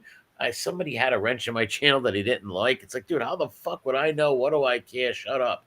But I said to myself, there's no way some former Hell's Angel Purple Heart guy would get all butthurt over something stupid like that. I kept it to myself. Funny. There were so many dead giveaways with that guy when he was lying. He said that he was doing all this fucking expert computer technology kind of shit and information IT. But in order for him to show a video on his computer, he had to point his phone at the screen. Yeah, there was that. That shit was so funny, dude, and obvious. And it killed me every time he did it, bro. And the Hell's Angel stuff was just obvious. It's like, no, you're not. Yeah, No, my situation. Well, I sort of realized in the same way that MRE did, because I think was it Big Lou had a wrench in my chat, or Carlos. No, it was Big Lou, and he, I think, was maybe arguing. You know, I don't keep up with all the drama shit, so I don't know what's going on. And either way, and he was like really upset, and it ended up coming back to me. I'm like, why? Like, we've spoken to each other 3 times in a chat. Like, who cares what? Like, I have a small channel. Why do you give a shit? Exactly. He did, though. Yeah, that was his life, bro. Wrenches were his life. Yeah, that was the whole thing that he would always cause problems about. He'd be in certain people's chats, he'd be blocking all people just because of personal differences, not because of anything else other than he didn't like them or he didn't want them in there talking. That was a big problem. I remember that's how I trolled him, bro. Oh yeah, you're like, take my wrench. Yeah, exactly. You saw that shit, and that's one of Dustin's favorite things that he ever saw me do on YouTube. He reminded me that the other day, and I was thinking about funny, to be honest. That was amazing. Because he came into fucking Maddie's chat screaming at him, telling him, "Get this fucking wrench off of me! Get this fucking wrench off of me!" And I was dying laughing. And then like a week later, I went in to see what was going. He said Muscle said he was going to have fucking Johnny Mac on his show, so I popped in there real quick, and he started telling people, "All right, I'm going to have Johnny Mac on my show, and anybody that doesn't like it, fuck you. You can eat a dick," and all this shit. And him and Deadly are talking back and forth like they're tough. And then I just started screaming, "Get this fucking wrench off of me!" He didn't get it. This fucking wrench off me. And he's like, "All right, Rat Trap, you just calm down." I'm like, "Fuck you. You're a fucking piece of shit. Go fuck yourself. You and your faggot buddy fucking Deadly, go fuck each other in the mouth. Fuck both of you motherfuckers. I'm out of here." Do you remember when he was Michael Francis's daughter? Dude. Oh, and he tricked him. He tricked him. And do you remember how happy Harold was when he thought he was talking to the Francis daughters? He thought he was like, "I'm going to be talking to the Don's kids." It was so gay and pathetic and cringy. He was floating on like that. So I'm floating on air. Exactly. He was floating on air. He thought, believe it or not. Yes. Believe it or not. Pig isn't at home. Yeah, he made it. Yeah, I mean, what a born mook you'd have to be to think that somebody like that contacted you, of all people, out of thin air to talk to you about your problems and give it. It was a GD and a BD and yeah, but here's I'll get to that in a second. Number one, Michael Francis's daughters are actually like pretty young ladies with lives. They don't watch some low tier YouTube channel. Exactly. Why don't they go to you? Why don't they go to a big content creator? Make it no sense. How stupid and low IQ and inbred do you gotta fucking be to fall for that? And Deadly's a man. He just made his voice sound like a girl. Who do you think Francis's daughters had mustaches? That's crazy. Bro. They were and then after he found out, he's like, "Oh, it's cool. You tricked me and cucked me out for a while and had a great time with me, but I'll be your show partner." Yeah. Well, he couldn't run it. He needed one. He couldn't do it alone. Why do you think he needs Mike Chick? He can't do it without Chick. Oh, he has to have his little bottom bitches. Yeah. Well, he can't. Meaning he can't physically. He can't do the tech. Mm-hmm. So without them, yes. And he still scolds them like little children. Yes. Like shit. Well, Chick, yes. Chick is totally subservient to Harold, as Harold was subservient to El Rip. You know, he did the same thing to Deadly, though, too. He talked to him like shit and belittled him and stuff. Yeah, I think the Deadly weirdo did yell at him and break off him at one point, but like a... Oh, yeah, he does, because he gets all shit, right. Yes, but he went back to Daddy eventually and then left again and went back. Who knows where he is now. He's hanging out with fucking Purple Nose and all them people. Yeah, and that kid's a creepo, man. He said some real sexual shit about children to that lady and a few other women. That was... Yep. That doesn't. I don't care if you're drunk. Like they want to make excuses for him, Carlos, and that he was drunk. I don't care if you're drunk. No, I've been drunk before, and I've never told some girl I want to hurt her children. Suggest to them that they teach their children to do things and send you pictures of them, and then you want them to fornicate with their husbands for money in front of you on camera. Yeah, it's sick, man. That's Yeah. It was absolutely fucking horrific. That's pred shit. That's pred talk, right? That's yeah, he was very, very graphic too in the things yes. he was talking about with those children, concerning those children and what he wanted them to teach the children. He was very graphic. An account or under his actual name, like Gigi, his actual name to his actual like ex-girlfriend from YouTube, and another girl he was like talking to, a maybe ex from YouTube again. Two of these girls he's text back and forth with his account, and even like voice messages, I believe. I'm not sure. Yeah, we didn't hear the voice messages, but they were attached to the text messages, right? Yeah, it was him. Yeah, he even admits it. He said he was sorry. I'm sorry. He said, one of the things he said about himself, he goes, people say I'm a pedo. I don't think I am, but the way that I think and the thoughts that I have and the things we talk about, maybe I am a pedo. It's like, bro, set yourself on fire. Do the world a favor. Okay, this guy should be on gasoline and a lighter, little tub, maybe. Hop in that motherfucker. Just set yourself on fire. Dude. Fucking alarm bell if I heard one. Well, Gigi, he's severely on the spectrum also. That's what they were using as an excuse too. Like, I know a lot of autistic kids. They don't talk like that. They don't talk like that, right? Don't like they talk about John Cena. They don't fucking they don't fucking talk about horrible, horrific, disgusting, degenerate, deviant things about children. No, I've heard him speak. He had his own channel like before. I think he was hanging out with Tig. Like, he doesn't sound like he's, he should know better. He's a little shackwad. A little Ubat, still shackwad, put it that way. But doesn't matter if to talk like that, right? Like, who talks like that, Yeah, those are the thoughts you have, and you should be put down. Yeah, that's sick, man. It's like, wow, keep him away from young ones. That's for sure. Like, no wonder you always trust a drunk person. That's what they say. Well, they start telling you some crazy shit. I mean, there's a little bit of truth to that, I guess, and it's probably true sometimes. Other times, people just talk crazy shit. What saying, a drunk man's words is a wise man's thoughts or something? I'm sure it's something true. Like that. Yeah, it's got to be true most of the time. But like he said, there's got to be instances where people are just talking stupid, right? But yeah, I'm sure it's like it goes both ways with it. It's if you start talking dark and crazy, those are your thoughts. That means you've been drinking enough that your inhibitions are gone and you're just being the true scumbag that you are. Yeah, no one's gonna make you say that stuff, right? No way, that's bro. You. Like, no beer is gonna make you. Because I've been done drunk before and said some dumb shit to ex-girlfriends and arguments and shit, right? But of course, dude. We've all been there. Yeah, who hasn't been there, right? 20s at a house party, and I got it in my head that somebody was fucking trying my brother, and I walked around for 20 minutes trying everybody in that room, screaming, "Who's got a problem with this person?" You know what I mean?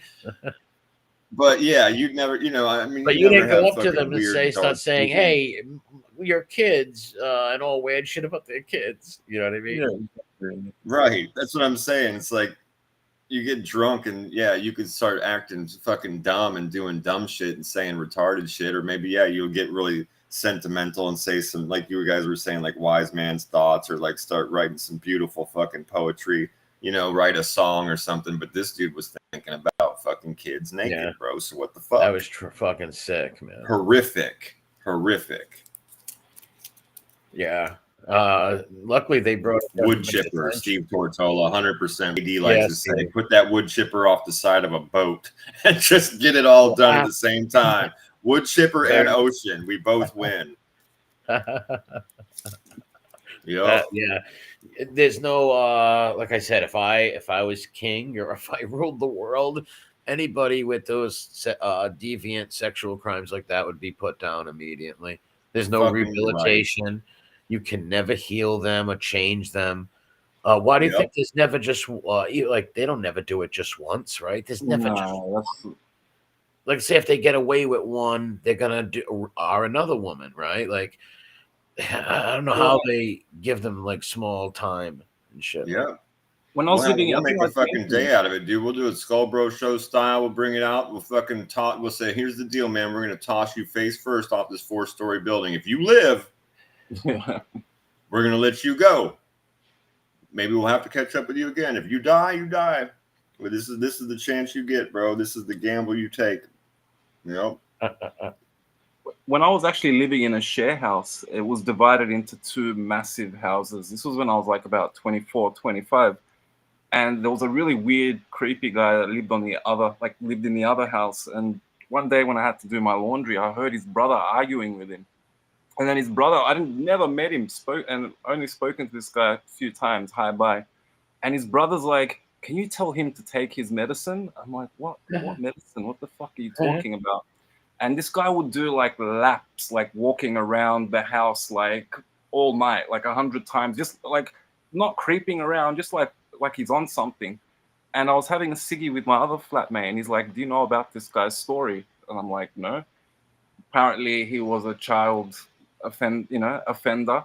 Wow. And they had to put him on medication. That's the thing. It's like what you were saying, MRE. Like they can't stop.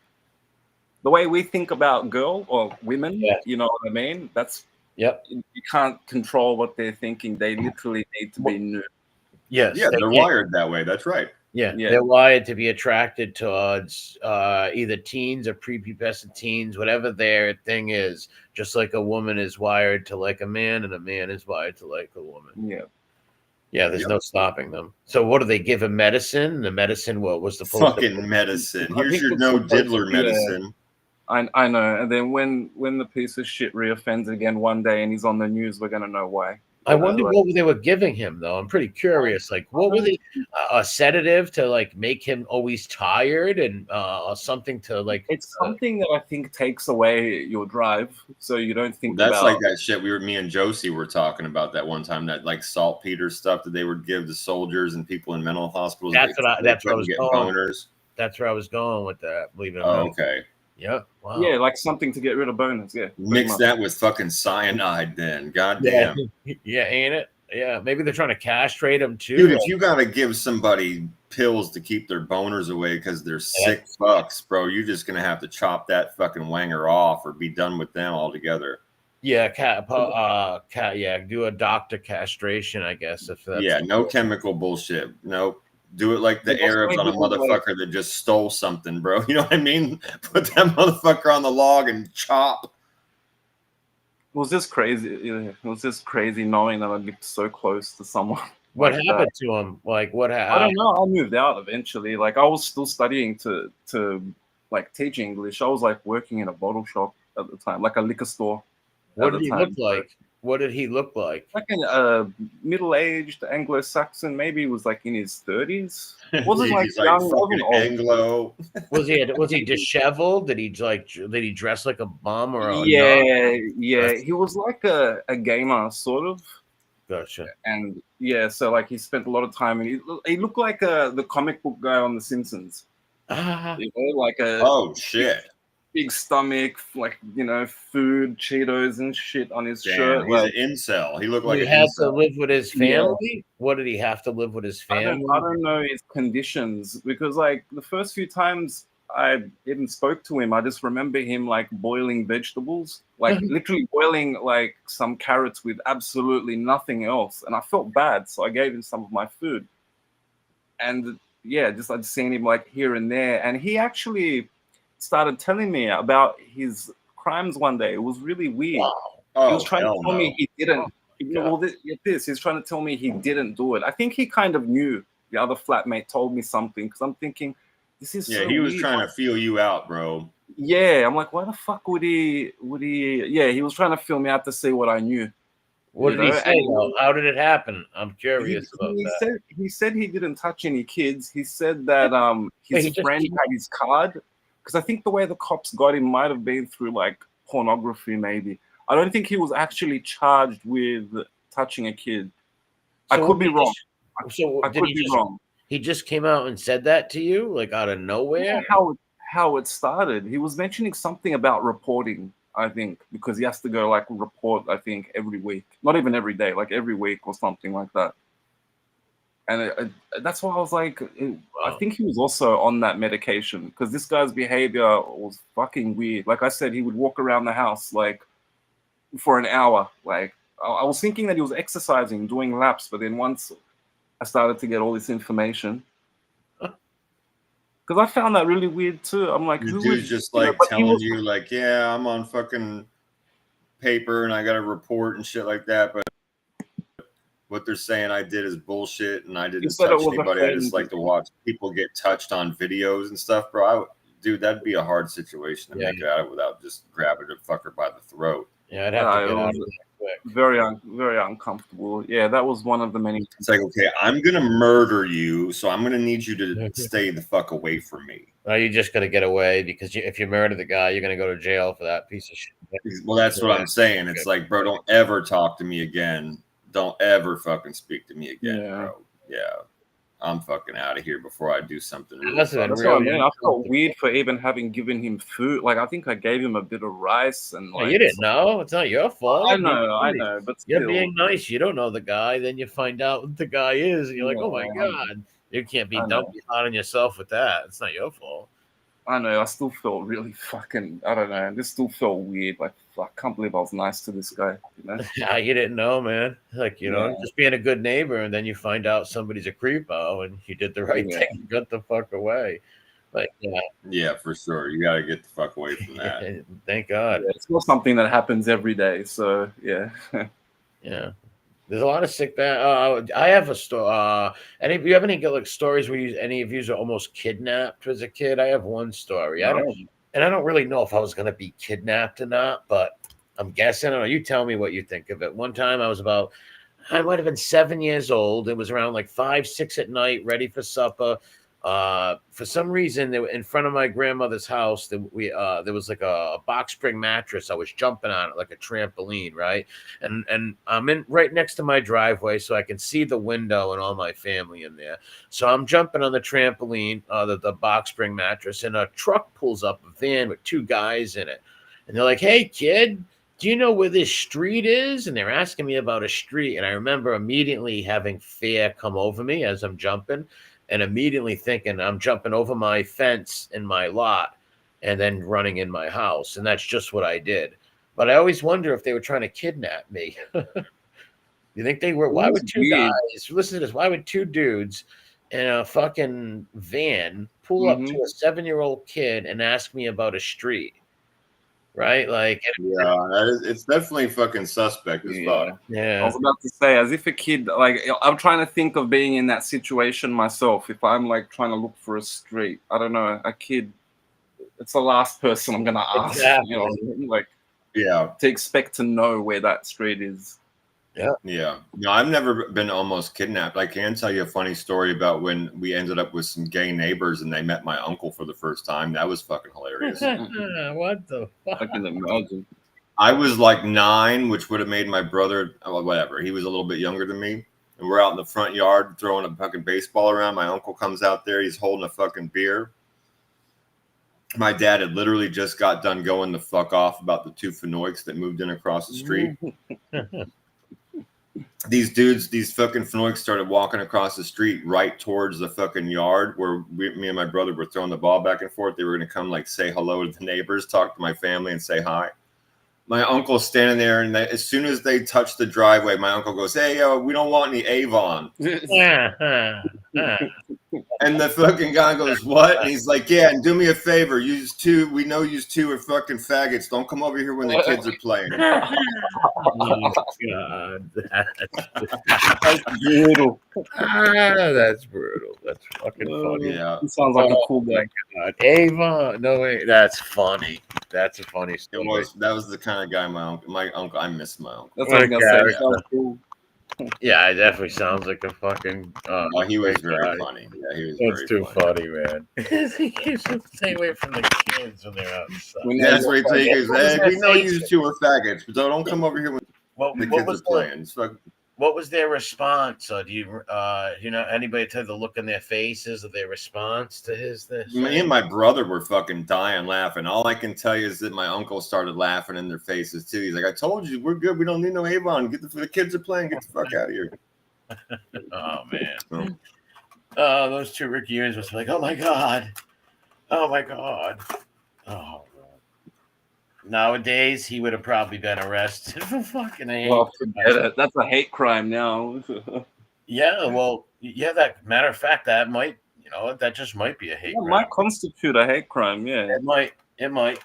Like now, words are considered hate. Like you can just say a word. It depends where you're at. In Australia, the UK, his uncle right now would be arrested for that. In America, yeah, but not back in 1988. It was all good. No, in America, some parts of America you could be arrested for that. There's some parts where you probably won't. You might get yelled at by the cops or maybe a ticket or something stupid. But there's a lot of places where you will get arrested for that shit. That would be probably not a hate crime. You probably get hate words or something. Hate speech, right? Yeah, hate speech. Like yeah. Hold on. You get some sort of charge, like not jail time, but maybe a fine, like you said. Yeah, officer, he assaulted me. He assaulted me with his words. Assaulted me. Yeah, exactly. He assaulted me with his words. Yeah. Yeah, my uncle was fucking awesome, man. I still miss him. But I remember that shit. Me and my brother were fucking dying because we heard him call them faggots. Me and my brother were just like, that shit's hilarious. Fuck you guys. Get the fuck out of here. Yeah. Yeah, in the UK, you would be in the can for that. Well, when I was a kid, right? When I was a little kid, I used to always sleep over my grandmother's, right? So I used to like hang out with my older cousins, even though they were 10 years older than me. One of them was. And him and his friends used to come back from the nightclubs in Providence, right? At like 2:30, 3 in the morning, 4 in the morning, they would come home or whatever. And I would wake up and be up, you know, I'd want to hear what happened and all that shit, you know. I'd be a little kid. And a lot of them used to, when they got out of the club, they used to end up beating the gay dudes up at the other club down the street, like back in like 85 and shit. I would hear them telling the stories and stuff, you know, what happened and shit. Like, it was pretty nuts. Nowadays, you'd go, if they have they'd fucking throw you in a hole. Used to happen. They would have done life in prison. Never be able to get a job again, none of that. Oh yeah. And well, technically that's a bully move, right? To go beat up a bunch of. That's not cool to go beat. I'll tell you what, too. You fuck with. I mean, hey, man, gay or not, these are still men. You fuck around with the wrong one, you're gonna get your fucking. Oh, very true. Yeah. You got some good. That's why I don't want to fight them men too, right? Yeah, they're wired to fucking like prick, but they will fuck you up. But back then in America, right? Back then, it was like a thing, I guess, in the mid 80s for people to get out of the nightclubs and I guess beat up the gay dudes. They're all drunk or whatever. It's kind of crazy when you think about it, but I don't know. A lot of that, yeah, we've talked about before how insane the fear with like AIDS and all that shit around that whole culture was. I mean, they literally scared the shit out of us with that stuff. So yeah, it got amplified all like during someone that time. Getting someone's blood on you. Well, it just got amplified. There was already, you know, people giving gay people a hard time and shit, but in the 80s, it got amplified by a lot of that stuff. Yeah, it did. A lot. Yeah, big time. No. Yeah, Kingdom. That's what I was going to say. Like, I wouldn't want to fight a gay guy. Like, you wouldn't want to lose the fight. Like, just lose it. Possible, dude. It's possible. It's still a fucking dude. Like you said, there's still men. Well, not only that, if you win, you lose. If you lose, you lose, right? Like you don't even want to get. That's what I mean. Yes. You can't win. I know. Yeah, exactly. Yeah, they're not all little sissy bottoms. No, there's gay martial artists, kickbox, like you know, some of those football players. All kinds of. Yeah, now if you get beat up by Bobby Trendy, then that pretty much sucks. You know what I mean? Like you get beat up by some little fucking sassy sissy fucker wearing fucking belt, like the little shorts like Carlos. That would suck. Yeah, but I mean, there's fucking regular tough fucking dudes out there. They just like prick. Who? Arthur Gale? The captain. Who? Oh, go, GJ. I want to cut you off. I said Arthur Gale. Oh no. And I was just gonna say the captain of the Australian rugby team, like 20 years ago, was gay. Like this dude was like, you know how rugby players tough, fucking huge. Yeah, those guys are insane, big dude. You gotta think about it. You know, they got a lot of those Greeks with Phoenix, right? It's a tough Ricky Hughes back then, you know. But yeah, if you get beat up by Bobby Trendy or Arthur Gale from exactly, then you gotta take a look at yourself. Yeah, remember This Boy's Life when DiCaprio got beat up by little Lord Arthur Gale? That was funny. You ever see that movie, This Boy's Life? It's a classic. I don't think so, man. I don't think so. You never seen that? No, I'm sitting here thinking about it. That's why I was sitting here thinking about it. I'm like, I don't know. It sounded vaguely familiar, but I don't think I've seen it. It's Robert De Niro, Leonardo DiCaprio, and Ellen Barkin. It's a true story about this kid who, I don't know, his dad left him, so him and his mom move around, and then his mom meets this fucking crazy motherfucker, and they move in with him, and he's got to go through all of his rules. And the guy De Niro is the stepfather. De Niro puts him through fucking bloody hell, right? Right. Oh, it's a good movie. When you get a chance, watch it. It takes place in the 1950s in Seattle, Washington, a town called Concrete. When you get a chance, watch that movie, This Boy's Life. Yeah, if I see it come up, I'll check it out. It's good. Just type in De Niro and DiCaprio. I don't think they've made many films together. I think it'd be easy for them. Without a doubt. Without a doubt. Very popular back then.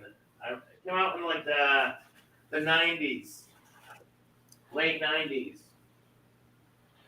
mid 90s, maybe. Okay. When De Niro was still good. Yes, he was excellent in this movie. Excellent. De Niro in this movie. Yeah, he's always been a great actor. He just needs to keep his fucking opinions to himself. Excuse me. Isaac Scott done eating a donut. He needs to keep his fucking opinions to himself, but he is a great actor.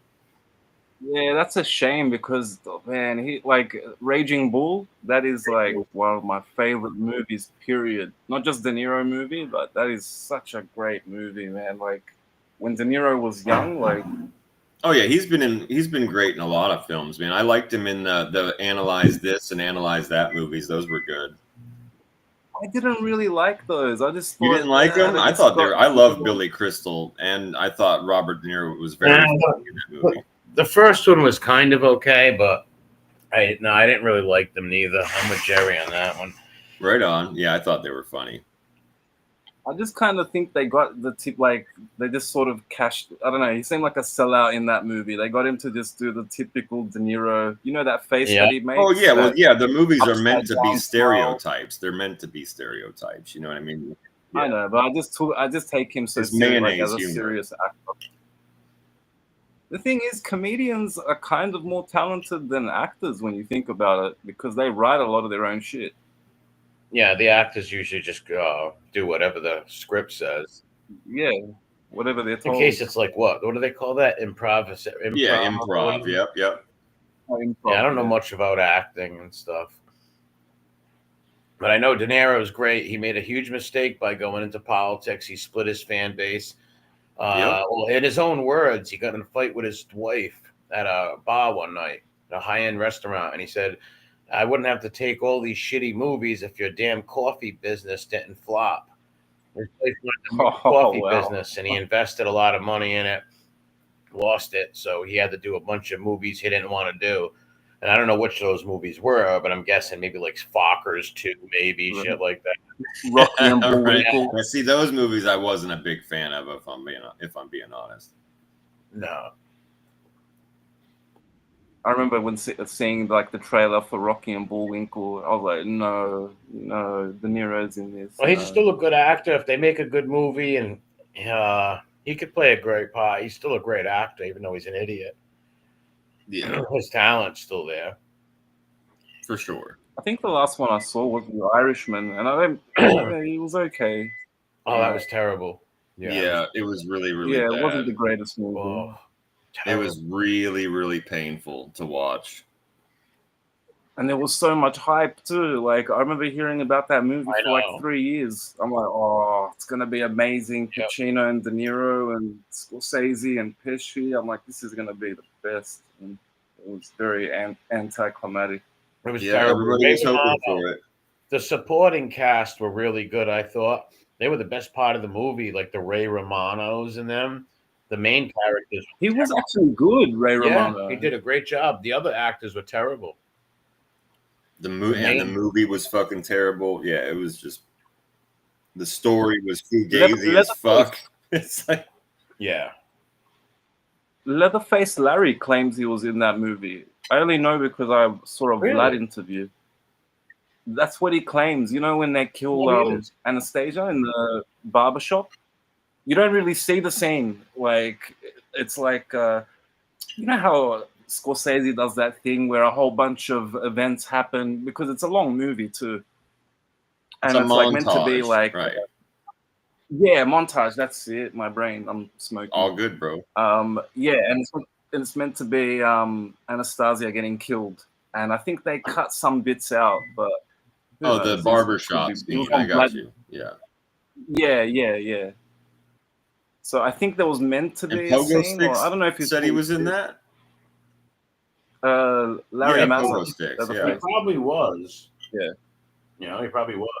Well, they usually get rats to. They got Frank Carlotta, I think, for Casino. Yeah. He does this one scene in Casino. These fucking bastards, man. And you remember every one of those rats are dying to get in movies, right? Every one of them. That's their dream is to be in Soprano type and stupid movies like that.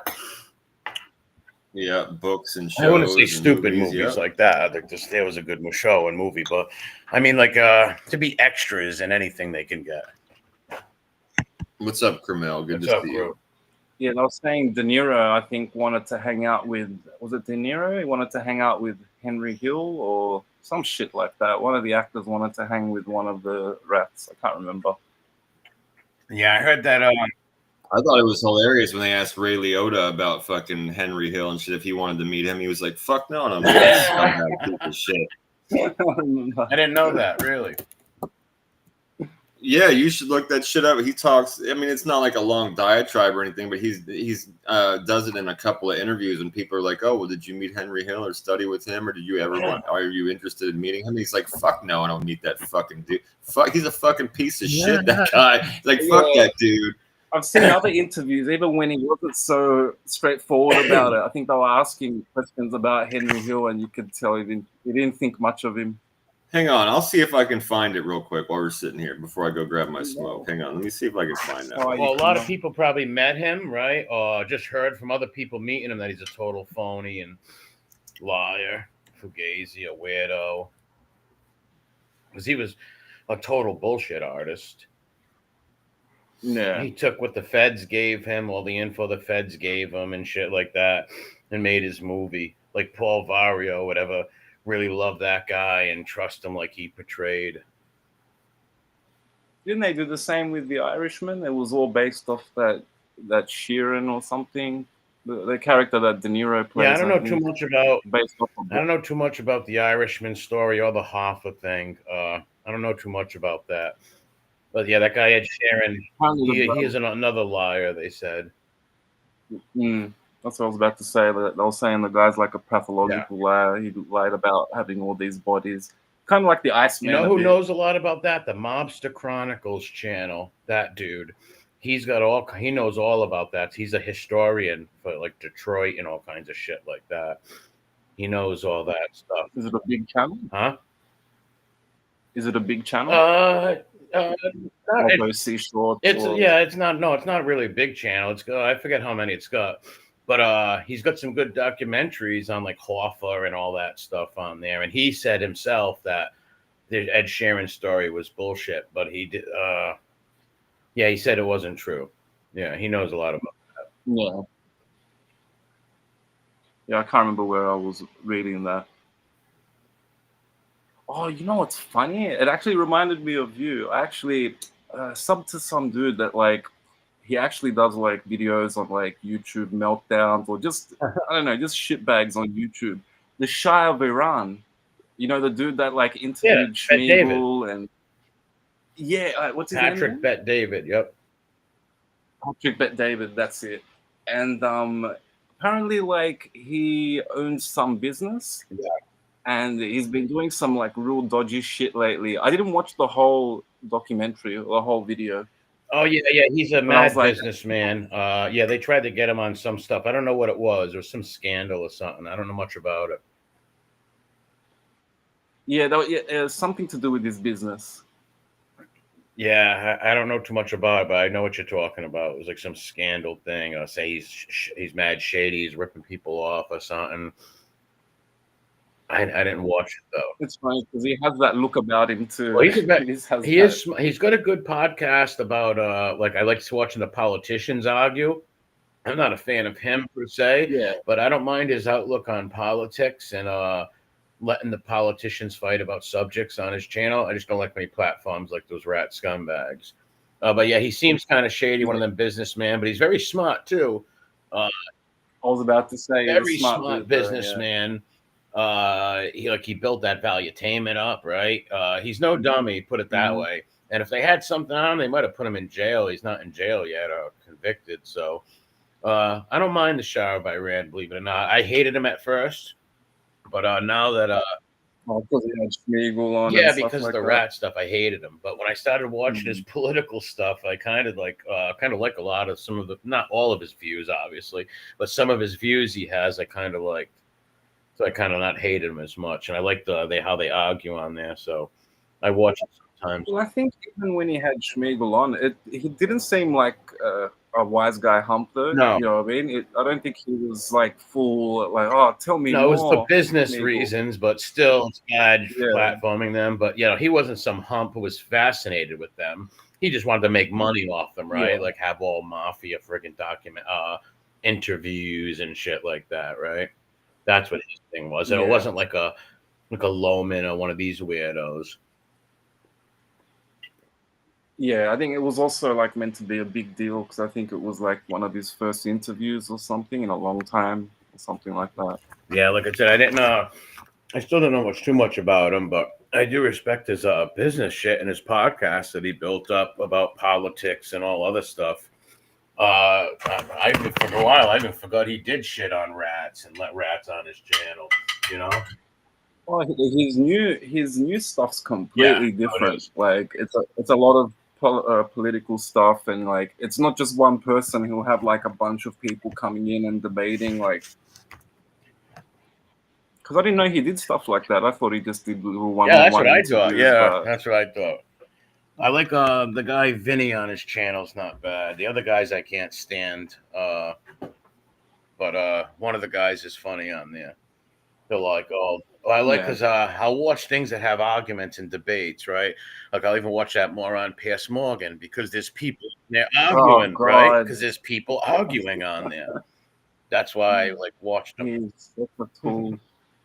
Piers Morgan is the biggest fence sitter in the world, but his podcast is funny. 100%. But he'll have people.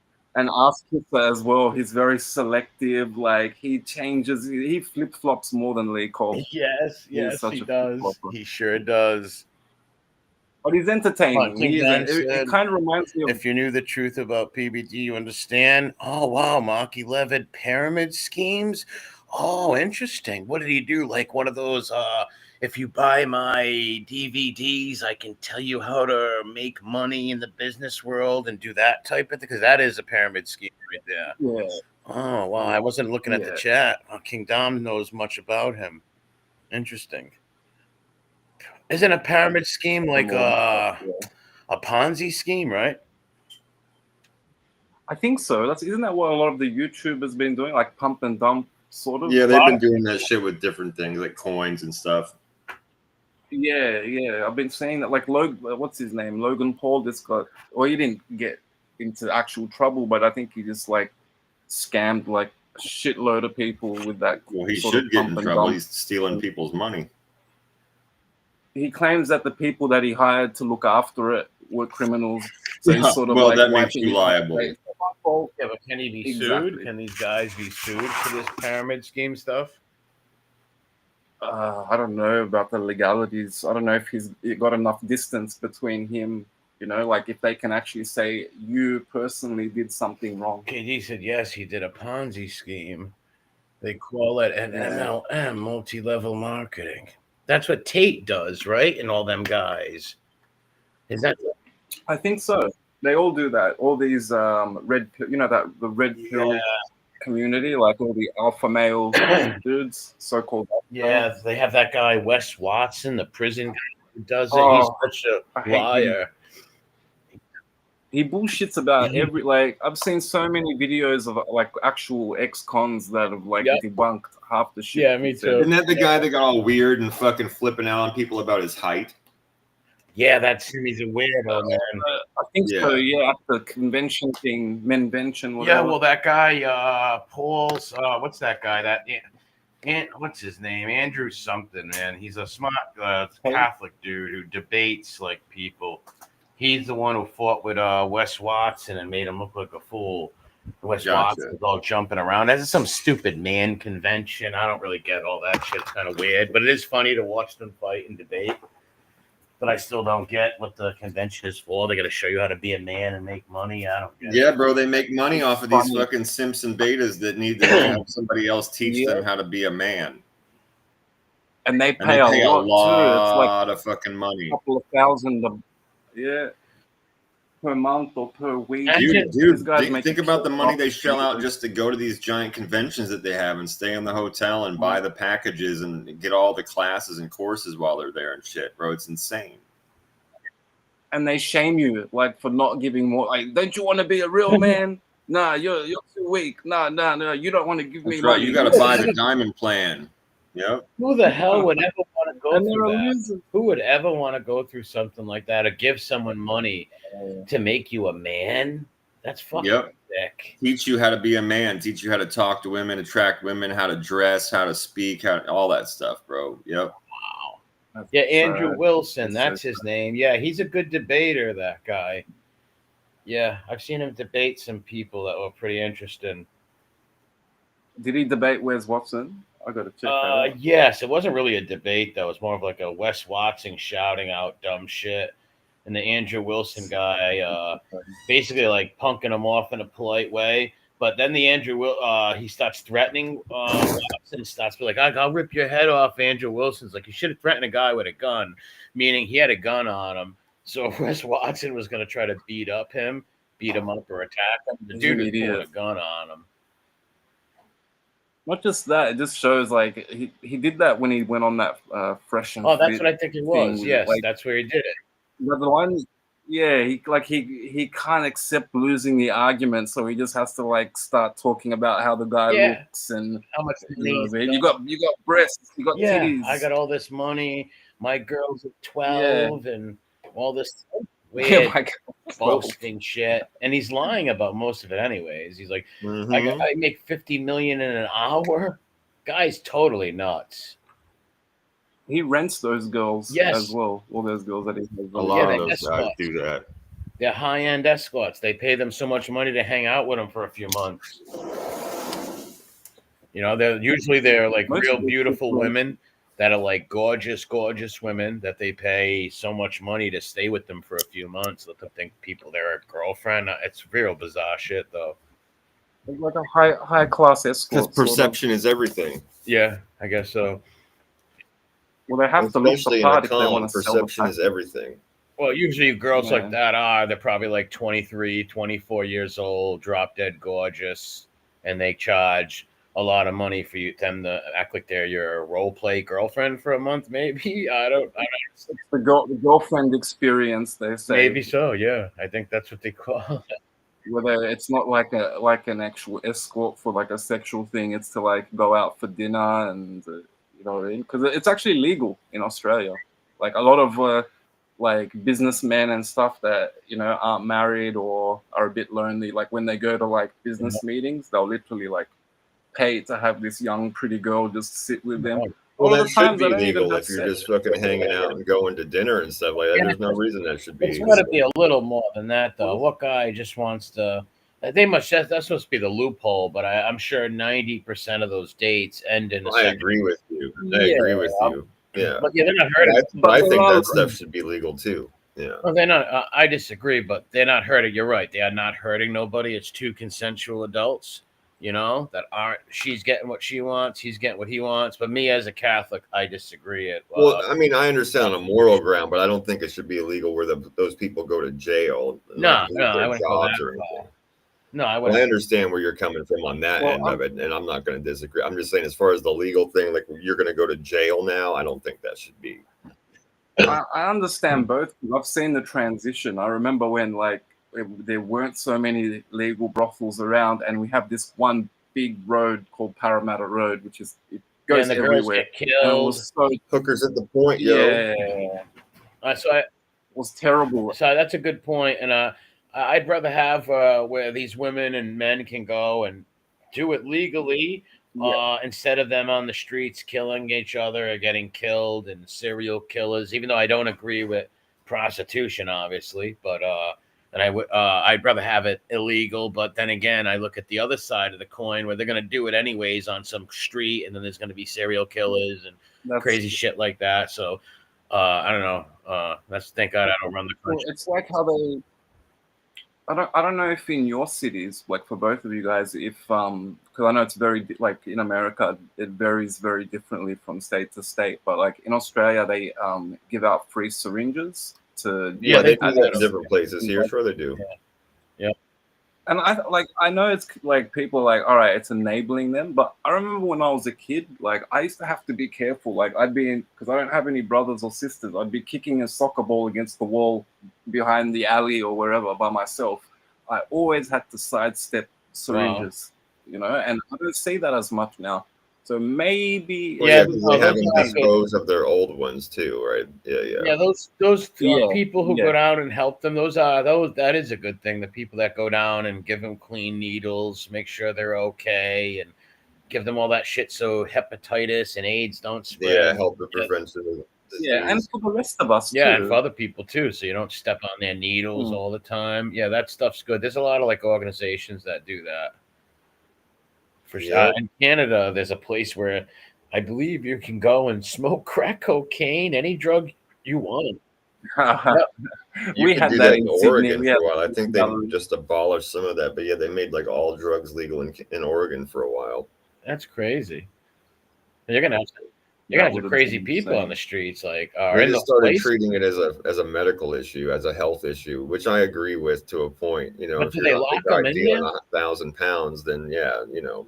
But what do they do? Like, let's say like two people want to go smoke crack. What if they start fighting in there over the crack, or they want his crack? Security. Well, yeah. Then if they're breaking another law, it becomes about that, right? They just don't end up getting charged with the possession or the use of the drug that caused it. That's all. They would still get charged with assault or battery or whatever it was. Okay, gotcha.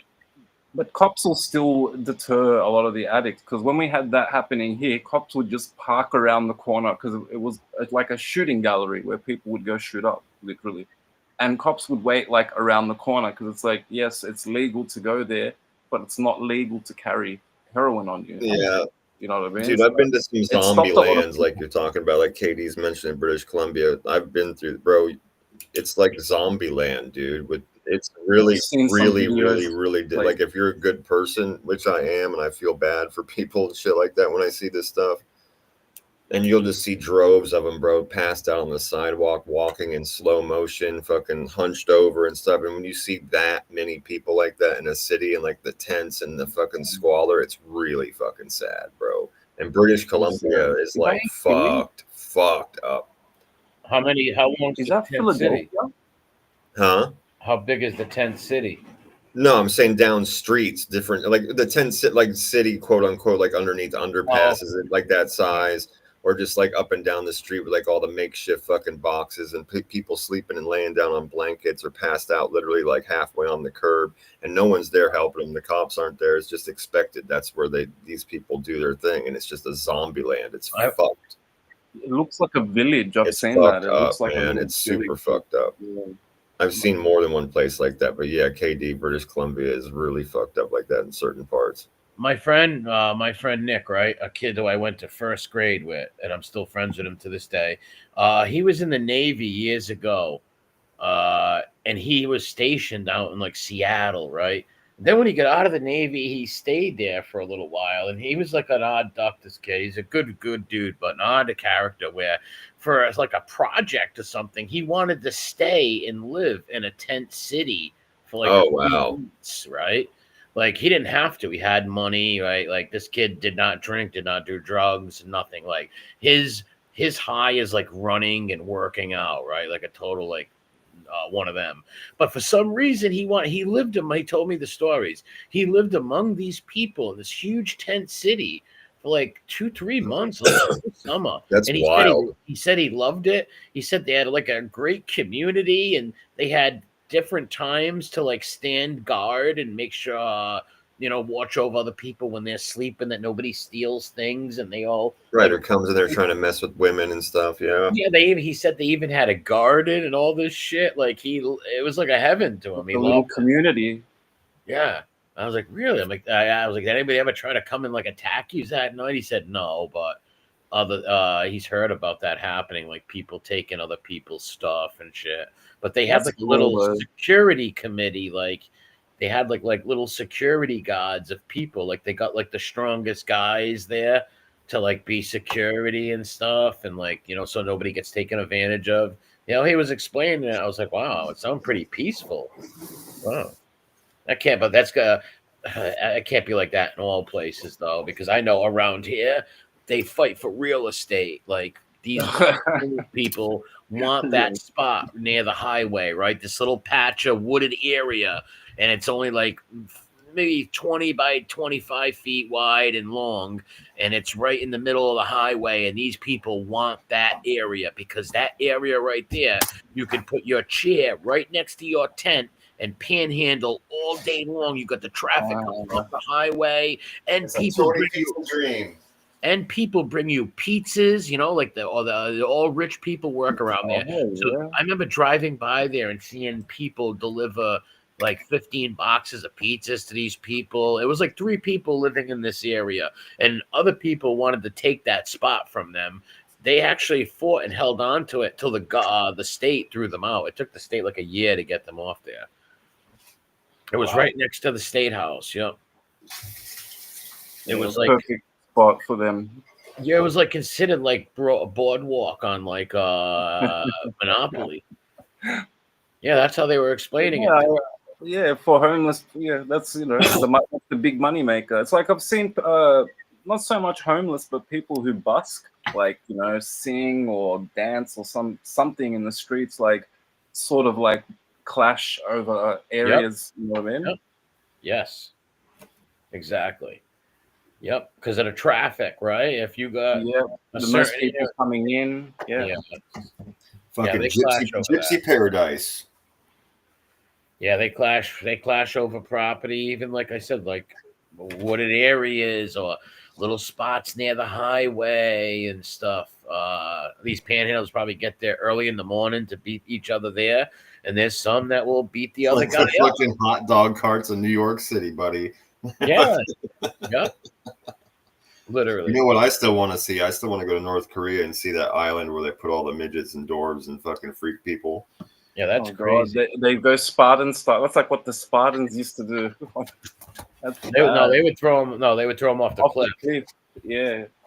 Into the pit. Matter of fact, 1 out of I think it's, look at the number. I might be wrong, but I think 1 out of 3 or 1 out of 5 babies got tall. 1 out of 7, something crazy like that. If they couldn't serve the army, then they would consider. I remember as a kid when we studied Sparta, like there's like one particular cliff, and at the bottom of it, it's like a mountain of like skulls, and you can see how small. To keep the fucking gene pool pure, bro, is to keep all the abnormalities out of the gene pool. Like that one looks retarded. I don't like that one's got a fucking 6th toe. That one can't walk properly. Yeah.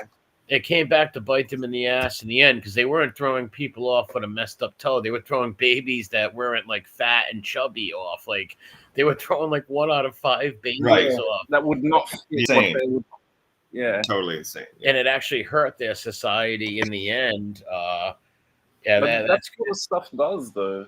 Well, the Spartans, when you were 7, the Spartans, I studied the Spartans myself. They had a thing called the Ulagay, right? When you're 7 years old, you join the Ulagay, and you don't get out of the Ulagay until you are 21, and then you join the army. The Ulagay is like a school / commando camp for kids. All right, picture your senior officers, you being in 5th grade, and all your senior officers are 8th grade kids, like making you tough and fucking with you. Yeah, the Ulagay, no joke. There's one story, right? And here's what they would do in the Ulagay. They would feed you just enough that you wouldn't die. They would feed you just enough to keep you all right, but they would make you hungry where you would want to steal.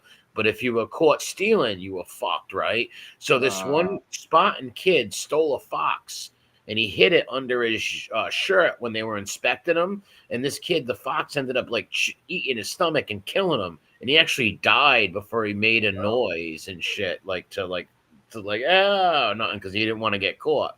That showed you how strong these Spartans were, and how tough that Ulagay was. A 15-year prep camp to war. It's crazy. Well, that's why they were so feared. You know, they were on a different, like, even if you look back at whatever the Persians wrote and the Romans, it did seem like the Spartans were just on a different level. Get into the military, you become a citizen, you get a field and a woman. Yep. They were the you original. Have the right to breed. You have the right to breed.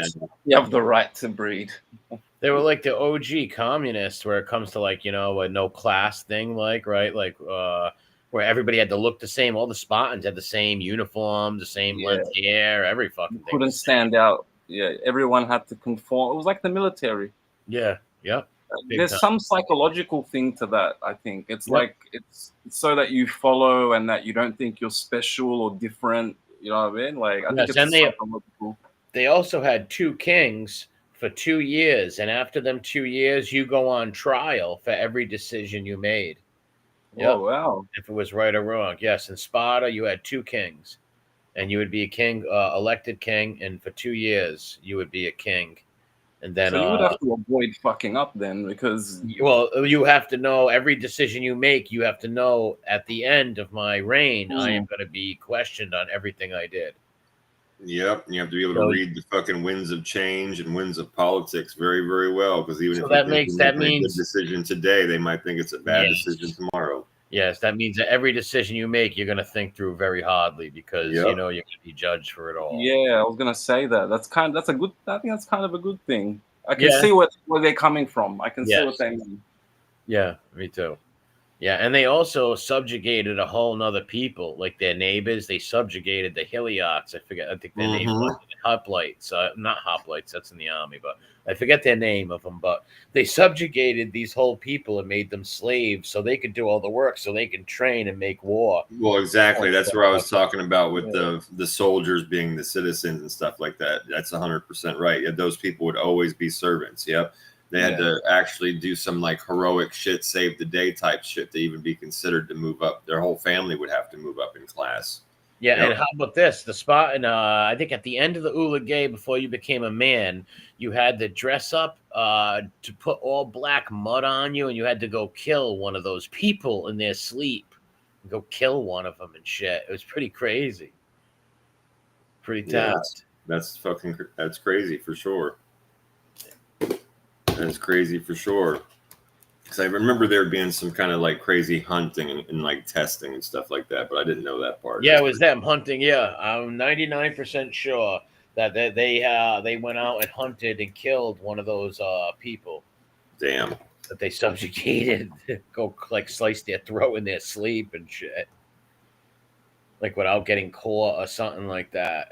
Whatever it was, it definitely involved, not getting caught and coming back. They had them do some like special ops type shit. Yeah. Yes. Yeah. How about the Spartan women? You know, bring back your shield or you up on it, right?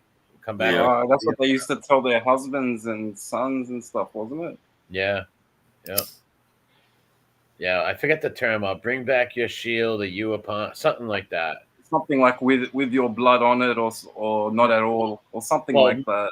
Meaning, come back with your shield, or your friends better be carrying you on your shield back. That's what it meant.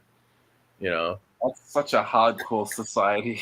Well, it was, and they were such hardcore and badasses where they didn't have to fight for the longest time. When you're known as the biggest boy in the block, you really never have to fight that much, right? And you don't want to fight that much, because the more you fight is the more they see that you're more human, right? You're not this great. That's what happened with the Spartans over time, where they got this reputation and have to fight a lot. So, and when they did fight, they did great. But when they didn't do great, it kind of brought them, it gave other people more morale. Like, hey, we Athenians beat them in this battle. Well, we can do it again, right? Like, but they were the toughest and the best of the Greeks at that time, for sure. Until Philip, the One Eye, and them started going around taking everybody's military skills and making the Macedonians the top ones, the top dogs. Was Alexander the Great actually Macedonian? Yes. Yes, he was. Yes, he was.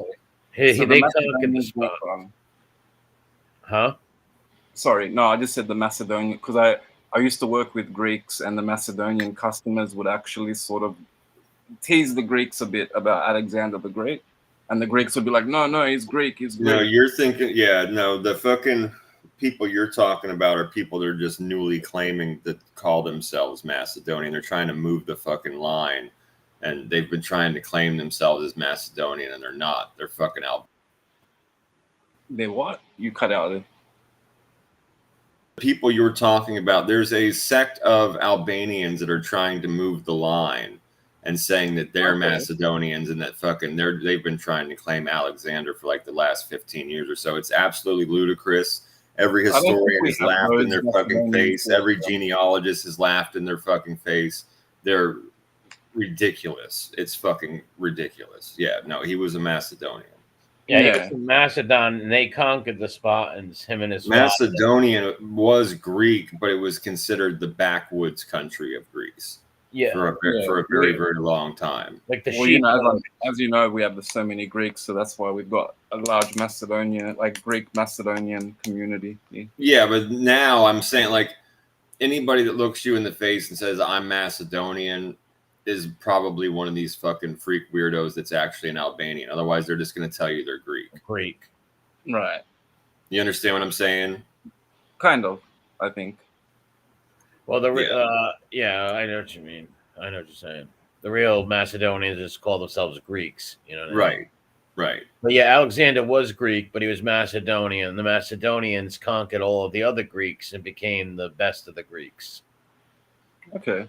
That's what happened with Alexander. And then Alexander went on to conquer Persia and Babylon and yeah, fucking before he even did all that shit. Yeah, like you were talking about how Philip went down and was checking everybody, including Sparta, getting everybody on board onto the same team.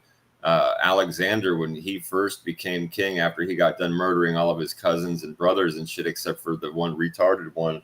Yeah, he also had to sweep down through Greece twice. Yep, twice. And lay fucking straight waste to motherfuckers in order to get those people in check. And he was kind of the second time he was kind of proving himself to Spartans. He was like, don't make me come in there. You know, you guys need to get in line. You see, I'm the real deal. Quit talking your shit. It's time to get in line. Yeah, because after Philip died, they thought they were going to break away. Yeah, a lot of different groups did. Yes. Yeah, there was I'm trying to think. I think it might have been Thebes, but I could be wrong. Thebes, it was a coalition. There was the entire city of gay men. Yeah. The problem with that was that these were seriously hardcore fucking soldiers, and their rule was that they did not leave their partner's side, no matter what. They stood back to back and fought until they were both fucking dead. So they left Alexander no choice but to kill every single one of them. Yeah, they were all homosexuals too. Yep. The entire city was gay men. Yeah, that's crazy. He killed them all. He killed them all. Like he said, they wouldn't bow down to him. So the Phoenicians told him to go fuck himself, and he ended up killing and they're outcasts. And people people joke, and like maybe some people don't understand or whatever. And the whole thing with Greeks, you know, and the fucking gay stuff is, yeah, bro, they told the young dudes, stay the fuck away from women because you need to be learning. Your education is above all else. You need to learn. You need to learn how to be a man, learn how to get along in the world. And women are a fucking distraction. They're poison for your mind. If you need a fucking handy, talk to your buddy. And we don't like that rule, but that was the fucking rule. But when you hit 15, you were supposed to start sleeping with girls and having girlfriends and moving on to fucking maybe even thinking about who your wife was going to be. And after that, if you were seen with a dude or fucking gay Greek wrestling with your pants down like Donald Duck or whatever, having a Donald Duck wrestling session, they would cast you the fuck out. It was not okay to be quote unquote gay. They just told these dudes when they were younger, what happened? Now some of the older men that were in power would take advantage of that, and they were still fucking Phoenicians and didn't get cast out. That is what it is. But what happens when Richard Simmons is like, but I liked it? They got sent to Thebes, right? They have to go live with thieves, and like Richard Simmons is like, wait a minute, that was real fun. Exactly. Yeah, no, they had to go fucking live in Thebes, bro. Yeah, you get cast the fuck out for that shit. But it is true, though. That stuff was true, though. As younger men, they were encouraged to just do what they had to do with the other dudes. Gross. I thank God us Romans weren't like that. Thank God. Yeah, that's why I said we don't like it, but that was what they told them. Women will fucking poison your mind and they'll fuck you all up and get you off track. You need some friction. Talk. You know, that's still sort of practiced in like Middle Eastern countries. It's so weird because it's against their religion, but like I've been told by like this Persian lady, a few Pakistanis told me the same thing because they're so strict. Yeah, Pakistan happens. Saudi Arabia too. Like it's Bakabazi boys. Jerry, ever hear of Bakabazi boys? Oh, that sounds bad. I think I've heard of it, dude. It's in Pakistan. These little twinks ride with these like you said, these straight like bus drivers and cab drivers who have wives and kids at home, and they have a little Bakabazi boy in there. It's disgusting, man. Gross, dude. Real sick. But they were saying like in Saudi Arabia, it was kind of like what Rat Trap was. I've seen that documentary. I think that's where I heard about the Pakistanis. But what Rat Trap was saying about how they do it to a certain age, then you're supposed to marry a woman. I've heard that's common in Saudi Arabia. Really? Like because they're so strict and they really separate, boys and girls like from a very young age until like 18, 19. It's not like just separate them with school. It's like you cannot go near a female. You don't even know what a girl smells like, but it's really bizarre. And then but they're arranged as well because of their religion. So like when they're like 19, 20 or whatever, they get married. And of course it's shunned, like it's Islam, you know what I mean? But a Persian lady also told me the same thing. And again, it stems from the same thing because they're so strict and they're separating men and women all the time. That's fucking sick, man. It warps their head. Why not just teach them to be abstinent until they meet a woman, until they're old enough for a woman, right? That's some creep. And they're so against homosexuality, but yet they'll do that creepy shit. What hypocrite. Exactly. So hypocritical and gross. Bro, before I tell somebody to take one up the fucking rear, I'm going to tell them just to wank it, dude. You know what I mean? Like, yeah. Cool. I'm just being like, before I tell you to fucking get what you need from another dude, I'm going to tell you just to fucking wank it yourself and get it over with. Here's Victoria's Secret or here's a Playboy. Yeah. And just fucking close your eyes, right? Like, whatever you got to do, bro, but handle your business. Yeah, don't go become a sodomite for a day. That's not exactly, bro. Exactly. What the fuck?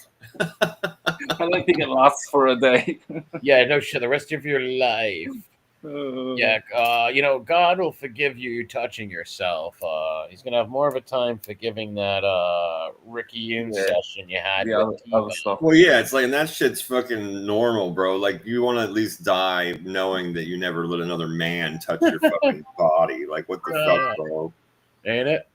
Oh, fuck yeah, you got to think about shit certain ways. Like, how do when you end this life, like, do you really want to be able to say, I did not do certain things, right?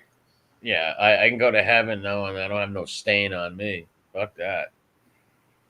Yeah, I'll say the same joke again, bro. That bell rings and you hear the angel say, well, what about that one time? You did this or did that. And it's not, and there's a whole crowd of people around you like, what? Margaritaville, top of the morning. Hey, what's up, Real Housewives?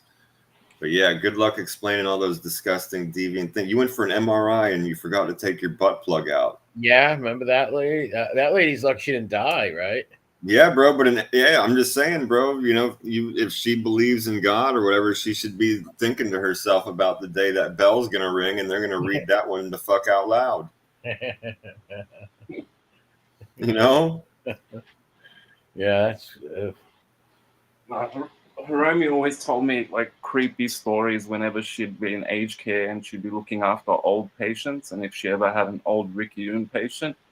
And I joked with her and she was serious. I'm like, let me guess, like they shit themselves real easily, right? Like, yeah, they do actually. I was like, oh God. Yeah, and she was saying straight up that what you're thinking, MRE, is exact, and Rat Trap is exactly why. No, we know. Yeah, no, I remember exactly, dude. I was a young dude in my teens the first time I heard a woman refer to fucking homos having to wear diapers, and my brother and I were sitting next to each other, and it took us a full minute to get it, and we were both up, just fucking aghast at the disgusting, horrible. We were just like, "What the fuck?" Well, think about it, right? God, whatever people believe, made humans, right? I believe God made us, and He made our bodies for certain functions, and that function is not for anything to be stuck up there. And when you do that, you mess your insides up. So when these Rickyunes, Finooks, women, whoever likes doing that kind of shit, when they get older, they're going to need diapers and the colostomy bags, God forbid, with people, right? Like, that's why I tell people, don't do that to your girl, right? Like, don't do that. Like, that's even with the girl, it's not even a well, yeah, whoever, right? It doesn't. That's what he was saying. It doesn't matter one way or the other if you're doing butt stuff. Yeah, anybody. Yeah, like these. Gigi, you wouldn't believe the list of shit that we saw when we did a Trash on Blast one time, bro. We read this article from a doctor talking about all the weird things they found inside people, and we were like, "What the fuck?" Oh, so you've seen the cucumber guy, right? In Washington, dude, we saw light bulbs and fucking all manner of weird sticks and wood. The cucumber guy did it. Put the cucumber in the cucumber. In the front part, sticks it onto the car, and then rides it.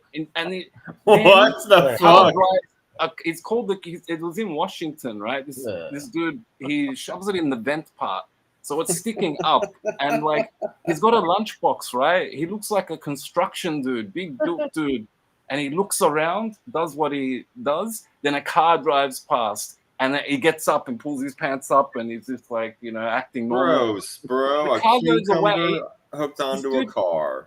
This dude continues. Then he takes it off the car, walks right in front of the camera, and starts just doing it.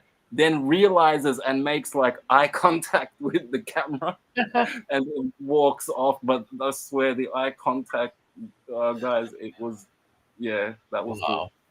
Good. That is weird, bro. A cucumber in your.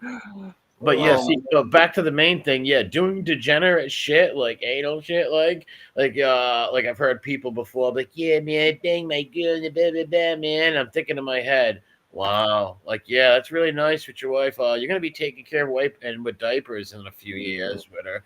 Not really smart, and that doesn't turn me on, anyways. No, like, me either, there's no, I've never had an inclination to do that. That's fucking. I think it's abnormal. If you have health problems because of your sexual activities in your older age, then it's probably not meant to be. You know what I mean? Like, it's not exactly natural. No, it's not, and that's why, like we said, these older Rickyunes and stuff most likely all have problems like that. Yeah, especially if they're the cucumber guy, for God's sake. Oh. Or Ken Boy. Yeah. Ken Boy, you remember that? It's a sick documentary. Gift. Yeah, it's tough to watch. It's a real hard watch because it's sick, right? But it's educational in a way. Like, you see how these like sickos like fornicate so much and how AIDS was spread, because these guys are looking for it, right? They're looking for HIV. Oh, the gift. Yes, it's called Bug Chasers, where these gay dudes it is. These gay dudes are looking to get the disease. It's insane. I was like, no way that's true. Like, I'm telling you, there's a doc. I was like, no, a suicidal COVID party. It's like they're being christened in the Rickyune world or something like that. It's weird. It's demonic. I didn't believe it. It was told. I was told to watch it years ago by a religious person, believe it or not, because and I watched it and it blew my mind. It made me sick. It blew my mind. I couldn't believe there was people looking to get diseases. It blew my mind. I'm like, what the hell? Like, this dude went on a computer and found and at these parties, listen, at these parties, they have like tags, like a positive or not. And shit. Oh my God. Sick. I never seen nothing like it. Anybody go Google. Anybody's out that's listening, when you get a chance, Google. I think it's called The Gift Bug Chasers. Bug Chasers, The Gift. It's a sick documentary. Very hard to watch, but it blow your mind. No, that is crazy. Make you sick. Fuck.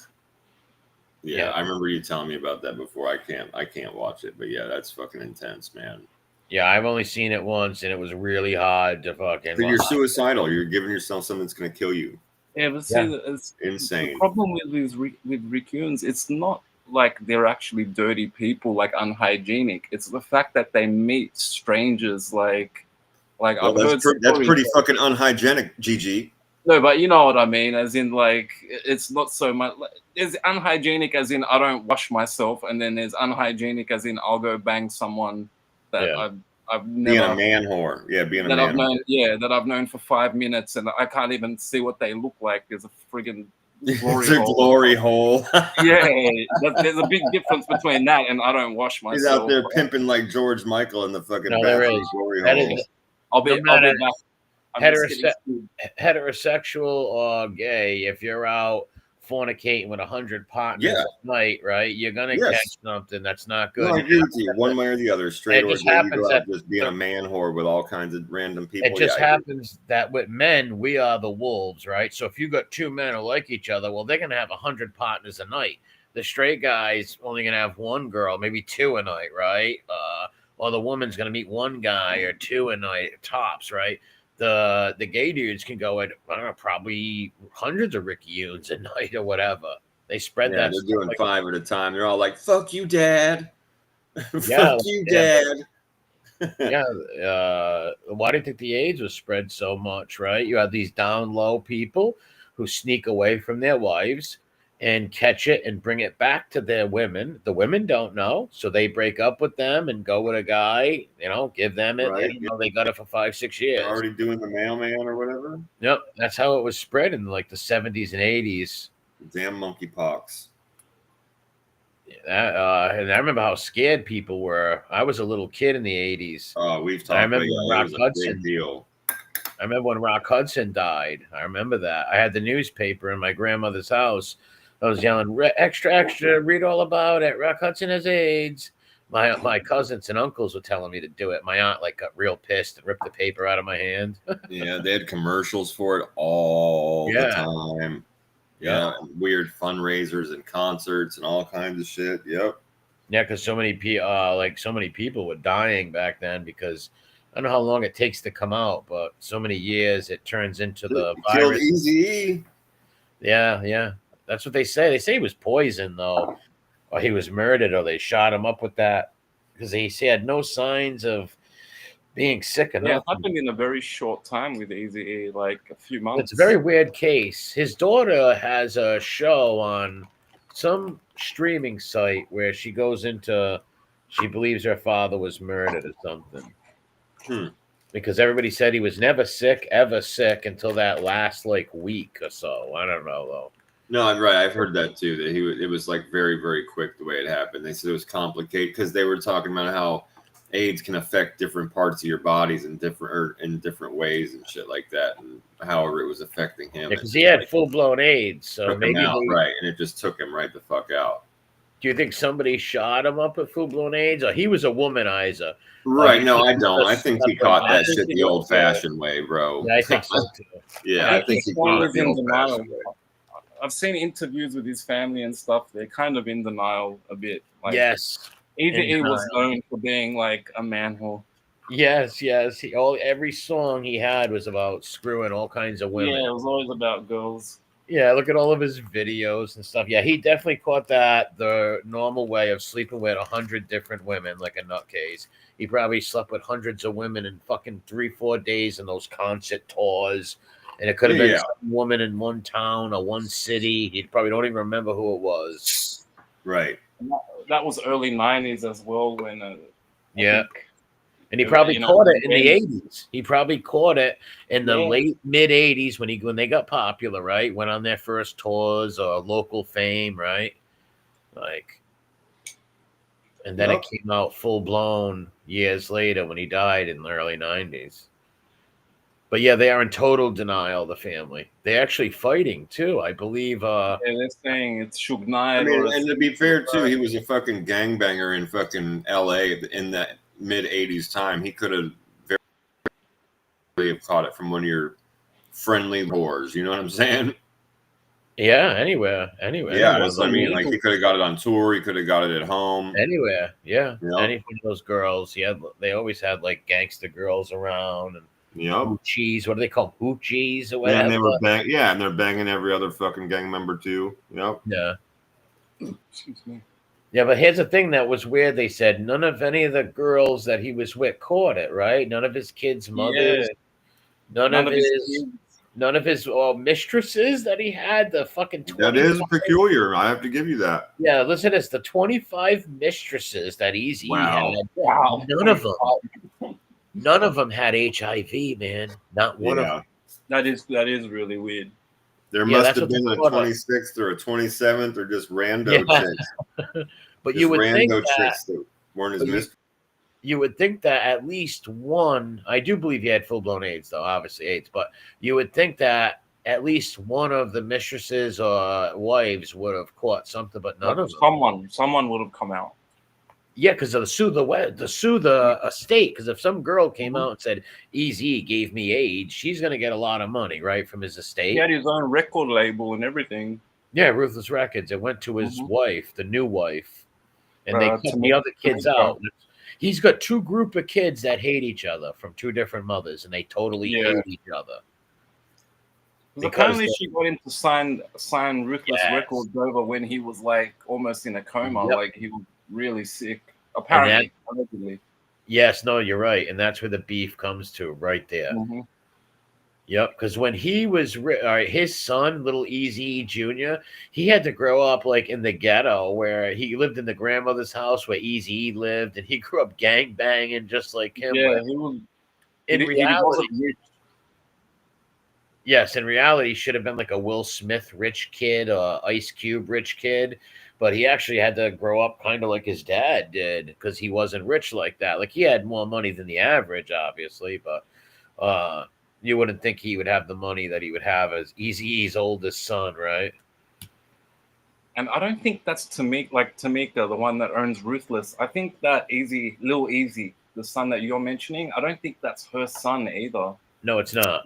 It's not. Yeah, that's from like one of his older girlfriends or wives. Yeah. Yes, it was from the first one. What a mixed up situation. Yeah, the one with the Tamika is no. Eazy Jr. and her do not like each other. Yeah. And his daughters, the daughter, like I said, the sisters and brothers do not like the other sisters and brothers. Like the older group do not like the younger group at all because they got all the money. Tamika's kids got all the fucking skadal. They got everything. And the other ones got peanuts, like literally peanuts. That's wild that it worked out that way. I'm sure there's been plenty of judges and lawyers involved over the years, but I mean, if that's the way it shook. Yeah, I heard that Fauci thing, I heard about that. HIV can lay dormant for 7 years. I'm sure eventually got it. Yeah, it can. Well, still, it's been a long time after he died. Not one of his ex-girlfriends or mistresses. Yeah, and that's why we know he obviously was banging other people too, right? Yeah, of course. Like I said, those were just his regular mistresses he kept around, apparently. But it is weird that he didn't give it to any of them. Yeah, that's what's very weird. I don't get how he didn't. But you can, I guess, not give it to somebody, I guess. It lies dormant. Yeah, well, that is true. Yeah, they say just because you do it with somebody that has it doesn't mean you're going to get it. But if you do it enough times, you will. Or sometimes it can lie dormant in a carrier for years and they can't get it. For sure. Yeah. She's 100% right about that. Yeah, it can lay dormant in your system forever before it kicks in. Well, maybe he had a cold or something like that. I think he ended up getting a cold, and that's how he passed away, or that's how he got sick. It affects different parts of your body different ways, and it could probably come on as like respiratory, and like you just feel like you have the flu because your body's starting to shut down. I imagine that's 100% right on. Maybe he couldn't give AIDS. Maybe it went dormant in him where he couldn't pass it out to no women. Right? That's possible. I don't know how that works. Yeah, me either. Right? I don't know the I. I don't know exactly what it stands for, but I know the I stands for immunity. It's autoimmune disease. That's it. Yeah, and that's why, because it's immune, it affects your immune system so drastically. That's when it can affect different people different ways. Maybe some people might have like liver failure. Some people might have kidney problems. Some people might have respiratory issues. Some people might, their whole system just fucking goes haywire and they're sick from lots of different things like that at the same time. It's a funky disease, man. And it got it because people is fucking the monkeys. Yeah, it's a sick. It really. Now they got all these pills for it. They say, but who the fuck would want any have to? They actually cured a couple people of AIDS, like flat out cured them. I heard that, yeah. Like there's another thing called Magic Johnson, right? I don't know. Must have got a cure. He's still alive, right? Yeah, man, he's going straight. Yeah, I think he takes the pills and does all the treatments. They can keep you alive forever with the treatments. No, to your point with the pills and stuff. I was just also throwing in there that I've read that a couple people have been straight up cured with different treatments that they've had. I've heard that too. Yeah. Really? Yeah, they just test negative for it anymore. Yeah. Wow. I think they've got medication that can at least stop it from spreading. But sometimes it depends in the person's body. I think it could be a genetic thing or something. It can kind of reverse it, but I think it's very rare. Yeah, I got you. What's up, MRE? I just read an article that they just figured out how to make humans regrow their teeth. Really? Yeah, they said that by 2030 they're going to be able to start helping humans regrow their teeth. Wow. Yeah, I'll pull it up on Friday. Oh, that's great. Man, if I got to actually take off right now and get to bed. Yeah, well, that's cool. I was going to say the same thing. I'm getting tired, and I got to wake up. Hey, tomorrow. Guys, it's great talking to you. God bless everybody. You too, bro. I'll talk to you on Friday. You have a great day, man. Be safe. Hey, Gigi, good talking to you, Fratello. Same, MRE. It was good talking to you. Later, guys. Thanks for having me on. Yeah, man. Always. It was good seeing you, bro. I'm glad you got a chance to pop on. That's why I was talking earlier, saying you jump on. I appreciate it. Always happy to come on with you guys. Yeah, the good times, man. But yeah, it's getting late. I gotta fucking get up and do the work thing and all that kind of stuff, you know. Definitely. But I'll talk to you soon, man. Yeah, hit me up in an email here soon. We'll have a chat. For sure. All right, bro. See you guys. Be safe. Later, man. Bye. Thanks to everybody for coming out tonight. Always good seeing everybody. We had a talk about all kinds of weird things tonight, didn't we? That's the way to do it. Just have great, genuine chat back and forth. We'll be back on Friday for the Skull Bro show at 10:30. Come back through. Be good to see you. Everybody have a great day tomorrow. Be safe.